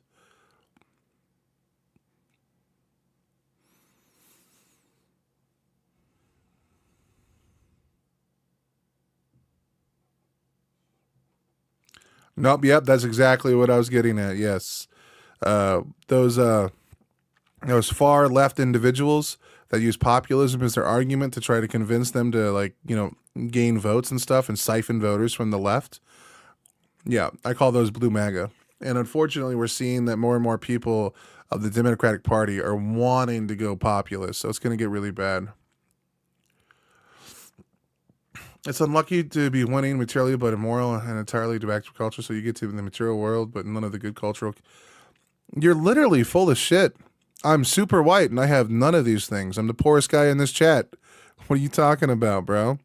I receive no benefits for my whiteness. Like, I never got to experience these white privileges you speak of. So it's gonna call bullshit. Thank you. When it comes to their students' education. But I can very clearly see that this administration, and honestly current government system, is not running under its own power. You are an American and you have American privilege and you cling to it. That's crazy because I'm not even in America. The entire American project is white settler company. Yeah, dude, Lewis way better off than me, man. He's got a job and a nice job too. Like, what the fuck? Though now we're kind of falling into stereotypes. Listen, like, this guy is crazy, man. Or it's not running under... Just a little closer to the mic. Not running under its own influence. So, at this point, it really does make it hard to, be a Trump supporter. As a weeb, I can agree with that statement. Asian cultures are superior to white culture. They have really good music, and their women are beautiful. And hell, man, they make the best femboys. We going there. No, sorry. In this day and age, and that's why I'm trying, or at least I'm switching perspectives and taking a more independent approach to this. I can't really say that the Democratic Party is doing anything beneficial for us at all. I would say the Republican Party, in terms of fighting for actual personal freedom, is actually up there a little bit. Yeah, at least they're up there a little bit to him. Well, this is nice. He's going to all these events and all these people can't come out and defend Trump anymore. It seems like the culture might be finally shifting back to everyone saying Trump bad. Okay, wait, I gotta ask, okay? You're good, man. Okay. Go for it. If we're gonna do the Zog thing, okay? Yeah. Why wouldn't Trump 1 have been such an indicator that this guy was a massive Israel cuck? Like, wouldn't that have just been known always? Like, how is there a surprise there? This guy moved the embassy, he did the Abraham Accords, he bragged about getting all these other nations to, like, make good with Israel. Like, he's never held Netanyahu to account for anything. Like, this guy was, like, always the, like, ultra-Israeli simp. No, 100%, and it's always been something that I've personally spoke against. I'm personally anti-war. So, Yeah, see, I can never call you an ally, dude. Why would you want American? Like, do you know how many people would die if, like, America goes under? Like, just how many people? How many people in hospitals would die? Like, if America starts suffering some huge economic crisis. Like, it's so crazy that you guys talk about all this change and you want to help people. That's like the messaging you use. But when, like, violence happens and people start dying and suffering, you're sitting there going, well, at least America's suffering. You're such a good person. You have such good morality. I'm so proud of you. For our country to continue to sit in the Middle East after years on years of pointless wars, that was one critical point that Then move to Africa, dude. Like, what the fuck? There's nothing stopping you right now going to Africa and helping. What the fuck? Like, it's such a privileged position to sit here and talk about how America bad while utilizing other things that make America what it is, while bitching about those same American systems. Like, dude, you were such a like, this is why no one takes the radical left seriously. Like, if you want to do something, go fucking do it. Get off your ass. Stop hitting up chat rooms and talking about how the system is corrupt and ultimately evil when you're not doing anything to fucking change it, dude. Go get off your ass. Go do something. that I had pretty much the whole time in terms of Trump's candidacy. But on like a personal note, when it came to his policies regarding schools and stuff that would actually affect me with having a child, I was all for it. I'm kind of curious, when you talk about like school choice, like what is the thing that you like about that, I guess conceptually, or how do you feel about that? Or, like talk me through that, I guess. I mean, personally, I think that when it comes to school curriculums, parents need to, I would say, have first say, at least in Why would a parent have a say in student curriculum? Students don't even know how to do the algebra that's brought home with their kids. What the fuck why would they have any say on how students do anything? Bro, the only racist in this chat is you, bro. Excuse me, which is wild. You like claim to be anti-racist while being racist. It's so crazy. It's so cringe, honestly. I mean, I love that you do it, dude. Like, you do you. You keep flying your little flag over in your corner and, you know, pretend like you're making a difference. You can be racist to white people. We'll say this every time. You're just a little racist bigot. It's so crazy. You've been so brainwashed by hip-hop that you think that hating all white people is okay. You are literally one of the most disgusting people around, and it's a beautiful thing to see.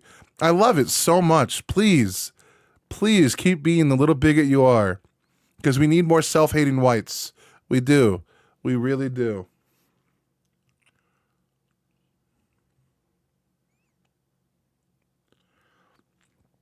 Because he thinks that it's okay to be mean to white people because white people hold the power.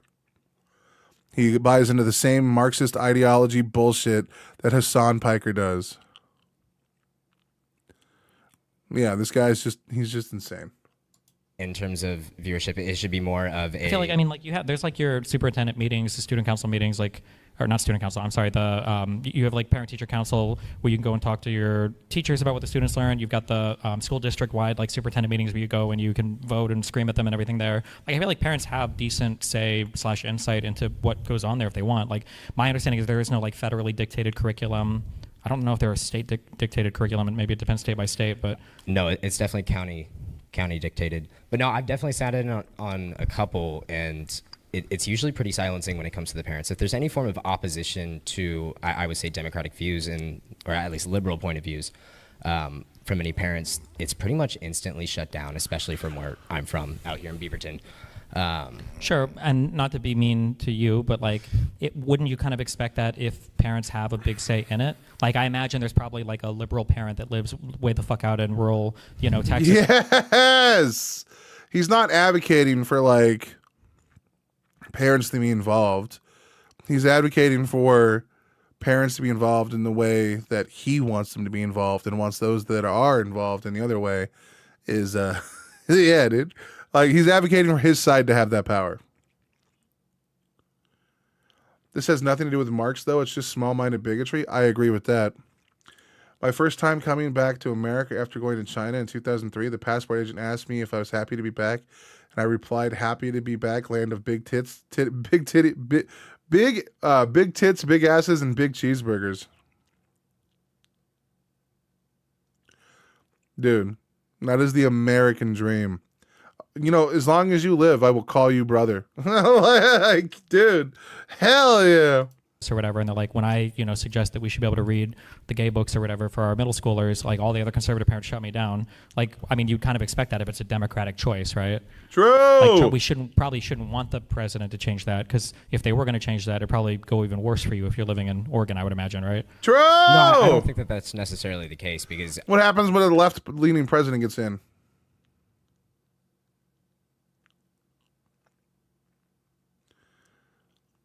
Mm-hmm.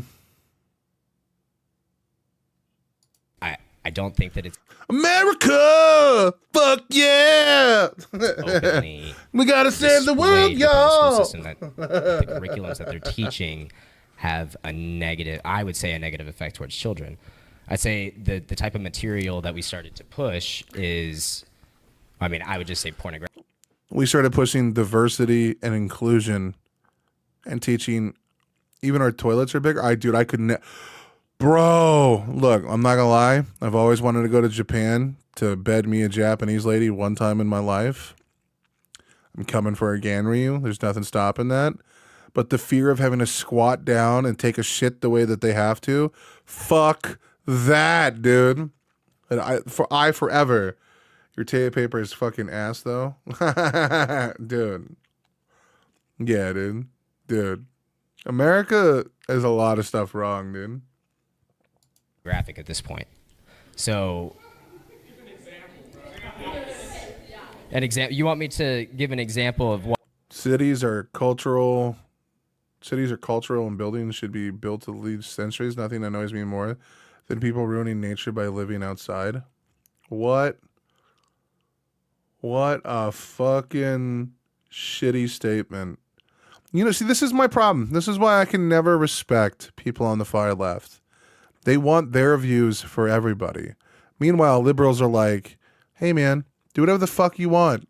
Just leave each other the fuck alone. I will stand to defend that every day of the week. Other than some dipshit that comes in and goes, you need to be re-educated to think exactly the way that I do. Yeah, dude. Americans are not building the best buildings, okay? It was a culture shock to the max. Yeah, bro. Fuck that, dude.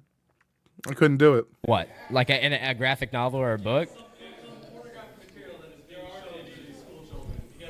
Well, okay, well, while this one isn't a formal debate and I don't have sources directly on me, I would be happy to look up a book for you that has been shown to display pornographic material, at least within words. You said what? How many years ago? The audience member asked when the last time you knew somebody in public school up here. I have 8 siblings that are currently within public school. Small town life is cancer? God, dude, your limited view of the world is so perplexing. Just a waste of land of strip malls and big box stores. Sibling or 8? 8 siblings. God damn. Okay. Oh yeah, dude. Okay, so I mean, like the go-to book was the I don't remember what it was, but it was the one. It was Tim Pool talked about this book all the time. I think it was his favorite book. I think I read this thing cover to cover like 30 times. Whoa! Excuse me, I'm far the fuck left by your metrics. Don't bunch me together with fucktards.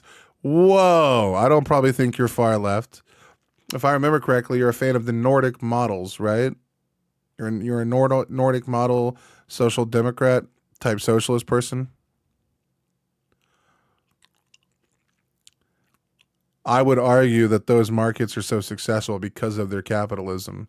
And even socialists do not call those socialist markets. And even some of those Nordic countries have started to slowly peel back some of those decisions they made. I don't know why. I don't know enough about your guys' politics to answer that question.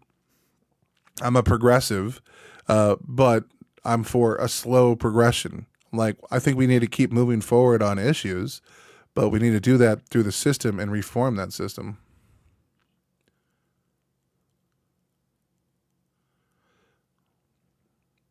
And don't forget storage facilities. We have so much shit we have to rent space to store them. That's bro. Like, this is one of those things. So this is like a really common complaint that I have with our politics today, and I would argue a lot of this is because of how the right has decided to approach everything, is that I feel like... I mean, I'm left-leaning too, bro. Like, I'm pro-choice. I'm for, completely no racism whatsoever, to judge a person by the content of their character. I think that's a pretty classical leftist. I'm for the consent of the governed. I believe in almost every liberal value, but I just think that we need to be careful with doing massive changes to the government. Left begins at anti-capitalism. Yeah, if you're retarded.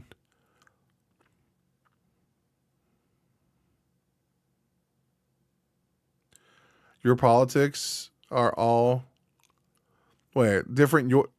Hold on. But the left outside of the U.S. is very different. Your left. Your politics at all, by the way, is bonkers. Hell yeah, dude.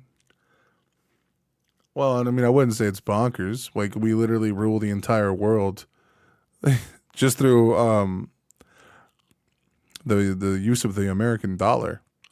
Like, we get to dictate so much crazy shit through that one thing. And also, I would agree that our politics are completely bonkers, bro.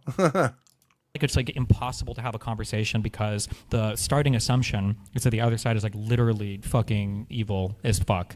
So I think that again, going back to like how you frame things, like assuming that, if I was going to some parent meeting and we were talking about like the reading literature list for next year or something, or even like books available in the library, if there is a parent and the parent brought up this concept of like, hey, this is a school that goes up to grade 6. There is material in the library that personally I think is kind of like objectionable or not okay. I would either want like like a section where in order for a child to check out a book, they need like a parent to sign off on it, or I would prefer that not to be there at all. This is my opinion, and this is what we do.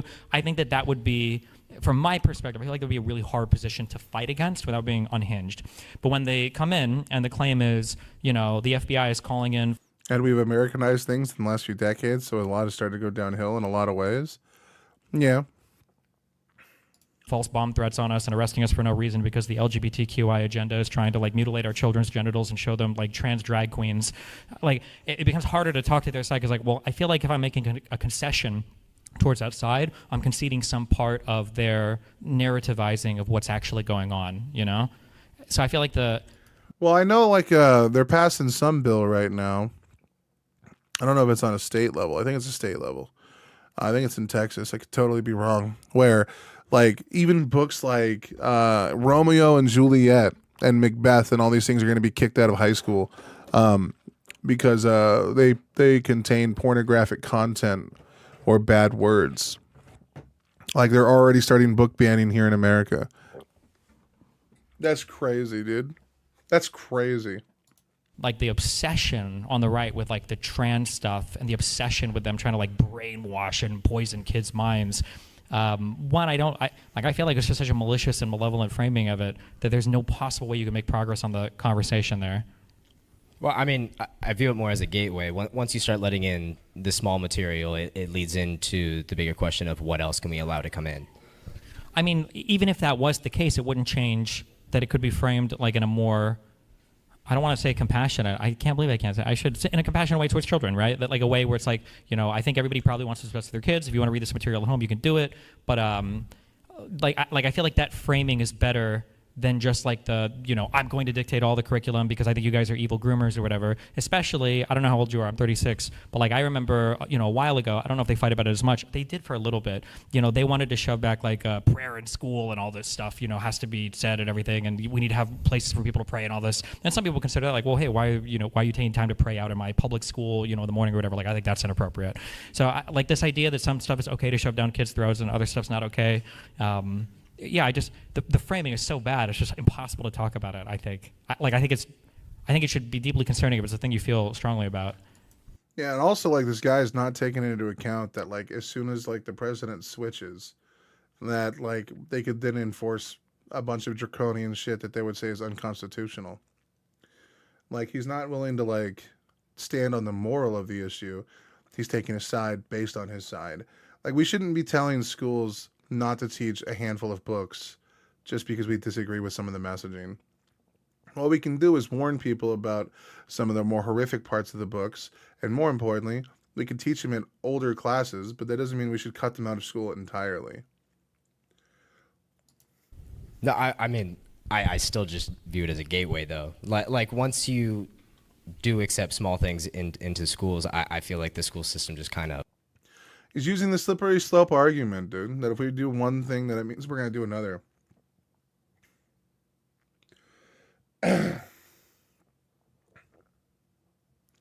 Free speech is the home of the left because politeness is fascism, except when the left was in control and they also censor free speech.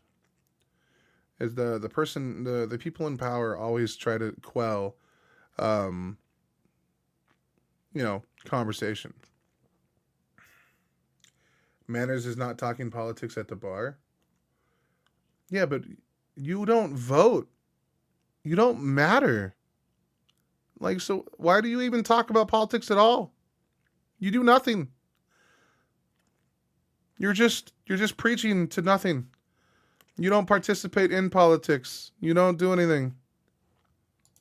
Moves forward with it. They see that opening. They see that they can indoctrinate a child, and they run with it. I mean, like when we say indoctrinate, what do you like? I guess on all education, like, what are we talking about exactly? Well, I'll just be state my objective. The gay agenda, LGBTQ agendas. Well, like, are we like, is the goal to like make them gay, or? So he really believes that we're pushing a gay agenda on kids and indoctrinating them into the LGBT community. Jesus Christ. I do vote locally and organize to take over state level parties. Okay. So, but you don't vote in the actual federal elections. I run online propaganda. I know you do. I know you do. That's the point. I mean, I would definitely say demasculate, for sure. In what way do you feel like you see this, I guess, like in the strongest way? Yeah. Anarchists do not do more, because at the end of the day, you need our Congress to pass bills and reform. Things have to go through law. Like, you're so mind fucked. It's so crazy, dude. Like, what radical... I actually want to know what radicalization happened to you to make you hate so many people. Like, it's so crazy. Like, what level of hatred in your heart must exist for you to just be such an awful little bigot, you know? I'm more like a highly mentally ill terrorist? Therapist?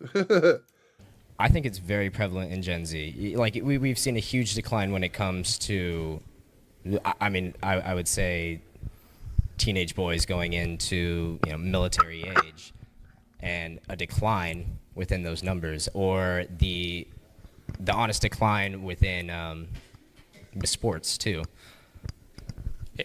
I don't know. I don't know if that's true. Is that actually like our young boys like participating in sports less? Yeah, 100%. I mean, okay, so I mean, maybe not on a national level, but at least around here for sure. Do we think if that was the case, would we really attribute that to like the demasculinating? Yeah, what the fuck? What, just less boys want to play sports. More boys want to play Fortnite and get famous and like be an influencer or a TikToker than to play sports. Like, just because something was a traditional norm before, it doesn't mean it's going to stand the test of time. But like the what's the word I'm looking for? Getting rid of masculinity in school or whatever. Yeah. The emasculation, I guess, of children or whatever. Like, do we think it's that, or do we think it could have more to do with like internet devices and phones and other stuff? Like, yep. I think it's being pushed through the internet and the phones. Sure. But like, but not necessarily like schools or teachers, right? Well, them too. But I think that we live in like ultra technological world at this point where we are literally. So maybe we shouldn't be telling them they can't read certain books if they can just read it at home. Like, what are we doing? Using technology for every aspect of our media, entertainment, education, and it's just our mainstream. Without the internet, you know, there's really no education coming in. Because I mean, I don't remember the last time I've actually seen somebody pick up a history book that wasn't a PDF, unless they were actually physically required to go pick it up from the bookstore. Yeah, I don't necessarily disagree with that. Something I've said a lot is I think there's an interesting conversation. Dude, talking to white people daily is why I hate them. You're just racist, dude. Congratulations. You're everything you hate. You deserve your hate. We had about how the internet has like fundamentally changed our life, like in a lot of ways, and nobody talks about it much because it's not as fun as narrativizing about, you know, like evil conservatives or the gay agenda or whatever. But I feel like I guess there's a couple things. We can go on this for a while, but like, I think there's an issue with people getting brain rotted today. I think that definitely happens. But I also think that we tend to like romanticize the past a lot. Yes. And I know especially younger people get mad when I say this because they think that like the boomer life was perfect. People might, how old are you? You say? 20. Okay, you're 20. Okay, like I will say very confidently when I'm 36 that back when I was in high school, even when the internet it wasn't really that prevalent, it wasn't as much of a thing, nobody was picking up a history book and reading it. Like, true! Like they were either watching TV or they were playing video MTV, Dungeons and Dragons, video games, looking for pussy. Like, that's what boys were doing. games where they were smoking weed or they were, you know, maybe they're outside playing maybe, but like the idea that we like have fallen from some ultra educated, ultra elite society because of the internet. And I know I'm being a little bit hyperbolic when I say that. I do think we have challenges related to like moderating how children especially engage with like social media and everything. But I don't think I see any real push from the administration on that particular topic or subject as well. I don't think so. And I think that, I mean, it's obvious that it's obviously the gay agenda. That's what's doing all of the problems, dude. All of the damages to our society, gay agenda, the liberal agenda. Like, there's people, man. And the M and the Malcolm in the middle, dude. There's Hell things that I yeah. would change about this administration. Yeah. Or I would do it differently if I had to go at it. So like, so this is like the thing that I guess I would want to see, okay? Because I think that I actually do believe that we do need two strong parties in the United States. I think that when parties are like stuck to their own, I think they get absolutely fucking insane. And I've said this a lot, but I feel like you're kind of illustrating this point that one of the worst things about all of the crazy conversations that the right wants to rip us away from and into is that we don't get to have any like actual conversations about fixing things, right? So like, yes. If we were having a conversation, like a national level conversation, imagine if RFK, instead of being so, hyper fixated on vaccines and autism and Tylenol, whatever the fuck else he woke up and the brainworm told him to talk about that day. Like, imagine if he came out and his like huge initiative was, we're going to talk about how social media and cell phones and the internet like affect teens. That would be a deeply interesting topic, and I would love to see like the fights all across the country on that topic, because I think it's a topic worth fighting for. There are things that how many people in here are like under the age of like 28? Okay, a fair bit of you. Okay, so not to knock you guys, but like I hear some classrooms. First of all, even just hearing this is amazing. I hear some classrooms say that like we're gonna start taking all phones at the beginning of class or whatever, and I hear Gen Z like lose their mind. And then sometimes I hear like Gen X, like their parents will say things like, "You can't take the phone away from the kid. That's crazy." And in my mind, I'm like, bro, if we got caught with phones, they take that shit for the week. Yeah, dude. You weren't allowed to bring a cell phone to school when I went to school, bro. Hell, only a handful of kids had them, dude.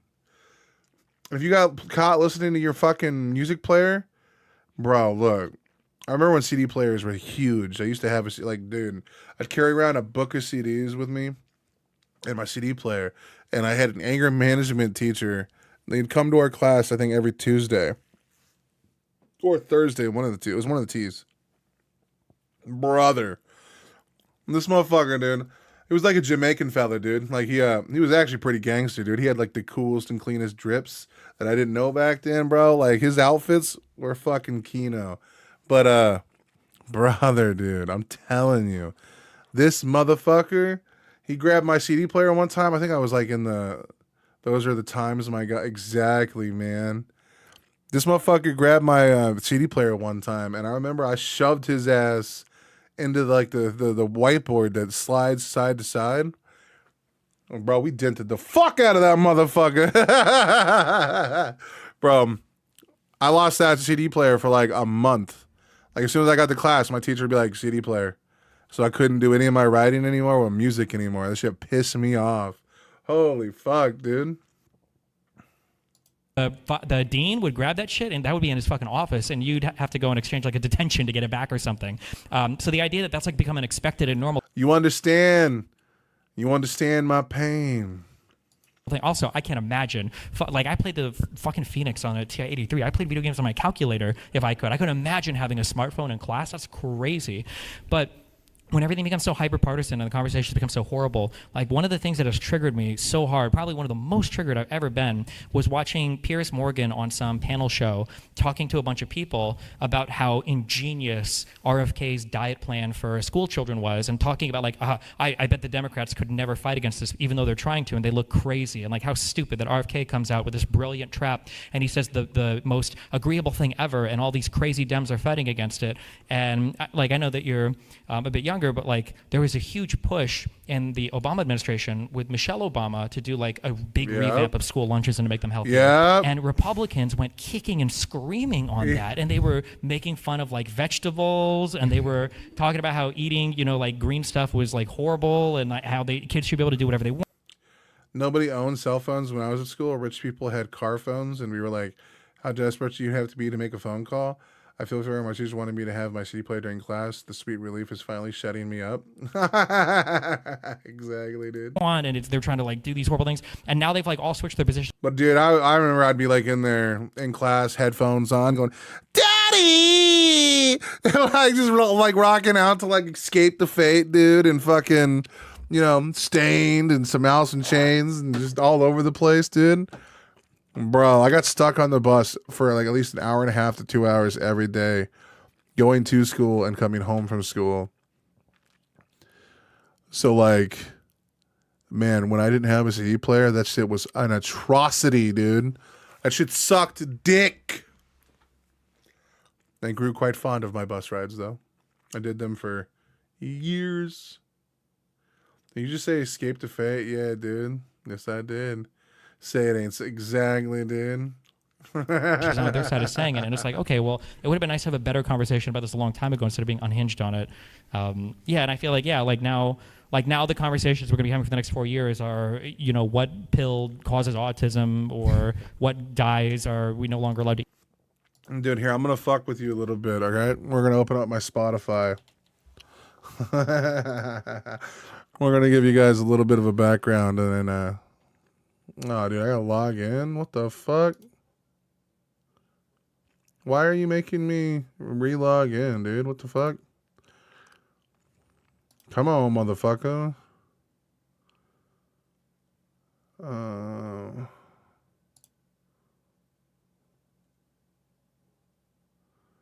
What? What the fuck?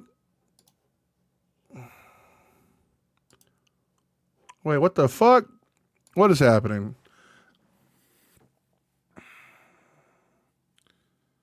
Wait, why do you have to log in? All right, Yuki Berry, come on now.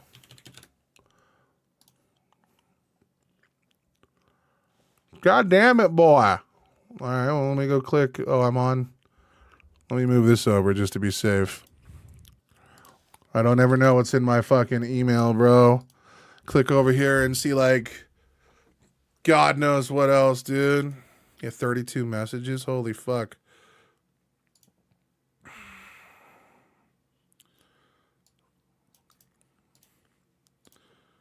Oh, shit. You stupid bitch. 785 273.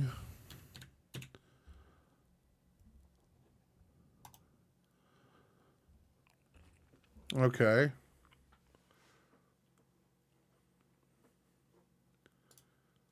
What the fuck is happening, dude?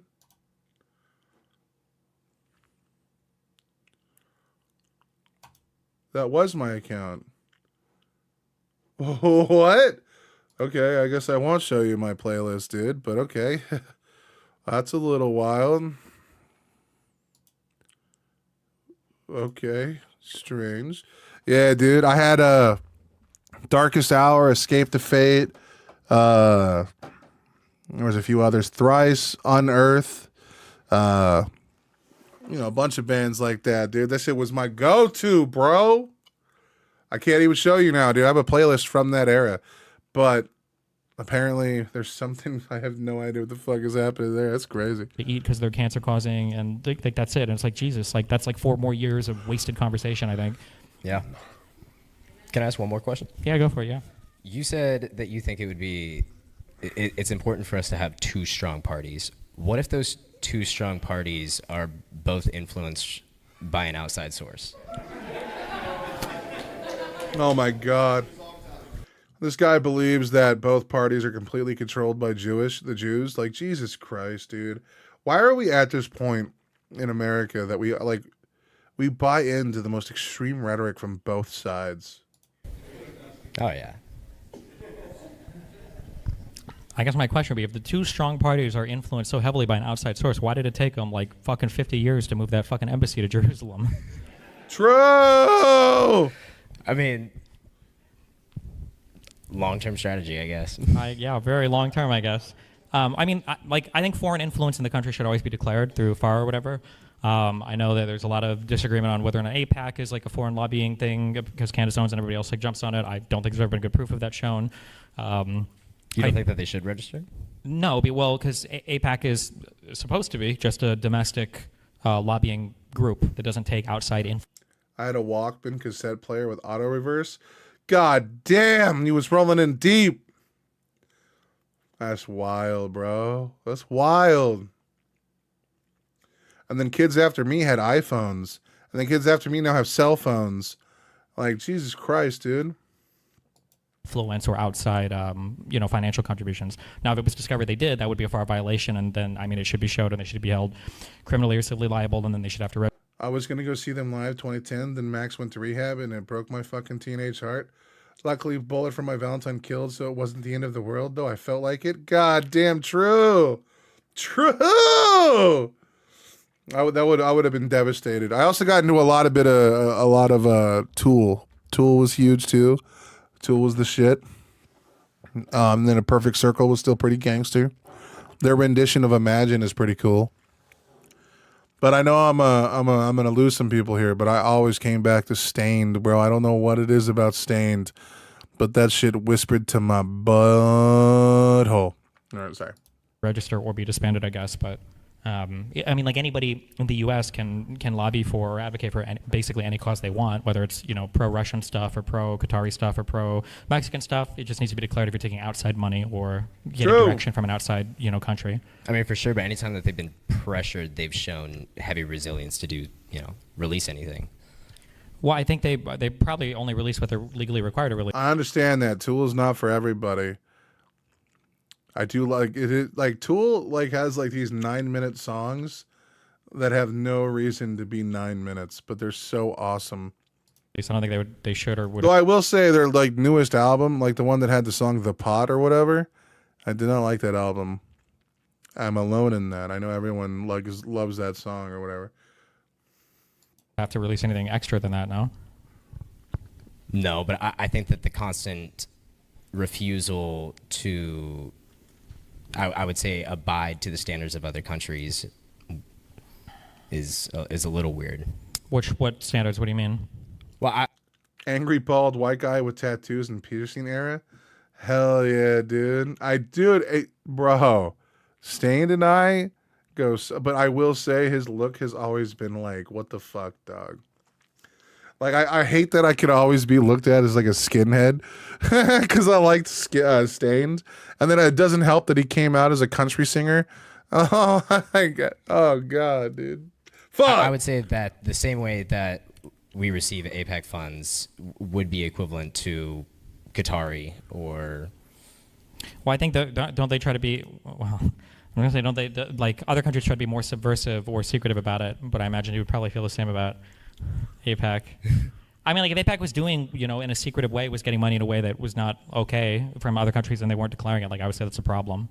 But until there's any evidence to show that, it's just it's not really a question for debate. Well, yeah, it is what it is. But I mean, I don't care about it much because I feel like there are a lot of coinciding interests sometimes. There's a whole other can of worms or whatever between what Israel wants in the Middle East or what Saudi Arabia wants and what the U.S. wants. So what people, I'm sure you've done the USS Liberty memes and they drag out what they're building towards and the music's so fucking munch. I want to rip my hair out. Get to the drop. You teasing already? Exactly, dude. It's look, there's going to be a very graphic thing that I'm about to say. But I get it. Okay, I agree with what you said, but let me use an analogy that a pervert like me understands. Okay, if don't forget Fred. Yeah, dude, that was so trash. I hated that shit, man. But let's say you go down on a young lady and you're having a good time. Eventually, if that guy just does nothing but kiss around the happy area, it feels good for a little bit, but if all he does is kiss that, eventually you're like, quit teasing me, motherfucker. Put your tongue inside me, motherfucker. It makes my fire ants crawl over my skin suit. Exactly, dude. You hit a point where the teasing is too much, and you're like, okay, I just want to, what's the point of this? Stop teasing me. Dude, you know what I'm saying? Fuck. Too much teasing is the negative, Tool. Learning your lesson. The clean break memo memes and everything, and that actually Israel controls all our foreign policy when it comes to the Middle East. I mean, if that was the case, then I would say, well, okay, well, it seems like I don't know if we're getting enough benefit out of this relationship or not. But yeah, I mean, you've seen recently the biggest Israeli simp in the world, Donald Trump, has kind of been blowing up Netanyahu a little bit recently because Netanyahu is going crazy with his blank check. And didn't he just truth out or whatever, some bullshit making fun of Netanyahu for not accepting Hamas deal or something? Am I making this up? I feel like this was this morning or yesterday.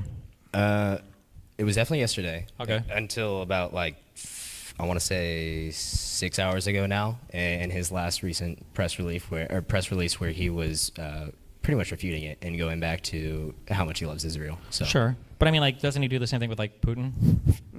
Yeah. You know, interestingly, I have not heard Putin been talked about too much recently. Well, I feel like his rhetoric against Putin has gotten quite negative after the 2 weeks after the Alaska summit thing they had. Yeah. But I mean, maybe it'll get positive again. But they've gone like back and forth where, and even with Israel, I remember when I think it was Israel where the planes were going, and I think Trump was like truthing out, like, turn those goddamn planes around. You guys are supposed to be doing peace right now.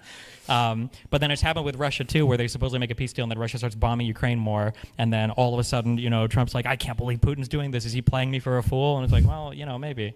That's all this to crazy. say that I guess like it's a broader conversation. Like, yeah, I don't think it's that compelling that there's like some other nation controlling U.S. interests as much as it's just like stupid leaders and stuff sometimes. Yeah, but I got one more question for Hayden. What would it have taken for you to vote for Kamala? Nothing. Being that close to half of her policies were just repeats of Trump's, no, just nothing. What the fuck? The only thing she had going for her was her laugh. even if it was like, what if we could have known that Kamala would have been like a huge like thorn in Netanyahu's side? That wouldn't convince you? You said what? What if Kamala was like, fuck Israel? No, probably not. Really? No. Wait, why the? That's crazy. What's the big push? What? I don't entirely like her criminal cases when she worked within DOJ for California. Sure. Wait, why not? Or what about it? I don't believe that the criminalization of truancy, black men for extended periods of times for low-level marijuana crimes is something that should be, you know, I think it should be something that's accounted for. I understand what you're saying, but I am so curious if this applies. It's weird that Eric gave me the same one. Eric gave me the same justification. Applies to all of the ways that Trump enforces the law against people across the country. Well, no, I mean, you asked me directly about Kamala Harris and... Well, yeah, but I mean, it's a comparison between the two, so I'm just curious. Oh, I mean, for sure. I mean, there's definitely a lesser of two evils in the sense. And but you think the lesser is Trump, so I'm just curious what would move you to like Kamala being the lesser. Originally, I thought the lesser was Trump. As if he even read through old cases. Exactly, dude. But now, my position now is there's no good, there's no better on either side. Okay. So. Yeah, there's no meaningful distinction. Okay, because and then I'm just curious, what are like the top three things I guess that you care about in terms of like U.S. policy, like that would come from federally from the presidency, that things that they could advocate for? A complete shutdown on our border. Actual mass deportation across the board. Like I'm talking 23 million in numbers in terms of deportation. Jesus Christ, dude. What makes you so... You have no idea what sending 20 million people out of this country would do. Like, that's so crazy. Like, people would lose so much if that happened. And then I think our foreign policy definitely needs to be looked at. Okay, I'm just curious because I haven't spent much time in here. Are there a lot of illegal immigrants in Oregon? You said what? Are there a lot of illegal immigrants in Oregon? Illegals? Yeah. Yes. Okay. Okay. I guess if they you think that it's a significant enough impact that it's like a top 3 issue for you in terms of deporting people like this? Yeah. Okay. If Trump finishes his term and we don't get any like change in like legislation, and if we just kind of like trot along the same path that we're at now, I know legislation isn't necessarily the only way you can do things, obviously not in this administration, but like, like if we continue to get like, 32 got deported this day because we rated a thing, but like nothing really substantial changes at the end of 4 years, do you feel like that's kind of like been a big failure on Trump's part? Yeah. Okay. All right. I mean, I have to be honest about it. Sure. You know, stay Okay. consistent. The audience member said you voted for the big failure, right? I heard him. Oh no, I'm repeating for the stream so they can hear it. Not for you. Sorry, I'm sorry. Just so the stream people can hear it. Yeah. All right, everyone. Hayden had a really good run. Put your hands together for Hayden. Rock and roll. Thank you. That was rough, dude.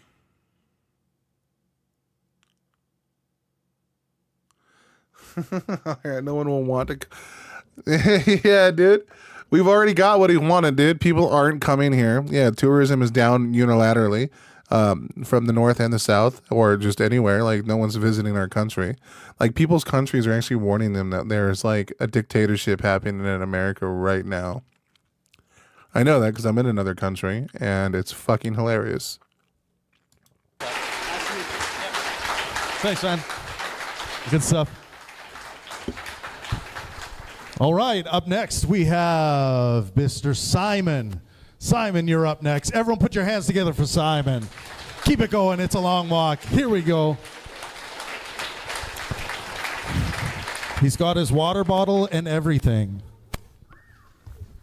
Hey, what's up, Destiny? Hey, what's up, Simon? Hey, let's talk about your rhetoric, right? Like, it's pretty hot. Yes, honey. Pretty flaming, Okay. right? I'm ready for my rhetoric. Oh, God. This conversation's going to suck dick.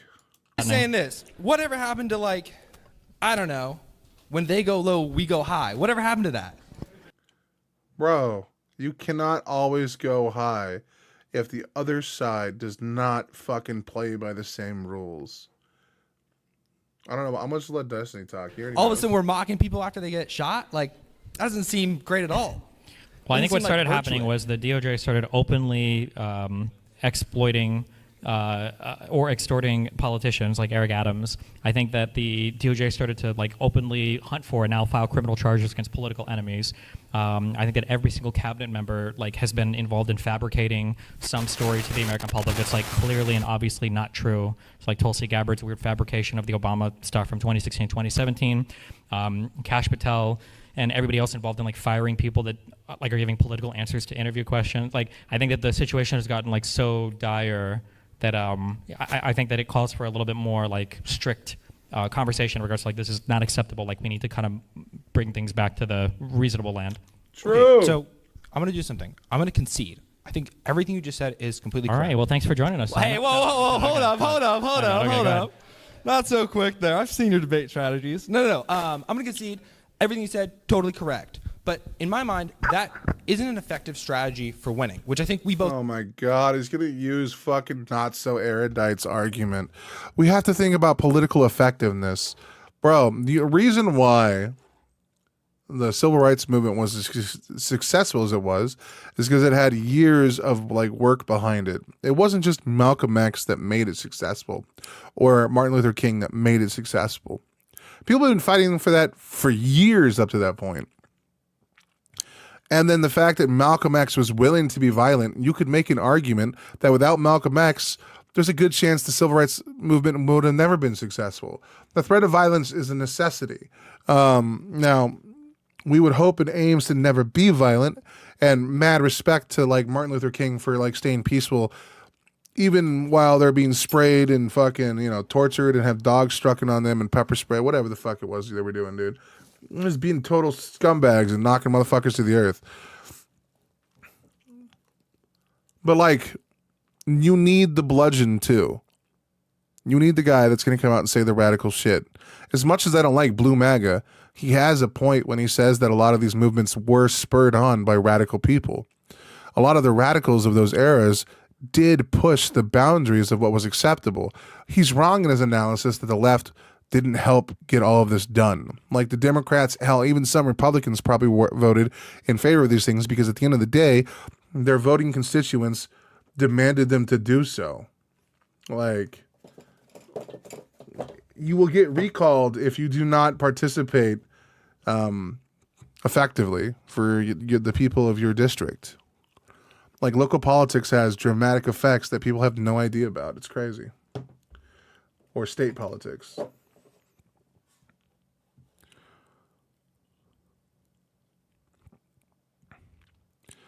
Yeah, they just doubled down harder, bro. They hit that like brick wall of like cognitive dissonance, and they're just like, no, it has to be. We both care about winning office and keeping Democrats in office, right? It sucks not being in power. I think in order to win power, we are going to need to take a higher road. I think that the Democratic base itself doesn't like super edgy or super online content. Don't get me wrong, I do. I'm great, but I'm a degenerate like you guys. Like, I love that shit, but... That's not true, though. Dude, the left, when it was some of its most powerful, was when it was speaking truth to power during the Bush administration. We built such a massive coalition by calling out the insane bullshit of the Bush administration that, like, we spawned shows like American Idiot. We spawned, like, albums like Continuum and albums like American Idiot. Like, all of these things were, like, cultural moments pushing people towards, you know, turning on the Republican Party and the continued war effort. It took a movement of people continually working towards that and then talking that shit down constantly. And then on top of that, you have lightning rod moments that like solidify the change in like the like political environment. But like, brother, the left used to be the people that made the outrageous comedy. The left was more of like the Adult Swim comedy bubble and shit like that for years. Then like the left went super PC, and that's when things started changing and people started jumping ship to become more centrist. And then the Great War of like, you know, the SJWs and the Gamergate and all that shit happened. But during the beginning when the left had its biggest climb to power and prominence, they were known as the people that made the jokes, that were the funny ones, that were the edgy boys, that had the George Carlins and the, you know, individuals that would usually use like attack the left because, you know, they're still politics and they're still, you know, officials. But like they were more of the left than they were of the right. They were like liberals that were left leaning. You know, comedy used to be the domain of the left. It wasn't until under Trump that we started putting it under the domain of the right. But that was also due to an overcorrection of political correctness, where we made it a rule that we couldn't talk about certain ethnicities or groups of people. And like you weren't allowed to have those conversations or make those jokes.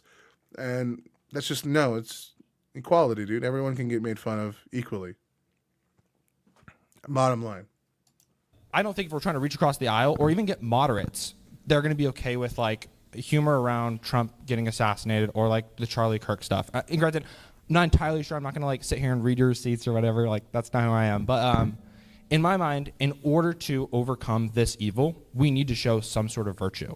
And I don't think the Democratic Party can appeal to people's degeneracy like the Republicans. And I'm sorry for my Republican friends out there, but like I think that like I wouldn't necessarily evilness, but like I do think that the Republican mind is animated by fear in a way that Democrats maybe aren't. I actually disagree with this. I think that we all have like pretty similar like basic or like theoretical drives that are, I think, actually largely identical. We just, when it comes to like plugging in the particulars, I think that we differ there, and then we think that we're a lot different, but in actuality, I don't think we are that different.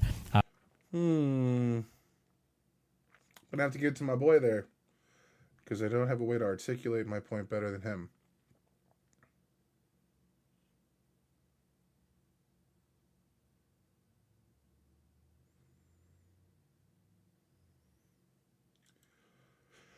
Like admitting that means I'm a fucktard, so I'd rather just become an ostrich and dig my head further in the sand and slurp Trump's dick like a coward hoe and live in La La Land? Exactly, dude. Exactly.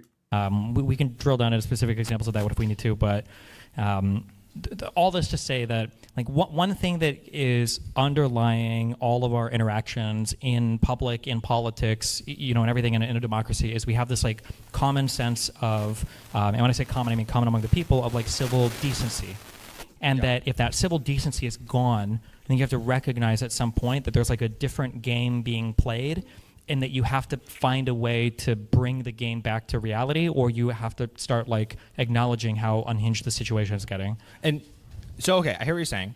You're saying, okay, right now it feels like we're in an MMA fight. I don't know if anyone else does MMA, but I do a lot of combat sports. Okay. It's an MMA fight. The Republicans are bringing a knife to this battle, and Sure. we're showing up wearing nothing but like little shorts. Sure. Right? And you're saying, okay, Democrats need to have a knife, maybe even a sword, to be able to Sure. play this game. Yeah. I don't see how, if both the Democrats and the Republicans are bringing weapons to this fight, it's going to be a fair fight. And I acknowledge it's currently not a fair fight. But Well, then at that point, you're bringing a knife for self-defense, right? Like, why go into the arena just to get stabbed? What the fuck? If someone has a gun, you want a gun too. Like, you hope that you never need to use the gun, but you would want to have the same parameters for the fight. Yeah. I don't see how we're lowering the temperature by increasing it again, right? Like if I've got a flu, I'm not trying to like, I don't know anything about like medical stuff, but like I'm not trying to like bury myself in like heated blankets to try to like make the flu go away, right? Like I'm trying to get but I mean cold. like there are two different ways that you can lower the temperature, right? What are the two different ways? One would be appealing to better angels, in my mind. But both sides have to do it. And though I agree with you, Kia, bringing a shield would be a good idea. The problem with a knife is knives are fast and mobile. Shields are not. So a knife would be a counter to a shield, and that's how you would die. Like in combat sports, a shield is made for blocking from swords, not quick little stabs and, from like, hand-to-hand combat like that. A shield isn't going to do much. I understand your analogy, though, and it's beautiful. But I'm here for knife-on-knife violence. Yeah, but shouldn't that start with us? Like, shouldn't we be the people who start that? Yeah. What's that word you're using, though? Start implies they follow both through. sides are both so doing either it, yeah. both sides agree to bring the temperature down, or one side is eliminated. But that's what I'm saying is like it feels like we're moving much closer to the eliminating category. I think we do if we concede everything and we let them carry on with their agenda. But what I'm trying to say is like I don't know if our super edgy online nature is necessarily good for the Democratic Party to begin with. Like I don't know if that same thing appeals to like my dad or like my mom in that same way that like they would have gone blue but went red for like random other issues as well, or because of like I think that everybody has the edgy stuff that they like can appreciate and laugh at. I don't think that some people like edginess and some people don't like edginess. Like I'm sure there were a lot of people, like your typical woke. We're in fucking Portland, okay? The LGBT people that don't like it when you say the R slur or whatever else. And I'm sure a lot of these motherfuckers probably in this. It's fucking sad how much I appreciate this guy even saying, okay, I see what you're saying. It's depressing. Yeah, dude. America, brother. I don't even know why I want to do debates. Like, I know that any debate I do is not ever going to go anywhere. Like, it's just going to be like a dance around definitions. It's fucking wild. Audience were retweeting a bunch of like Luigi Mangione memes. They're like, "Oh, fucking epic when he killed this dude." Right. So like, I feel like everybody has like their epic stuff and their edgy stuff that they enjoy making fun of. We just like, really, I feel like when somebody's being edgy, I think that it's more usually, unless you're awesome and fair like me, who can be edgy about all things. I think oftentimes when people are edgy, what they're really showing you is what they like and what they don't like. True. There's a ton of memes related to the Charlie Kirk stuff recently, but you can do it to anything where people are like, "Oh, it's funny when you joke about this and this and this and this and this, but don't you dare make fun of this thing," Yeah, and let me just say, I want to totally concede, like, when Nancy Pelosi's husband was attacked, Don Jr. said some unfucking insane shit. Like, I'm not saying that, like, both sides are equal here. We didn't see, like, Nancy Pelosi say anything crass when, like... Sure, but, like, when he says that unhinged shit, like, what is the effect on both sides? Like, what is the effect on the left when he says unhinged stuff? Don Jr. is messaging to his audience, hey, this is what we're all thinking, versus Democrats I would say aren't usually thinking that when Charlie Kirk gets shot. I don't think What there's the hell? Democrats sitting here being like, this was a good thing, ha ha ha. I mean, there might be. I mean, I can't speak to especially all the edgy younger people, right? Sure. But like the messaging from the leaders is different. But what I'm trying to say is that like when they say that, and this sounds bad, but like we have to acknowledge it. Like there is a great power in attacking and dehumanizing the other side. Much the same that there would be a great power in bringing weapons to an MMA fight. Yeah, just like the first one in this. Like he was trying to catch him in like a hypothetical fucking trap. And it's like, but the hypothetical changes the nature of the question. Like you would win more. You know? I know, but like, listen to the words we're using here. We're talking about dehumanizing other Americans, and I get that these other Americans. And have that's what MAGA's been doing. Hey Simon, just hold the mic a little higher. It's Hey, just my causing bad. My bad. No, sorry. With Lower? your bottom hand, just away from the bottom of the mic. Yeah, hold it near the top of the mic. Okay, top of the mic. Perfect. Just Okay. like that. Hey, And my we bad. just gotta we can't touch on our bodies the bottom part. Okay. You too, Mr. Steven. Jeez. Thanks. I would never. Can you believe him? He's yelling at us now. Oh my It's gosh. crazy, man. He's trying No to high road dehumanize for that us. dude. And he's fucking Canadian, so. Oh my God! What? An All American? right, I'm next, motherfucker. Oh my gosh! I didn't know it was an American here. Okay. But like, you use the MMA example, Yes, right? yes. So let's say that we had perfect information on both sides. Okay, Sure. let's start that assumption. Okay, Yeah. and let's say that we're gonna have a big MMA match. Okay, 10 people on one roster, 10 people on the other with Yeah. the team format. I don't Yeah, know if they're okay. doing it. But like, we know that the other side will know if they bring weapons or not. Sure. Right?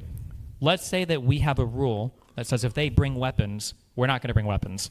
If the other side really wants to win, what do you think they're going to do? They're going to bring weapons. For sure. But Yeah. what if we have the rule that says if they bring weapons, we're bringing at least the same amount of redistricting in California. We're bringing at least the same How amount of low weapons is to the other side. bar? Don't you think that maybe in that world, even though it seems like we're being more violent, aren't we kind of like bringing the temperature down because it's like, okay, well, fuck, maybe we shouldn't do this because it's going to like bite us in the ass. Again, I hear what you're saying with Mhm. like the redistricting. I just think that there's a category difference between redistricting and then talking about like maybe dead kids that have died in a flood, or like Charlie Kirk's assassination, or like the attempted assassination of a presidential candidate. Like, I think there's a difference between these things. Like, I'm all for redistricting. Yeah, fuck yeah. Why the fuck should like Republicans in California get a vote? Fuck them. If like Democrats in Texas. Yeah, but I can't. think that like making fun of dead kids in Texas, I think that when you have a whole bunch of people, and we see it a lot with Gavin Newsom's Twitter account, for instance, like there's on a baser sick level, there's a pleasure that I get watching Republicans snowflake out when I'm making jokes that they don't like. True. That is true. That is And true. I know that like I point to the Asmongold example of him Yeah. being like, well, I can't make fun of this because Dustin's saying. But like, I feel like the goal should be if there's enough outrage in response to jokes like that, and you feel bad about it, good, you should. They're crass jokes, they're tasteless, they're impacting a small group of people. But Yeah. maybe the next time something happens on the other side, maybe that feeling comes back, and you're like, fuck, maybe I shouldn't do this. Maybe this is like a huge piece of shit thing to actually do, because Republicans have been undeterred in their dehumanization of other Okay. people True. for decades now. So much so that like just the simple fact that Vance can go on stage. We had the moment even with Kamala and Trump. Yeah. They're eating the cats and the dogs, and like it's funny, but like it's also full-on like dehumanizing. crazy. Yeah, no, I hear And what Vance you're admits saying. that it's like not even real. So then, but is turnabout fair play here? Like, let's say next presidential candidate comes up and Gavin Newsom, God hope. Let's say Gavin Newsom comes up and he's like, Democrats, or I'm sorry, Republicans. Hey, Newsom is on fire right now. I love it. They're killing your pets. They're coming after he's making up conspiracy theories at the same level. We wouldn't. Yeah, I don't think that, when it right? comes to like actually lying, I think that's like a morally not good thing to do. Okay, right? sure. But So, like but in terms let's of say like he's extreme rhetoric, mocking them. I don't necessarily know. Maybe should Gavin Newsom, should the presidential candidate be doing it?